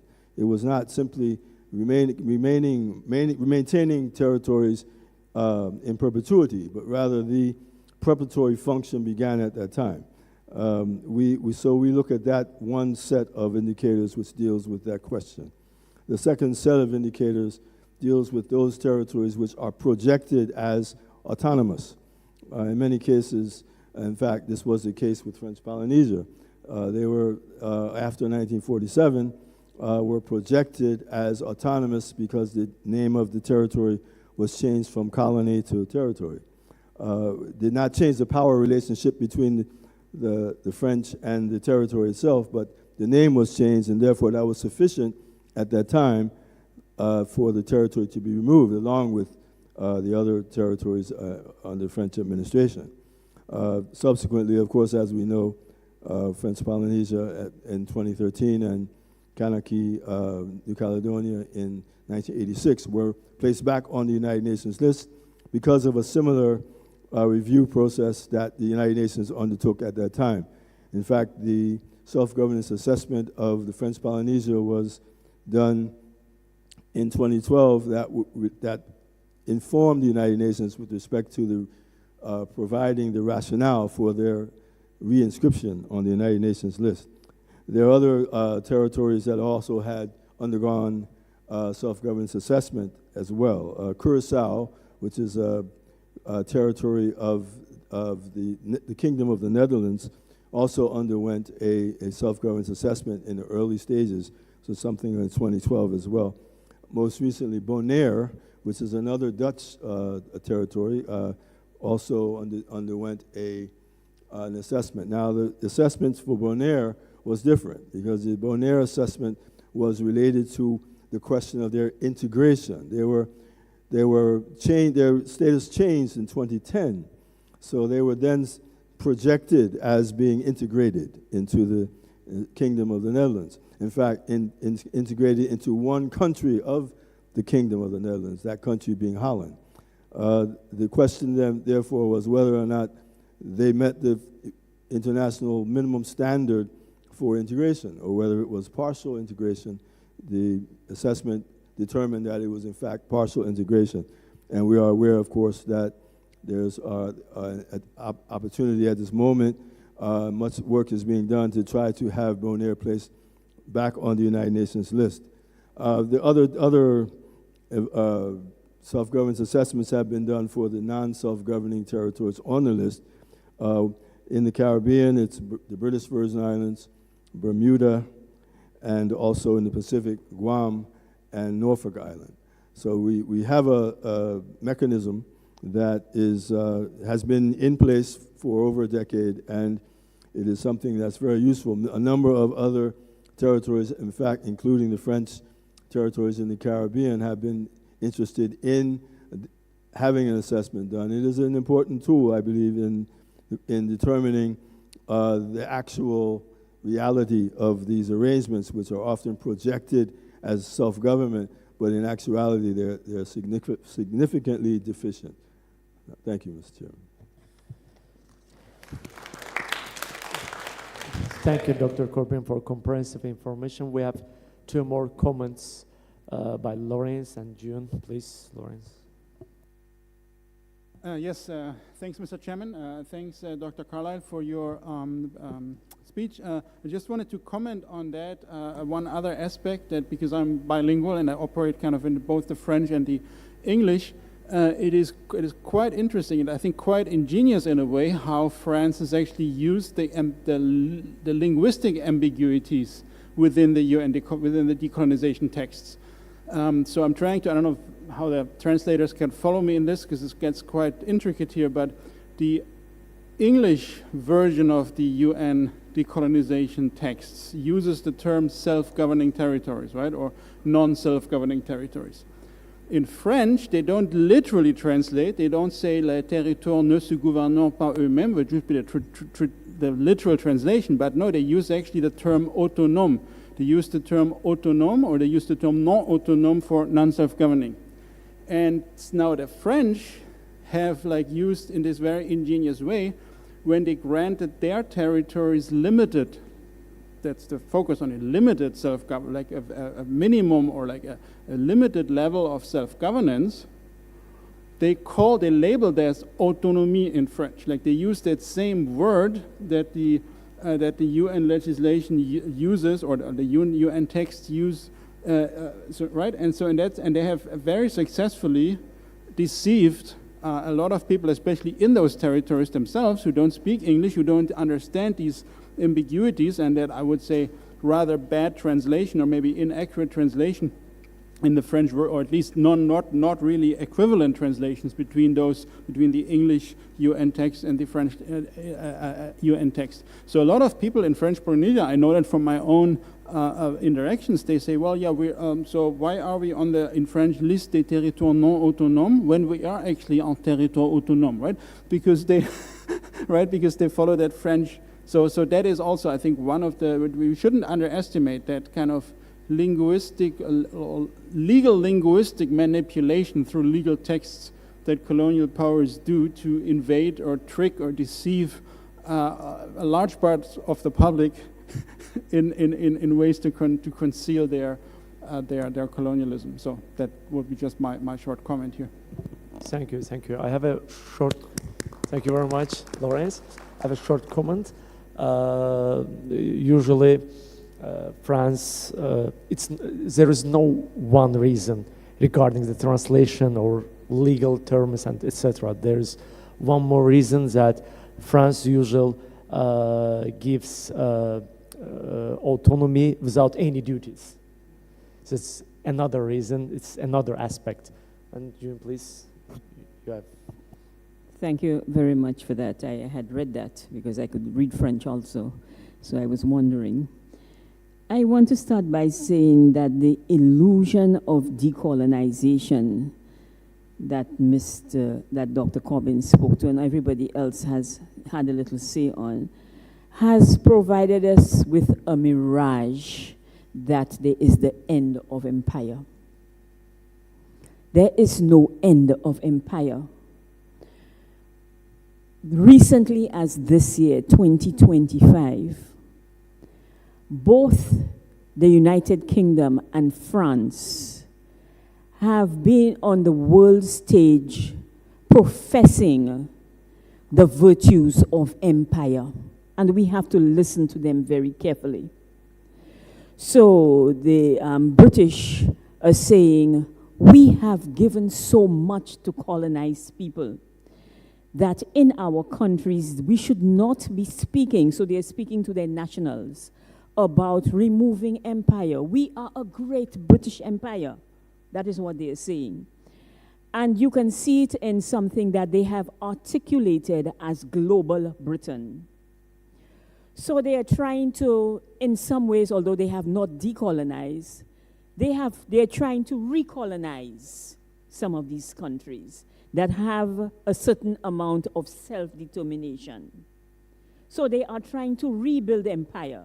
And the same thing for France, because of what has recently happened in Africa with the removal of France.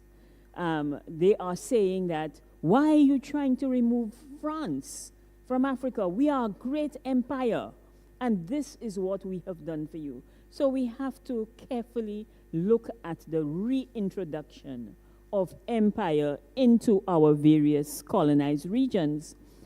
And this is facilitated by what the professor said about the legal systems.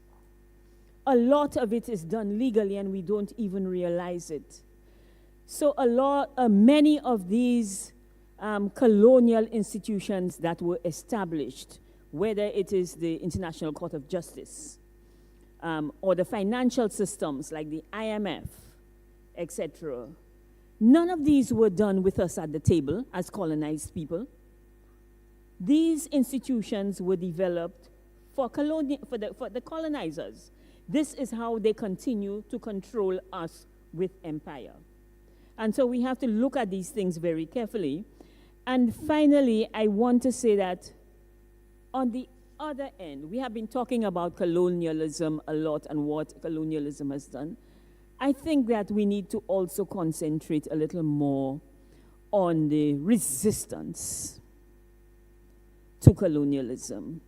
And from 1900, the Pan-African movement has been at the forefront of calling for decolonization, and we must look at the various attributes of decolonization that they have asked for.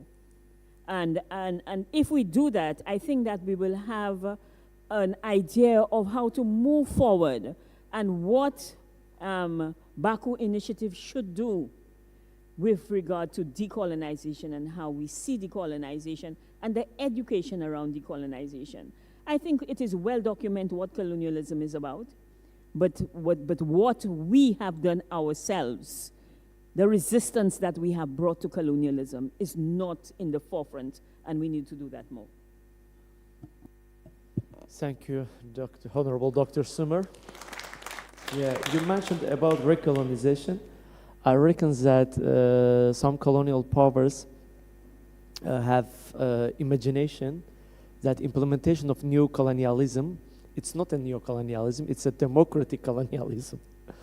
So with our mutual efforts, we will start initial stage of elimination of colonialism. And we have two more remarks, Professor Benafri and Professor Scalelli. Please. Merci, Monsieur le Président. Je voulais peut-être donner d'autres réflexions sur ce panel de travail. Vous savez tous, on est tous d'accord qu'aujourd'hui, celui qui détient le big data, c'est celui qui détient le pouvoir. Donc, quelle est notre place, nous, les pays du Sud, dans tout ce processus d'information à l'échelle mondiale qui est maîtrisé par les grandes puissances? Donc, on doit peut-être unifier nos efforts, spécialement, comme vous saviez, actuellement, on est en face d'une génération digitale, numérique. Hein? Un jeune, que ce soit en Algérie, au Guadeloupe ou d'autres, il a un téléphone dans sa main pendant 24 heures. Donc, il est temps aussi de travailler sur les méthodes. Comment peut-on utiliser les réseaux sociaux et l'image, et la force de l'image et de l'information pour transmettre ce qu'on veut faire ou ce qu'on veut transmettre à ces générations. Et si vous permettez, je vais vous donner un petit exemple. Et d'ailleurs, mon ami, le professeur Hicham Daoud, il est là pour confirmer cette chose, pour voir comment inconsciemment on est en train d'utiliser des méthodes de l'époque coloniale. Saviez-vous qu'en Algérie, comme en Tunisie, tous les jours, dans les télévisions publiques, on présente les informations de la météo. Une fois que la situation de la météo algérienne est passée, on passe directement à voir ce qui se passe aux États-Unis et en Europe seulement. Nos pays frères de sud subsaharienne, c'est un grand vide.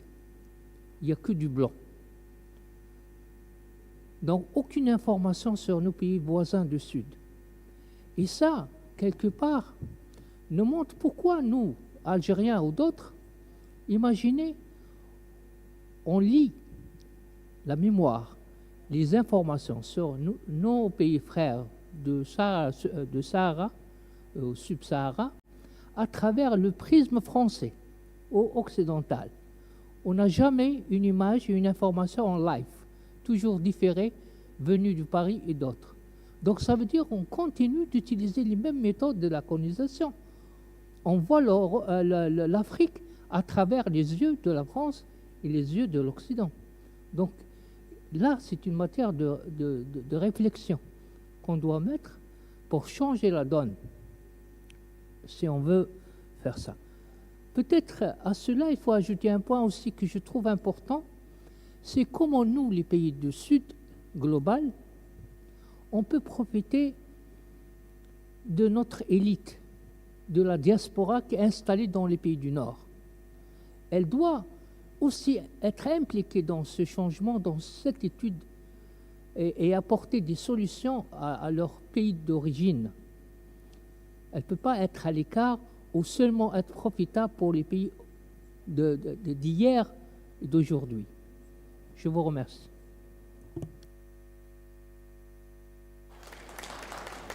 Thank you, Professor Benafri. After Professor Ozkaleli's remarks, we have 2 interventions from audience. Please. Thank you very much, Mr. Chairman. Now, I would like to, because we are coming to an end, I would like to try to express my thoughts about the agenda for the post-colonial world. I think that the first question that we'll be meeting right now is the situation of the global south in the multipolar world, because most of our experience created in a multipolar world with British and the Dutch, the Spanish, the French colonial era, went through bipolarity, went through unipolarity. Now we are facing a new challenge that is called multipolarity. And as a student of international relations, I would like to kindly remind you a simple fact that usually systemic polarity follows change in military technology. As we had seen, Azerbaijan liberated its long-occupied territories of Karabakh thanks to great leadership, unity, moral and physical unity of its population, faith in justice, but also drone technology. And we also now see that Pakistan had shut down a number of French-made high-tech weapon system. And that suggests that the Western colonial military hegemony, in its own humble ways now, might have been challenged, both at tactical levels and strategic levels. So that is the first question. The second question that had been already raised with artificial intelligence and the virtual space, the colonization, decolonization, or recolonization of the virtual space.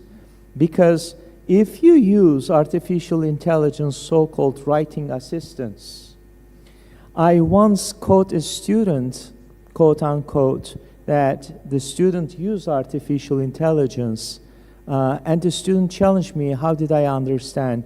because we call it Karabakh, not the other names.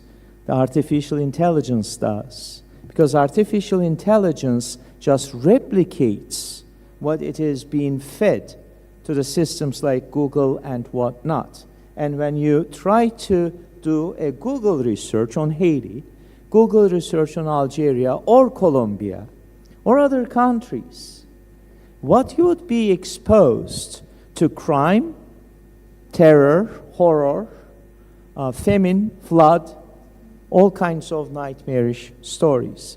That brings me to the next point of the necessity of founding a collective news agency.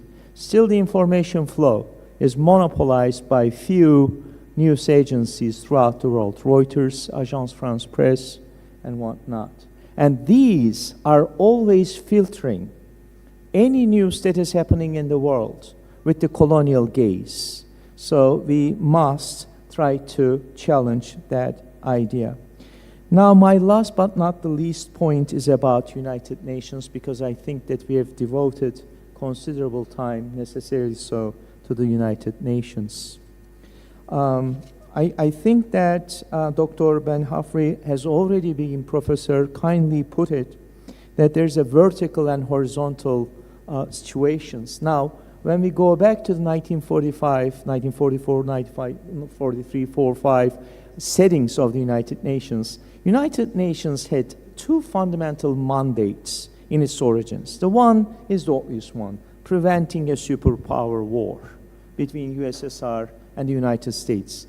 Less visible, though less important, no less important, is the French and the British colonial interests through the United Nations, as it was already embedded into the UN Charter, because the very wording of self-governance is very important, because having such criteria of statehood, as if that the adulthood is nothing but white man's burden, just inflicted into UN Charter. It itself provides legitimacy to the colonial mentality, not only for legitimizing the past, but also present, and I'm afraid, the future. So we must fight. But here is the dilemma. The moment that we liberate United Nations, the United Nations is going to be seeing it is having its plug pulled. Because as we had seen during the colonial period, when the power shifted from the Security Council to the General Assembly, United Nations was made rather dysfunctional. Similarly, we had seen already in COVID-19 that the United Nations was totally useless. In my very university, His Excellency, Mr. President, at ADA University, he delivered a speech in front of international community of scientists and journalists, and he mentioned an anecdote that was just immediately after the COVID. And he said, and it is kind of, it still gives me the goosebumps, because he said, Azerbaijan has money, and then it was chairing the non-aligned movement. We would like to purchase the vaccine. And Canadians had purchased tremendous amount of it, and they didn't even sell to Azerbaijan so that Azerbaijan could buy it and redistribute it in the global south. And Mr. President explicitly said that unless we save the last person on this earth, we are not going to be able to defeat this virus.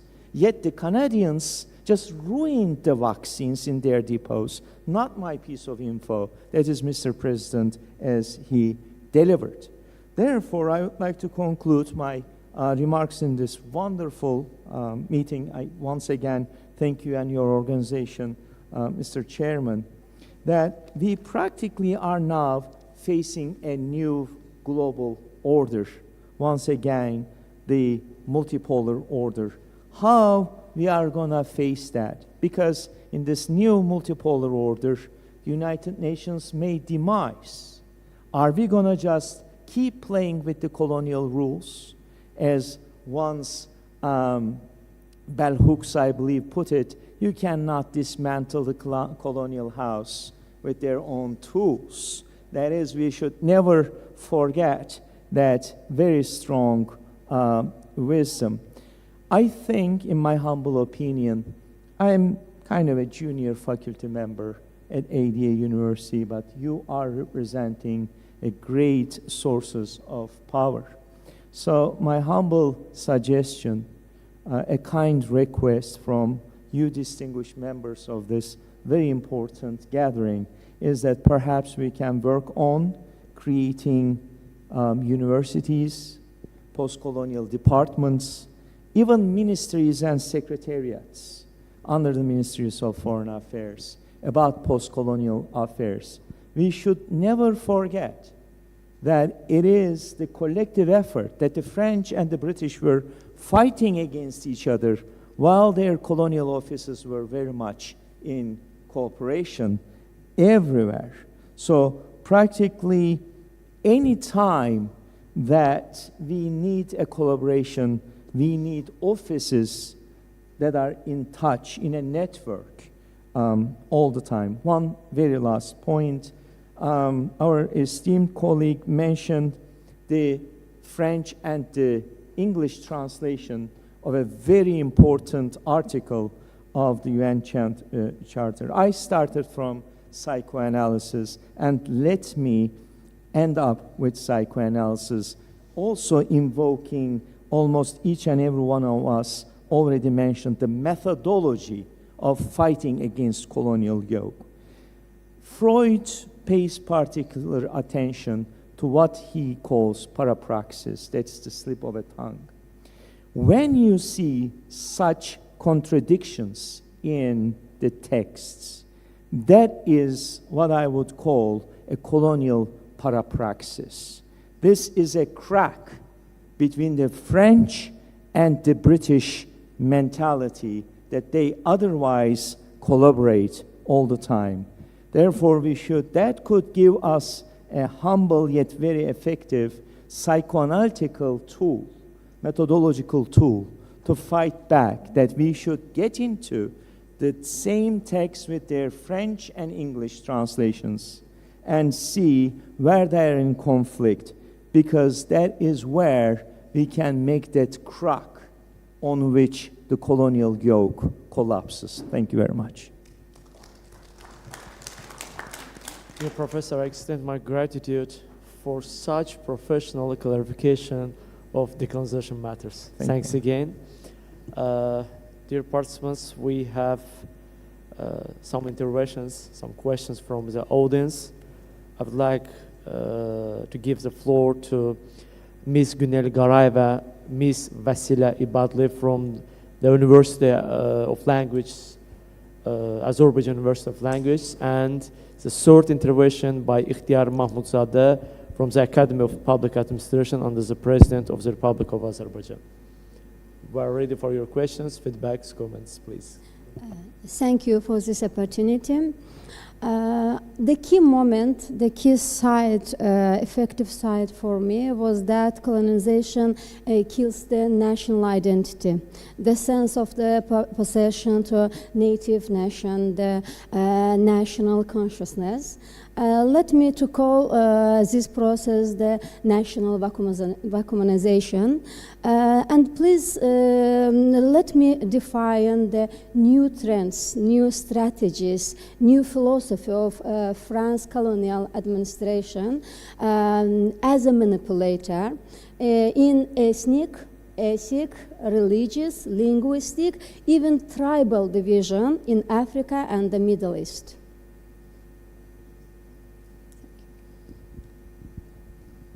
Okay, thank you all, our honorable speakers, one more time, for all the insights you shared with us today. And in my opinion, you have already highlighted all the important points of this topic. But I have another two questions. They are kind of linked to each other.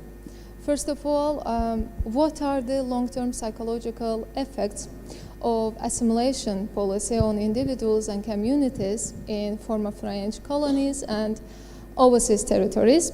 And the second question is that, what do you think, what role international organizations like UN and initiatives like Baku Initiative Group can play or should play to encourage former colonial powers to go beyond political dimensions of decolonization and genuinely, let's say, address the deep cultural and psychological roots of their colonial legacy. In other words, how can we be sure that decolonization is not just symbolic, but also transformative at the level of identity, memory, or justice? Thank you a lot. Thank you very much, ladies, for your questions. Just short, brief comment regarding the, first we have to differ intergovernmental organizations and Baku Initiative Group because we are representative of civil society organizations. The role of intergovernmental organizations is so huge, but it could be compared by our doctors and professors, who is more effective. Thank you.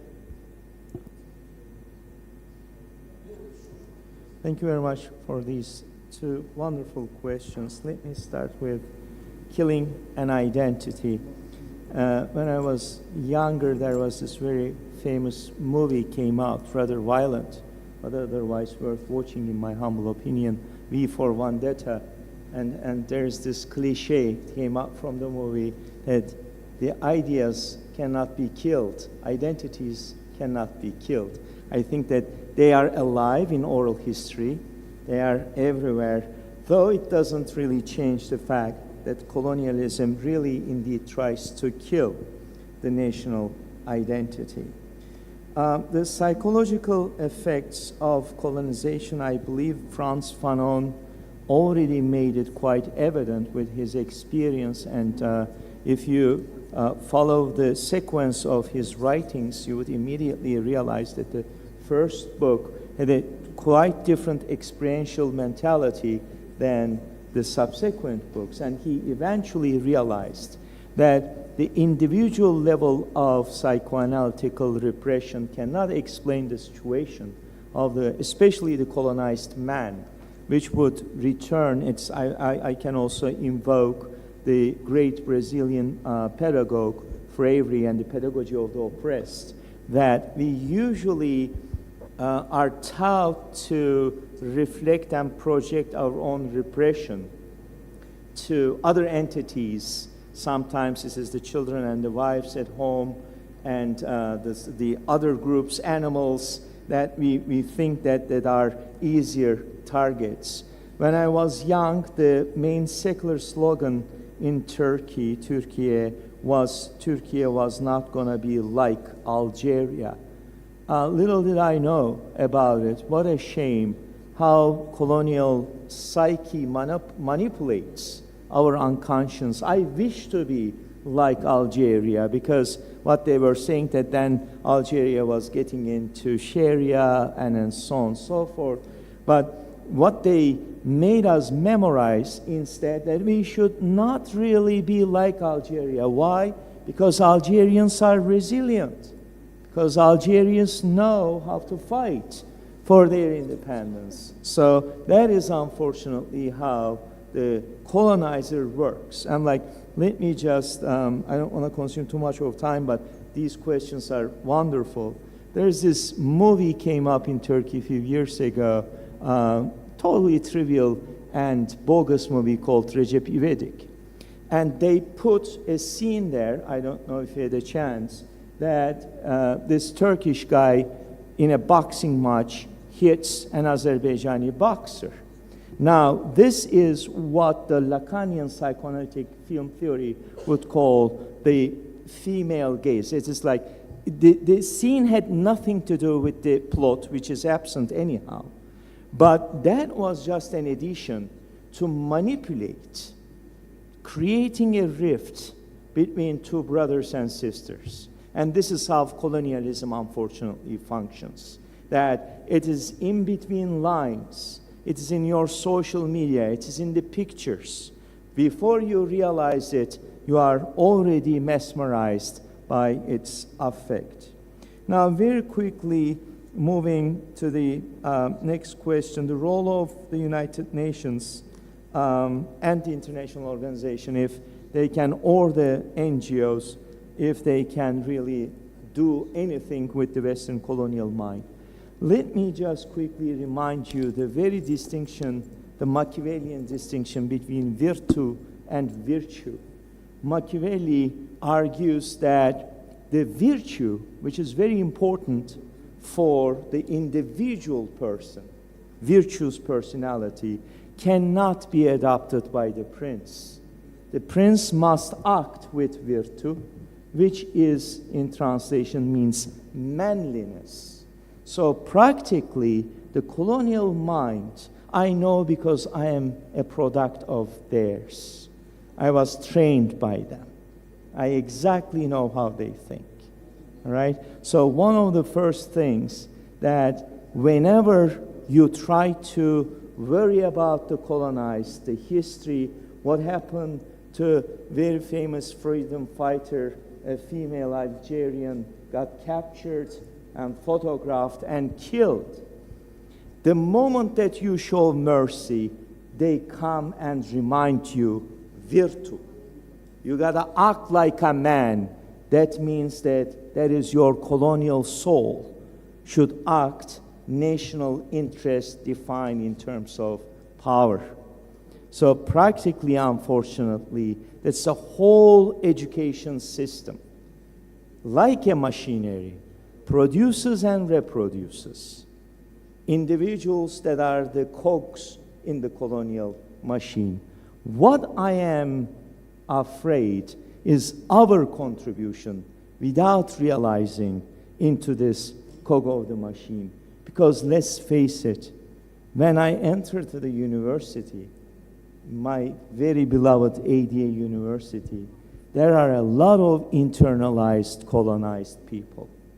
They just even do not realize that they are reproducing the colonial mentality. Thank you very much. Thank you, Professor, for such comprehensive replies. And Ms. Vasile Badli, as I remember, she mentioned about the psychology factor of assimilation. Yeah? Regarding psychological impact of assimilation, I have to underline that assimilation policy has impressive consequences. I mean, negatively impressive consequences, because indigenous people could forget their traditions, culture, language. For example, I discussed these issues with my colleagues from Guadeloupe.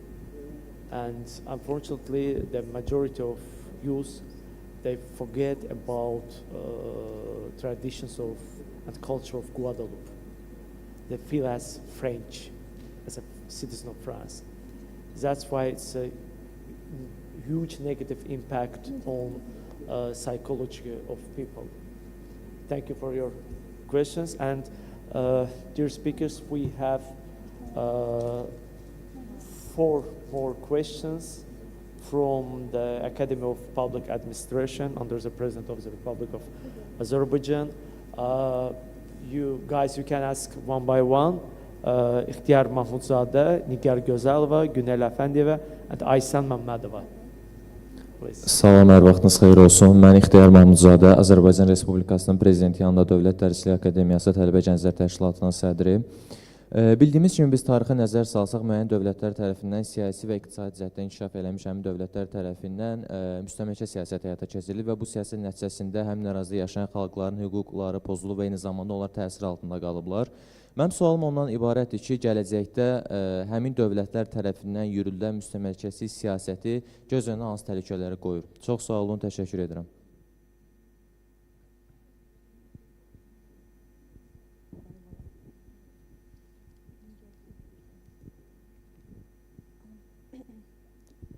Dear participants and distinguished guests, First of all, I would love to thank you for providing comprehensive insights on the topics. My question, just like my concern, it's more ecological. And as we know, last year, Azerbaijan hosted COP29.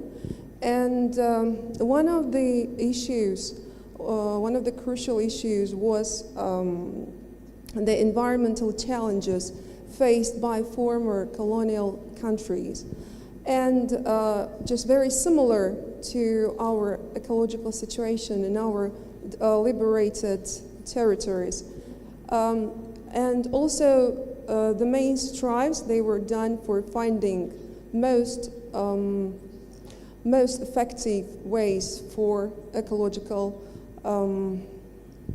reanimation.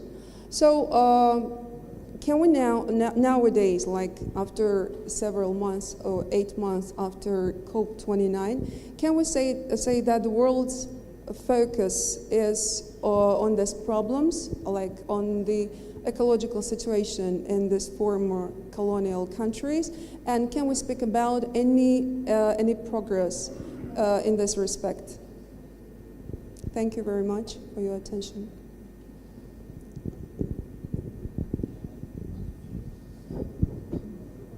Günel Efendiyeva. I welcome all participants. As historians, I was interested decolonization, and my question about decolonization that please analyze the major similarities and differences that characterize the decolonization processes of British India, French Algeria, Belgian Congo, and Portuguese Angola. Then examine how these initial differences influenced their respective post-independence development trajectories. Thank you.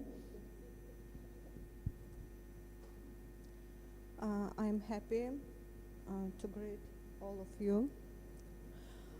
Thank you for your all meaningful presentation.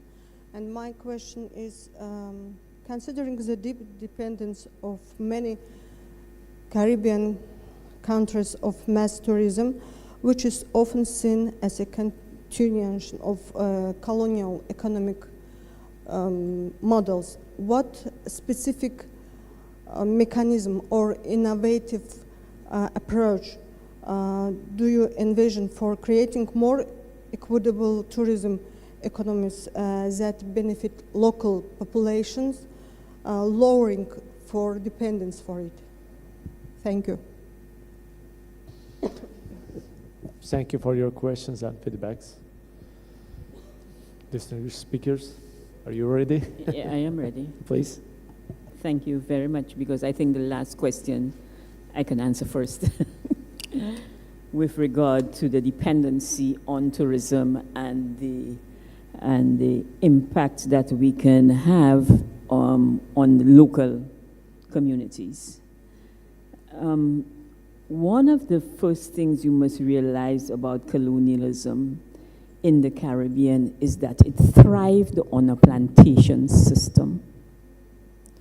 So with the demise of traditional crops, whether it was sugarcane or bananas, etc., countries had to find another way to earn foreign exchange and to be integrated into the global market. And so they turned to tourism.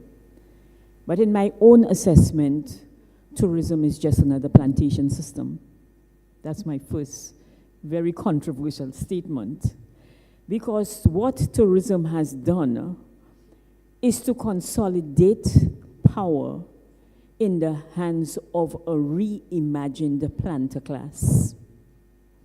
So the people who traditionally owned these plantations on which they enslaved us have now converted that money into tourism and have given access to even a broader number of investors. So there's a statement about be careful about colonists, because they will come back to your country as investors. That is a very true statement. And so what they have done now is, before the plantations were more in the rural areas. So they have left these rural areas very devastated, maybe because of the use of pesticides that now cause cancers in our countries, or because they have left their land barren, so we cannot grow food. And so we now move to the urban areas where we get menial jobs in the tourist industry. So how do we then break that cycle? And how do we make people more, because at least on the plantation system, especially in the banana plantation system in later years, some local people had access to economy. But on the tourism, that has been taken away from them. And so there have been a number of strategies that are being used in our countries to look at how we can give access back to the people of the country. And one of the areas is to look at new industries. So we look at diversification of the economy so we don't depend so much on tourism. And another thing we have done is to do like a farm-to-table kind of experience in tourism, so that the people who grow the food, who are the people in the rural areas, can now sell this food to the hotels, etc., to make sure that they get some income. But it's a very hard thing to do, to break colonial ownership, because the people who own the hotels, as I said, are the same people who own the plantations. So it has been a very difficult thing to do, because they will tell you that the tourists prefer to eat the food from where they come from. So German tourists would prefer to come to our hotels and eat German food than to eat the food that we grow, because they have so denigrated our local cuisine. So when you look at the culture area, it also extends to the food we eat. And so that is a very important issue. And the other thing that we recognize about tourism is that it has reinforced some global colonialism initiatives. And one of these initiatives is air access. So it is very difficult, for example, for a tourist from the Caribbean, although we are not seen as tourists because we live in paradise, the people from the Caribbean to go to Africa, because the colonizers own the travel routes. So I must fly either to the United States or to the United Kingdom and spend 24 hours traveling to, or more, to come to Azerbaijan, when a more direct route will not take me more than 5 hours. So they have made it extremely difficult for us also to control air routes and make the linkages very quickly. So that the South-South cooperation that we speak to is also hindered by air access. We cannot reach each other quickly. And so that is a challenge for us. And with regard to and I wanted to comment on the last question before these four. And I want to just leave you with part of a song from Bob Marley. And I urge you to go and look at some of the Caribbean resistance songs. And Bob Marley says, emancipate yourself from mental slavery. None but ourselves can free our minds.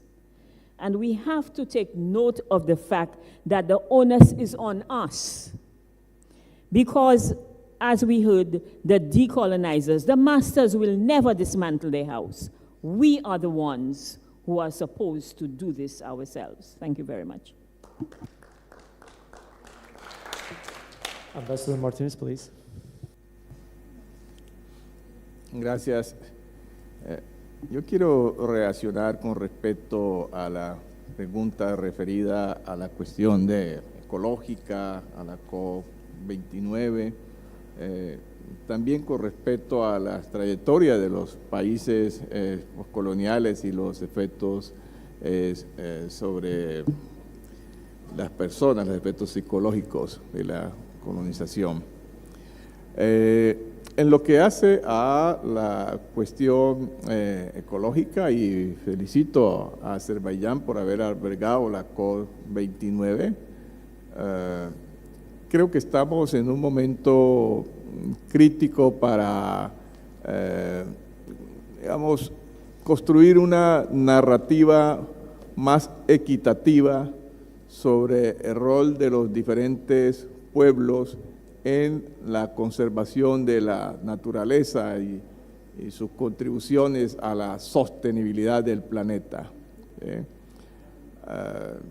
Hay una conciencia colectiva global, por ejemplo, de la importancia de la Amazonía, pero hoy se desconoce que Brasil, por ejemplo, alberga alrededor del 65% del territorio amazónico y que de esa franja territorial el 32% está habitado por afrodescendientes, por pueblos quilombolas, que poseen el 35% de la biodiversidad de Brasil como país megadiverso.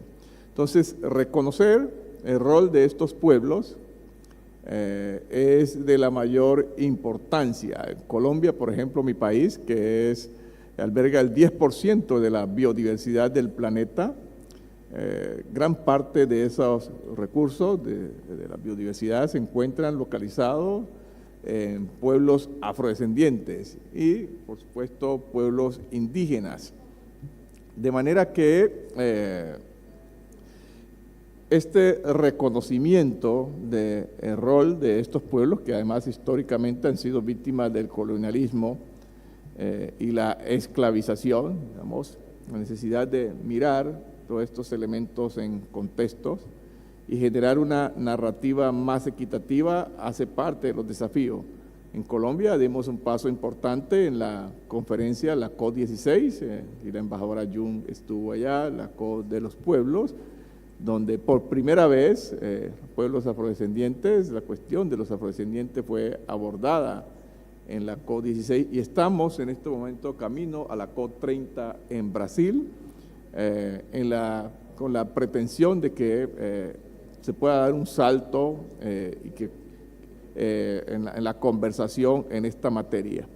De modo que este rol de estos pueblos para la sostenibilidad del planeta y la necesidad de abordarlo en un contexto con una perspectiva histórica por los impactos sociales, psicológicos y demás, los traumas intergeneracionales que aún poseen, pero que hacen parte pues, de los desafíos para abordar estas cuestiones, tiene la mayor vigencia y agradezco que haya sido traído a la mesa esta conversación.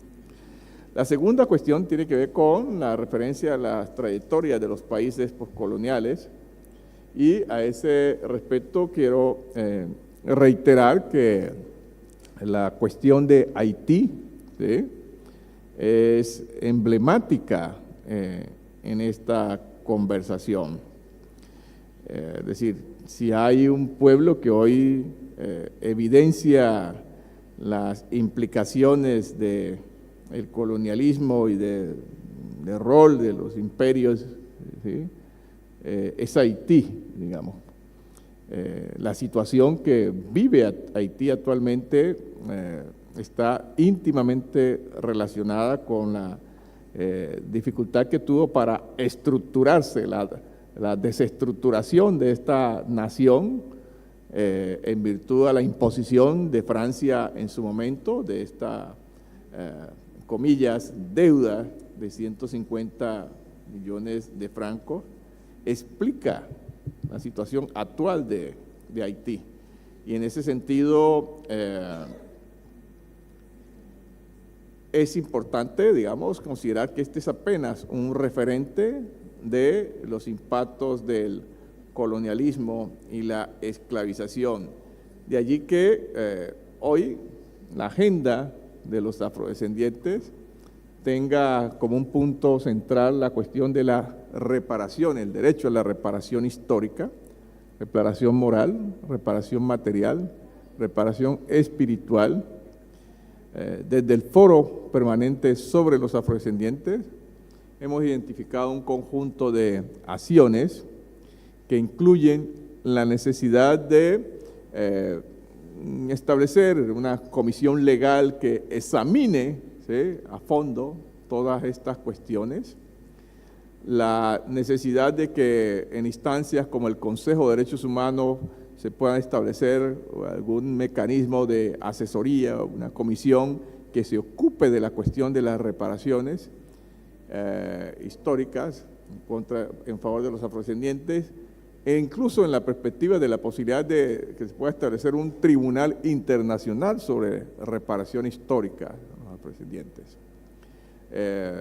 Estamos examinando igualmente la necesidad de que las cortes regionales adopten, digamos, o se pronuncien de manera consultiva, digamos, solicitudes de opiniones consultivas a la Corte Interamericana de Derechos Humanos, por ejemplo, en el caso de las Américas, Corte Europea de Derechos Humanos, Corte Africana de Derechos Humanos, y los pueblos puedan pronunciarse de manera consultiva sobre la responsabilidad de los estados en la trata transatlántica, la esclavización y la prolongación de sus consecuencias. Finalmente, quiero señalar que en esta discusión en torno a la cuestión de las reparaciones hay una serie de obstáculos, digamos, que hemos identificado y que están sobre la mesa hoy, que incluyen la necesidad de una narrativa equitativa que ponga sobre la superficie el impacto, el rol de la trata transatlántica y la esclavización en el sistema económico actual, en la estructura. No hay un reconocimiento real sobre cómo toda la estructura del sistema económico actual está de una u otra forma edificado sobre la trata transatlántica y la esclavización.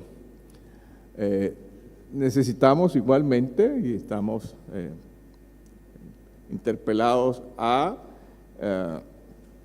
generar una narrativa que revierta o que cuestione la valoración según la cual la esclavitud era legal en su momento y en consecuencia por eso no hay razón para responder, es decir, estaba revestida de legalidad. Entonces, moralmente inaceptable que alguien hoy, un país hoy, presente como argumento el carácter legal de esta abominable práctica en el pasado. Asimismo, se hace necesario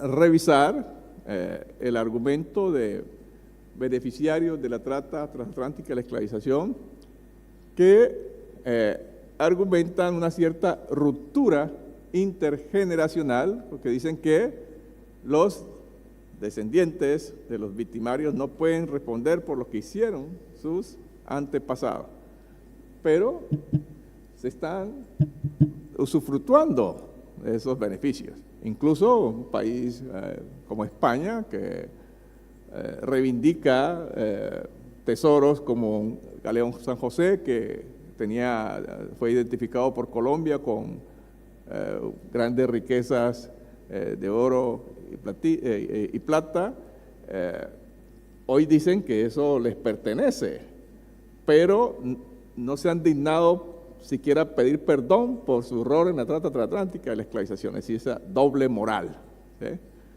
Entonces, en suma, en resumen, lo que se constata, y en eso comparto con el secretario general de las Naciones Unidas, que los beneficiarios de la trata transatlántica y la esclavización no han tenido la voluntad política ni el coraje moral para responder por su rol en estas cuestiones.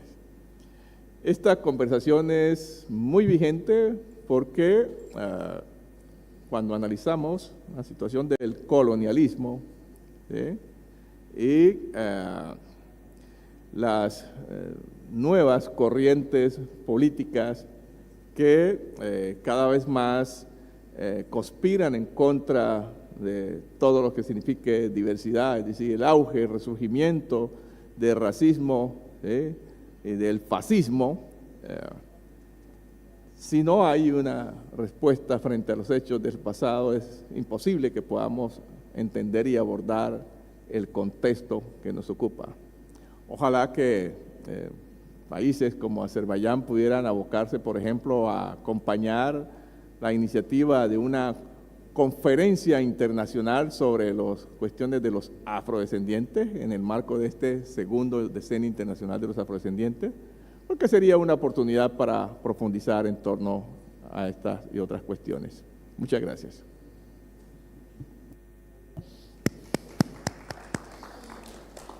Thank you, dear Ambassador. I totally agree with Ambassador's views that one of the main consequences of colonial and neo-colonial policies are environmental damage. And in addition, Madame mentioned about the COP29 events. I would like to point out that Baku Initiative Group conducted more than 5 international conferences during COP29 in Blue Zone and in Green Zone. These events dedicated to environmental issues in former colonies such as Mali, Niger, and Kenya. And also there are dedicated some events to New Caledonia, Guadeloupe, and Martinique. And for next reply, Mr. Corbin, and after, Mr. Dawood and Professor Ben-Afri. Okay, please. Thank you, Mr. Chairman. Pardon. I want to make reference to the issue of ecology, and there's a direct link between ecology and colonialism, and it has a lot to do with the issue of militarization. In many of the territories, you find that the colonial power has utilized significant parts of that territory for military purposes, including bases, including testing. We know, of course, of the issues in Algeria with the nuclear terrorism, as we have reframed it, as well as in Maui Nui, French Polynesia, with respect to that. But we also have situations of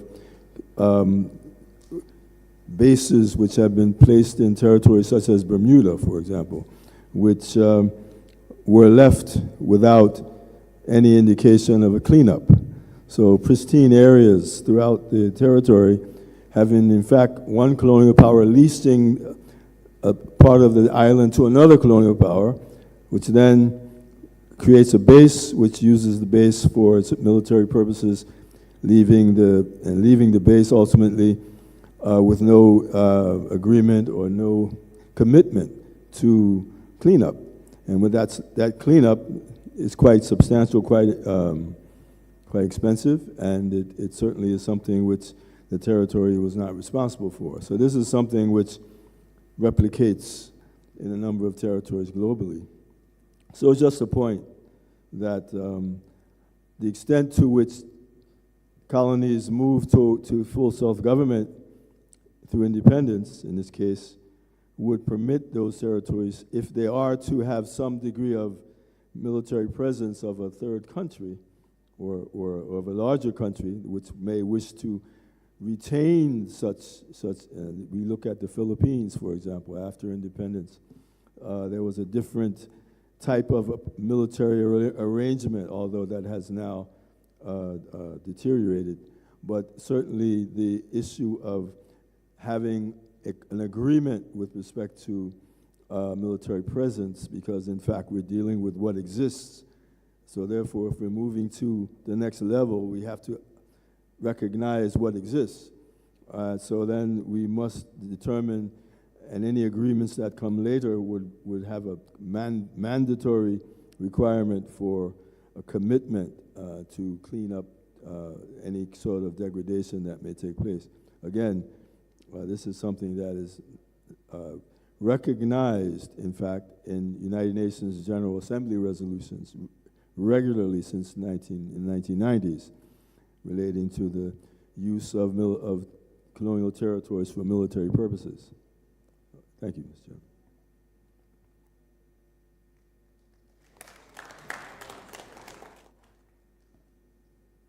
Je voudrais répondre à la question concernant le souci écologique. Je pense que ça fait quelques années, l'Union européenne a voté pour une loi pour des taxes concernant la pollution. Et dans cette résolution de l'Union européenne, ils ont considéré le gaz naturel comme étant une source de transition, c'est-à-dire une source énergétique de transition pour aller aux énergies propres. Cette résolution qui a été adoptée par l'Union européenne a poussé les bateaux qui viennent vers l'Europe, qui doivent payer des taxes.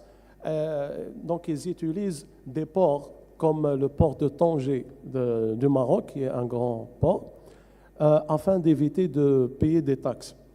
Et le transport de gaz, il pose aussi un problème entre les pays du Nord et les pays du Sud. Parce que, par exemple, les États-Unis, qui ont alimenté une grande partie de l'Europe du gaz pendant cette crise entre la Russie et l'Ukraine, ils utilisent la technique du GNL pour transporter le gaz au plus loin possible. Cette technique elle n'est pas assez utilisée par les pays du Sud pour pouvoir sortir du marché régional vers un marché plus global. Et les États-Unis, elle a fait payer beaucoup de pays européens plus d'argent concernant cette transportation avec le GNL. L'Algérie, qui possède un grand potentiel de gaz de schiste, il y avait un projet de développer le gaz de schiste, mais avec quelques interventions de sociétés françaises qui ne voulaient pas aller vers le développement de gaz de schiste, ça a vraiment coincé ce projet qui pourrait être énorme. Les médias français, ils ont évoqué quelques problèmes pour ne pas entamer le gaz de schiste, même si aux États-Unis, il a eu la réussite de ce projet. Parce que les médias français, par méconnaissance du sujet, je pense, donc ils évoquent la question de on va employer beaucoup d'eau, on doit créer des puits de gaz de schiste chaque 6 mois, ce qui va consommer beaucoup de puits. Et jusqu'à maintenant, il n'y a pas un vrai décollage du gaz de schiste en Algérie, même si que le président de la République, M. Tebboune, il a annoncé un grand projet dans le sud-ouest algérien, spécifiquement dans la région de Rardjbilat, là, à côté de Tindouf, là où il y a vraiment un réservoir énorme, très grand réservoir de gaz, et qui va, avec un chemin de train, il va transporter le gaz de Rardjbilat au sud jusqu'à Oran au nord, et ça va aller jusqu'en Europe. L'année dernière, l'Algérie a voté pour une nouvelle loi d'investissement. Cette nouvelle loi d'investissement aide les gens à venir investir en Algérie. Et la nouveauté de cette loi, c'est que l'Algérie a décidé de supprimer la règle de 51-49 concernant quelques secteurs qui ne sont pas stratégiques. Elle a gardé la règle de 51-49 concernant les secteurs stratégiques comme le pétrole, la pharmacie, etc. Mais ça a ouvert vraiment pour la diversité des acteurs pour sortir de cette dépendance juste avec les sociétés françaises. Donc cette loi d'investissement servait que l'Algérie voulait ouvrir le marché vers d'autres acteurs et ne pas rester juste avec une coopération unique avec la France. Merci.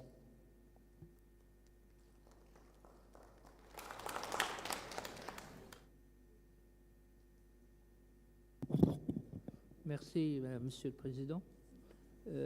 Si vous permettez, j'ai 2 points à dire dans ce panel. En réalité, en écoutant mes collègues ici présents, je constate qu'à la fin de compte, les empires coloniaux ont une grande responsabilité dans la modification des structures sociales et géographiques, spécialement pour les pays africains, l'époque de l'esclavage, éparpillés comme des parties du puzzle en Amérique latine, et qui, normalement, on devait demander le rendement de compte. Comment peut-on récupérer la mémoire de ces tribus, de ces nations qui ont été éparpillées dans le monde sans savoir de quelle origine sont. Et cela me fait rappeler peut-être le film de Amistad, que vous connaissez sans doute, qui a été réalisé par Spielberg, qui raconte justement cette problématique des tribus africaines qui se retrouvent aux États-Unis et par la suite revenir cherchant l'identité et les noms de ces gens-là, qui quelque part montre le marasme et la profondeur de cet effet colonial sur ces peuples africains. Le deuxième point que je trouve aussi important, je pense que nous, les pays du Sud, nous pouvons unir nos efforts dans les institutions internationales pour réclamer la restitution de notre patrimoine culturel confisqué et présenté dans les musées des pays coloniaux, comme l'Espagne, le Portugal, la France et la Grande-Bretagne. Je pense qu'il y a là un champ de travail qu'on doit travailler ensemble pour récupérer les biens culturels de nos pays déjà confisqués d'une manière illégale dans ces pays coloniaux. Merci infiniment.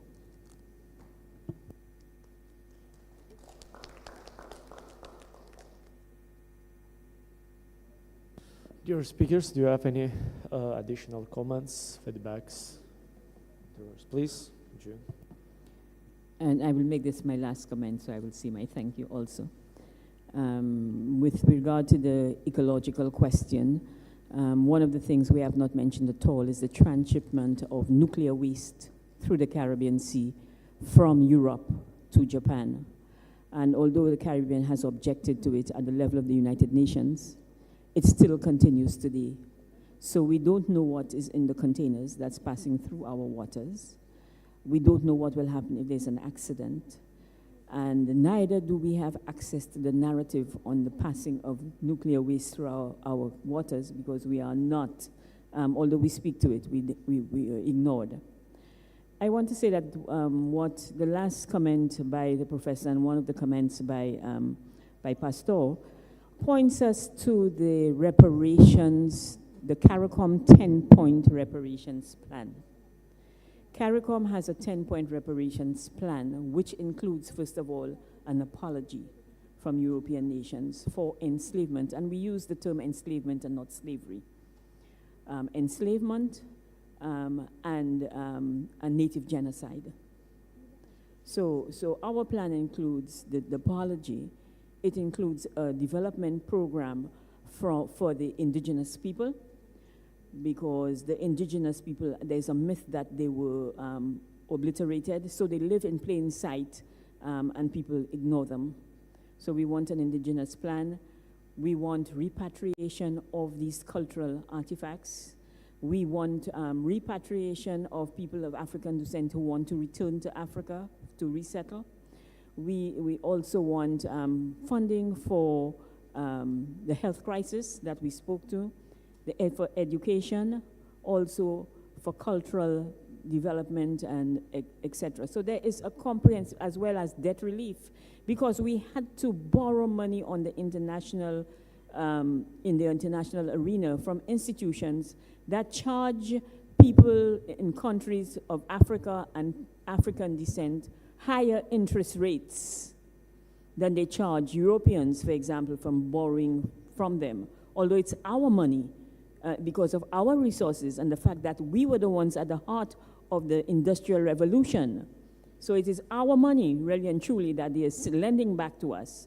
We have to keep our money, for example, African countries, in French banks and pay interest rates if we want the money.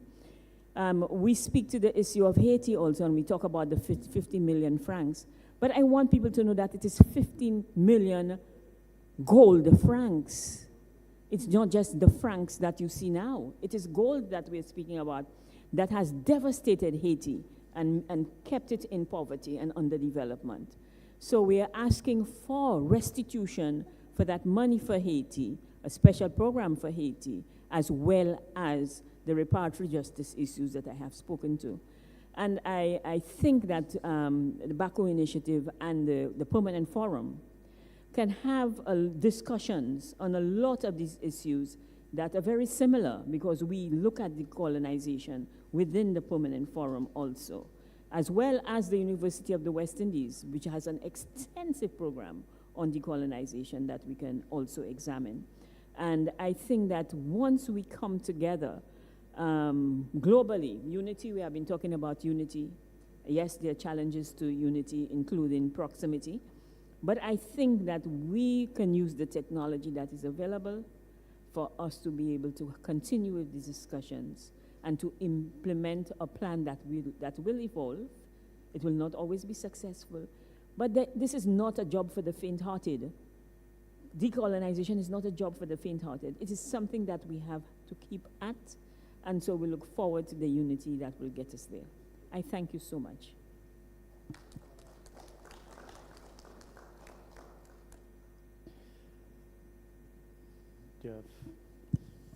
Distinguished guests, I would like to just use this opportunity to thank you, each and every one of you, along with our participants and the attendees. One last point that I would like to raise as a concluding remark, at least on my part, with your permission, Mr. President, Mr. Chairman. I think that we've come to a point that the post-colonial consciousness has developed to the degree that now we are putting a good deal of resistance. But it was the Italian Communist Party leader Antonio Gramsci realized that how adaptable the capitalist mode of production is, especially through the concept of hegemony, that is the combination of state and the civil society. It is my humble observation through my research, now we are facing, as the students of post-colonial research or the practitioners of anti-colonialism in diplomacy, in politics, in elsewhere, that now post-colonial idea has become a product itself in the Western institutions. What I mean by product is that it is something that is being bought and sold. It is like democracy.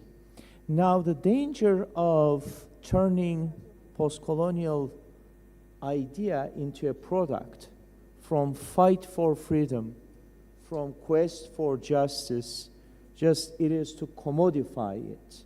And I think that that is the most visible when it comes to ecology. On the one hand, as our distinguished esteemed friends and colleagues have already raised, that colonization created an ecological wreckage throughout the world, from Fiji to Algeria to Amazon to elsewhere in many places in Africa. But when it comes to intellectual debates, even United Nations organizations up until the COP29, I'm afraid to say, that the ecology was once again weaponized, not to admit the guilt, but put down those who are trying to develop, those who are trying to use their own natural gas, trying to extract the natural resources, very important rare earth that is fueling artificial intelligence and whatnot. Therefore, I think that one of the most crucial issues that we have to tackle with is the decommodification of the very idea of post-colonial search for freedom. Thank you very much.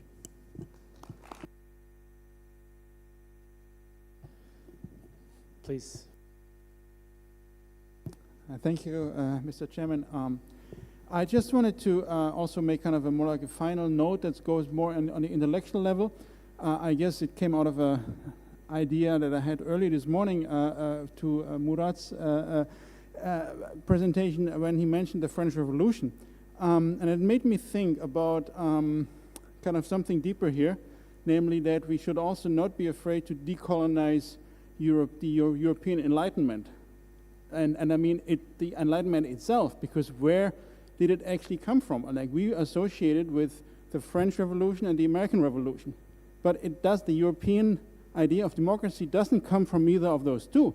It comes from another colonized European country, namely Corsica, right? I mean, if some of these Corsican leaders who have been here may have shared that with you before, that the first European-style liberal democracy existed neither in the US, because there was slavery, nor in France, but it existed in Corsica when there was in the 1750s, when there was a small island nation that had the right of vote for everybody, universal suffrage, including women, including Jews, including Muslims.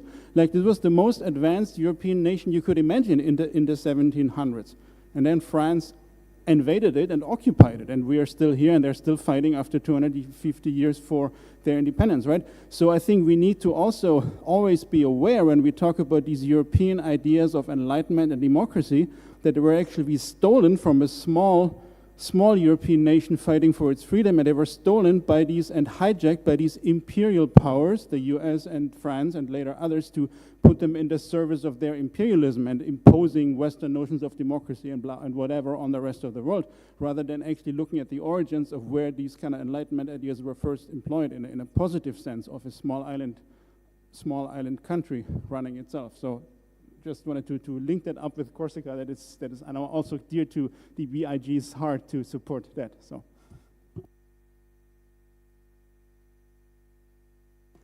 Just a quick addition, if I may, there. Now, one of the most important works, at least at intellectual level, for post-colonial studies is Provincializing Europe, of course, right? And I just would like to reiterate that the European story or history is not the story. It is not the story of the world. It is at best a story, one part of the world. So I think that we need to reclaim the pluralistic understanding of multiplicity of stories.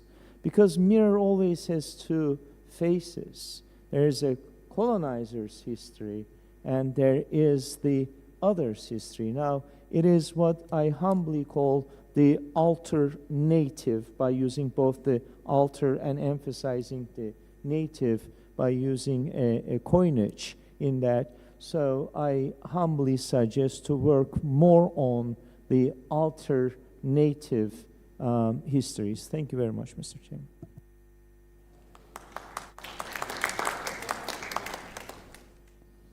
I think we completed with all conclusion remarks.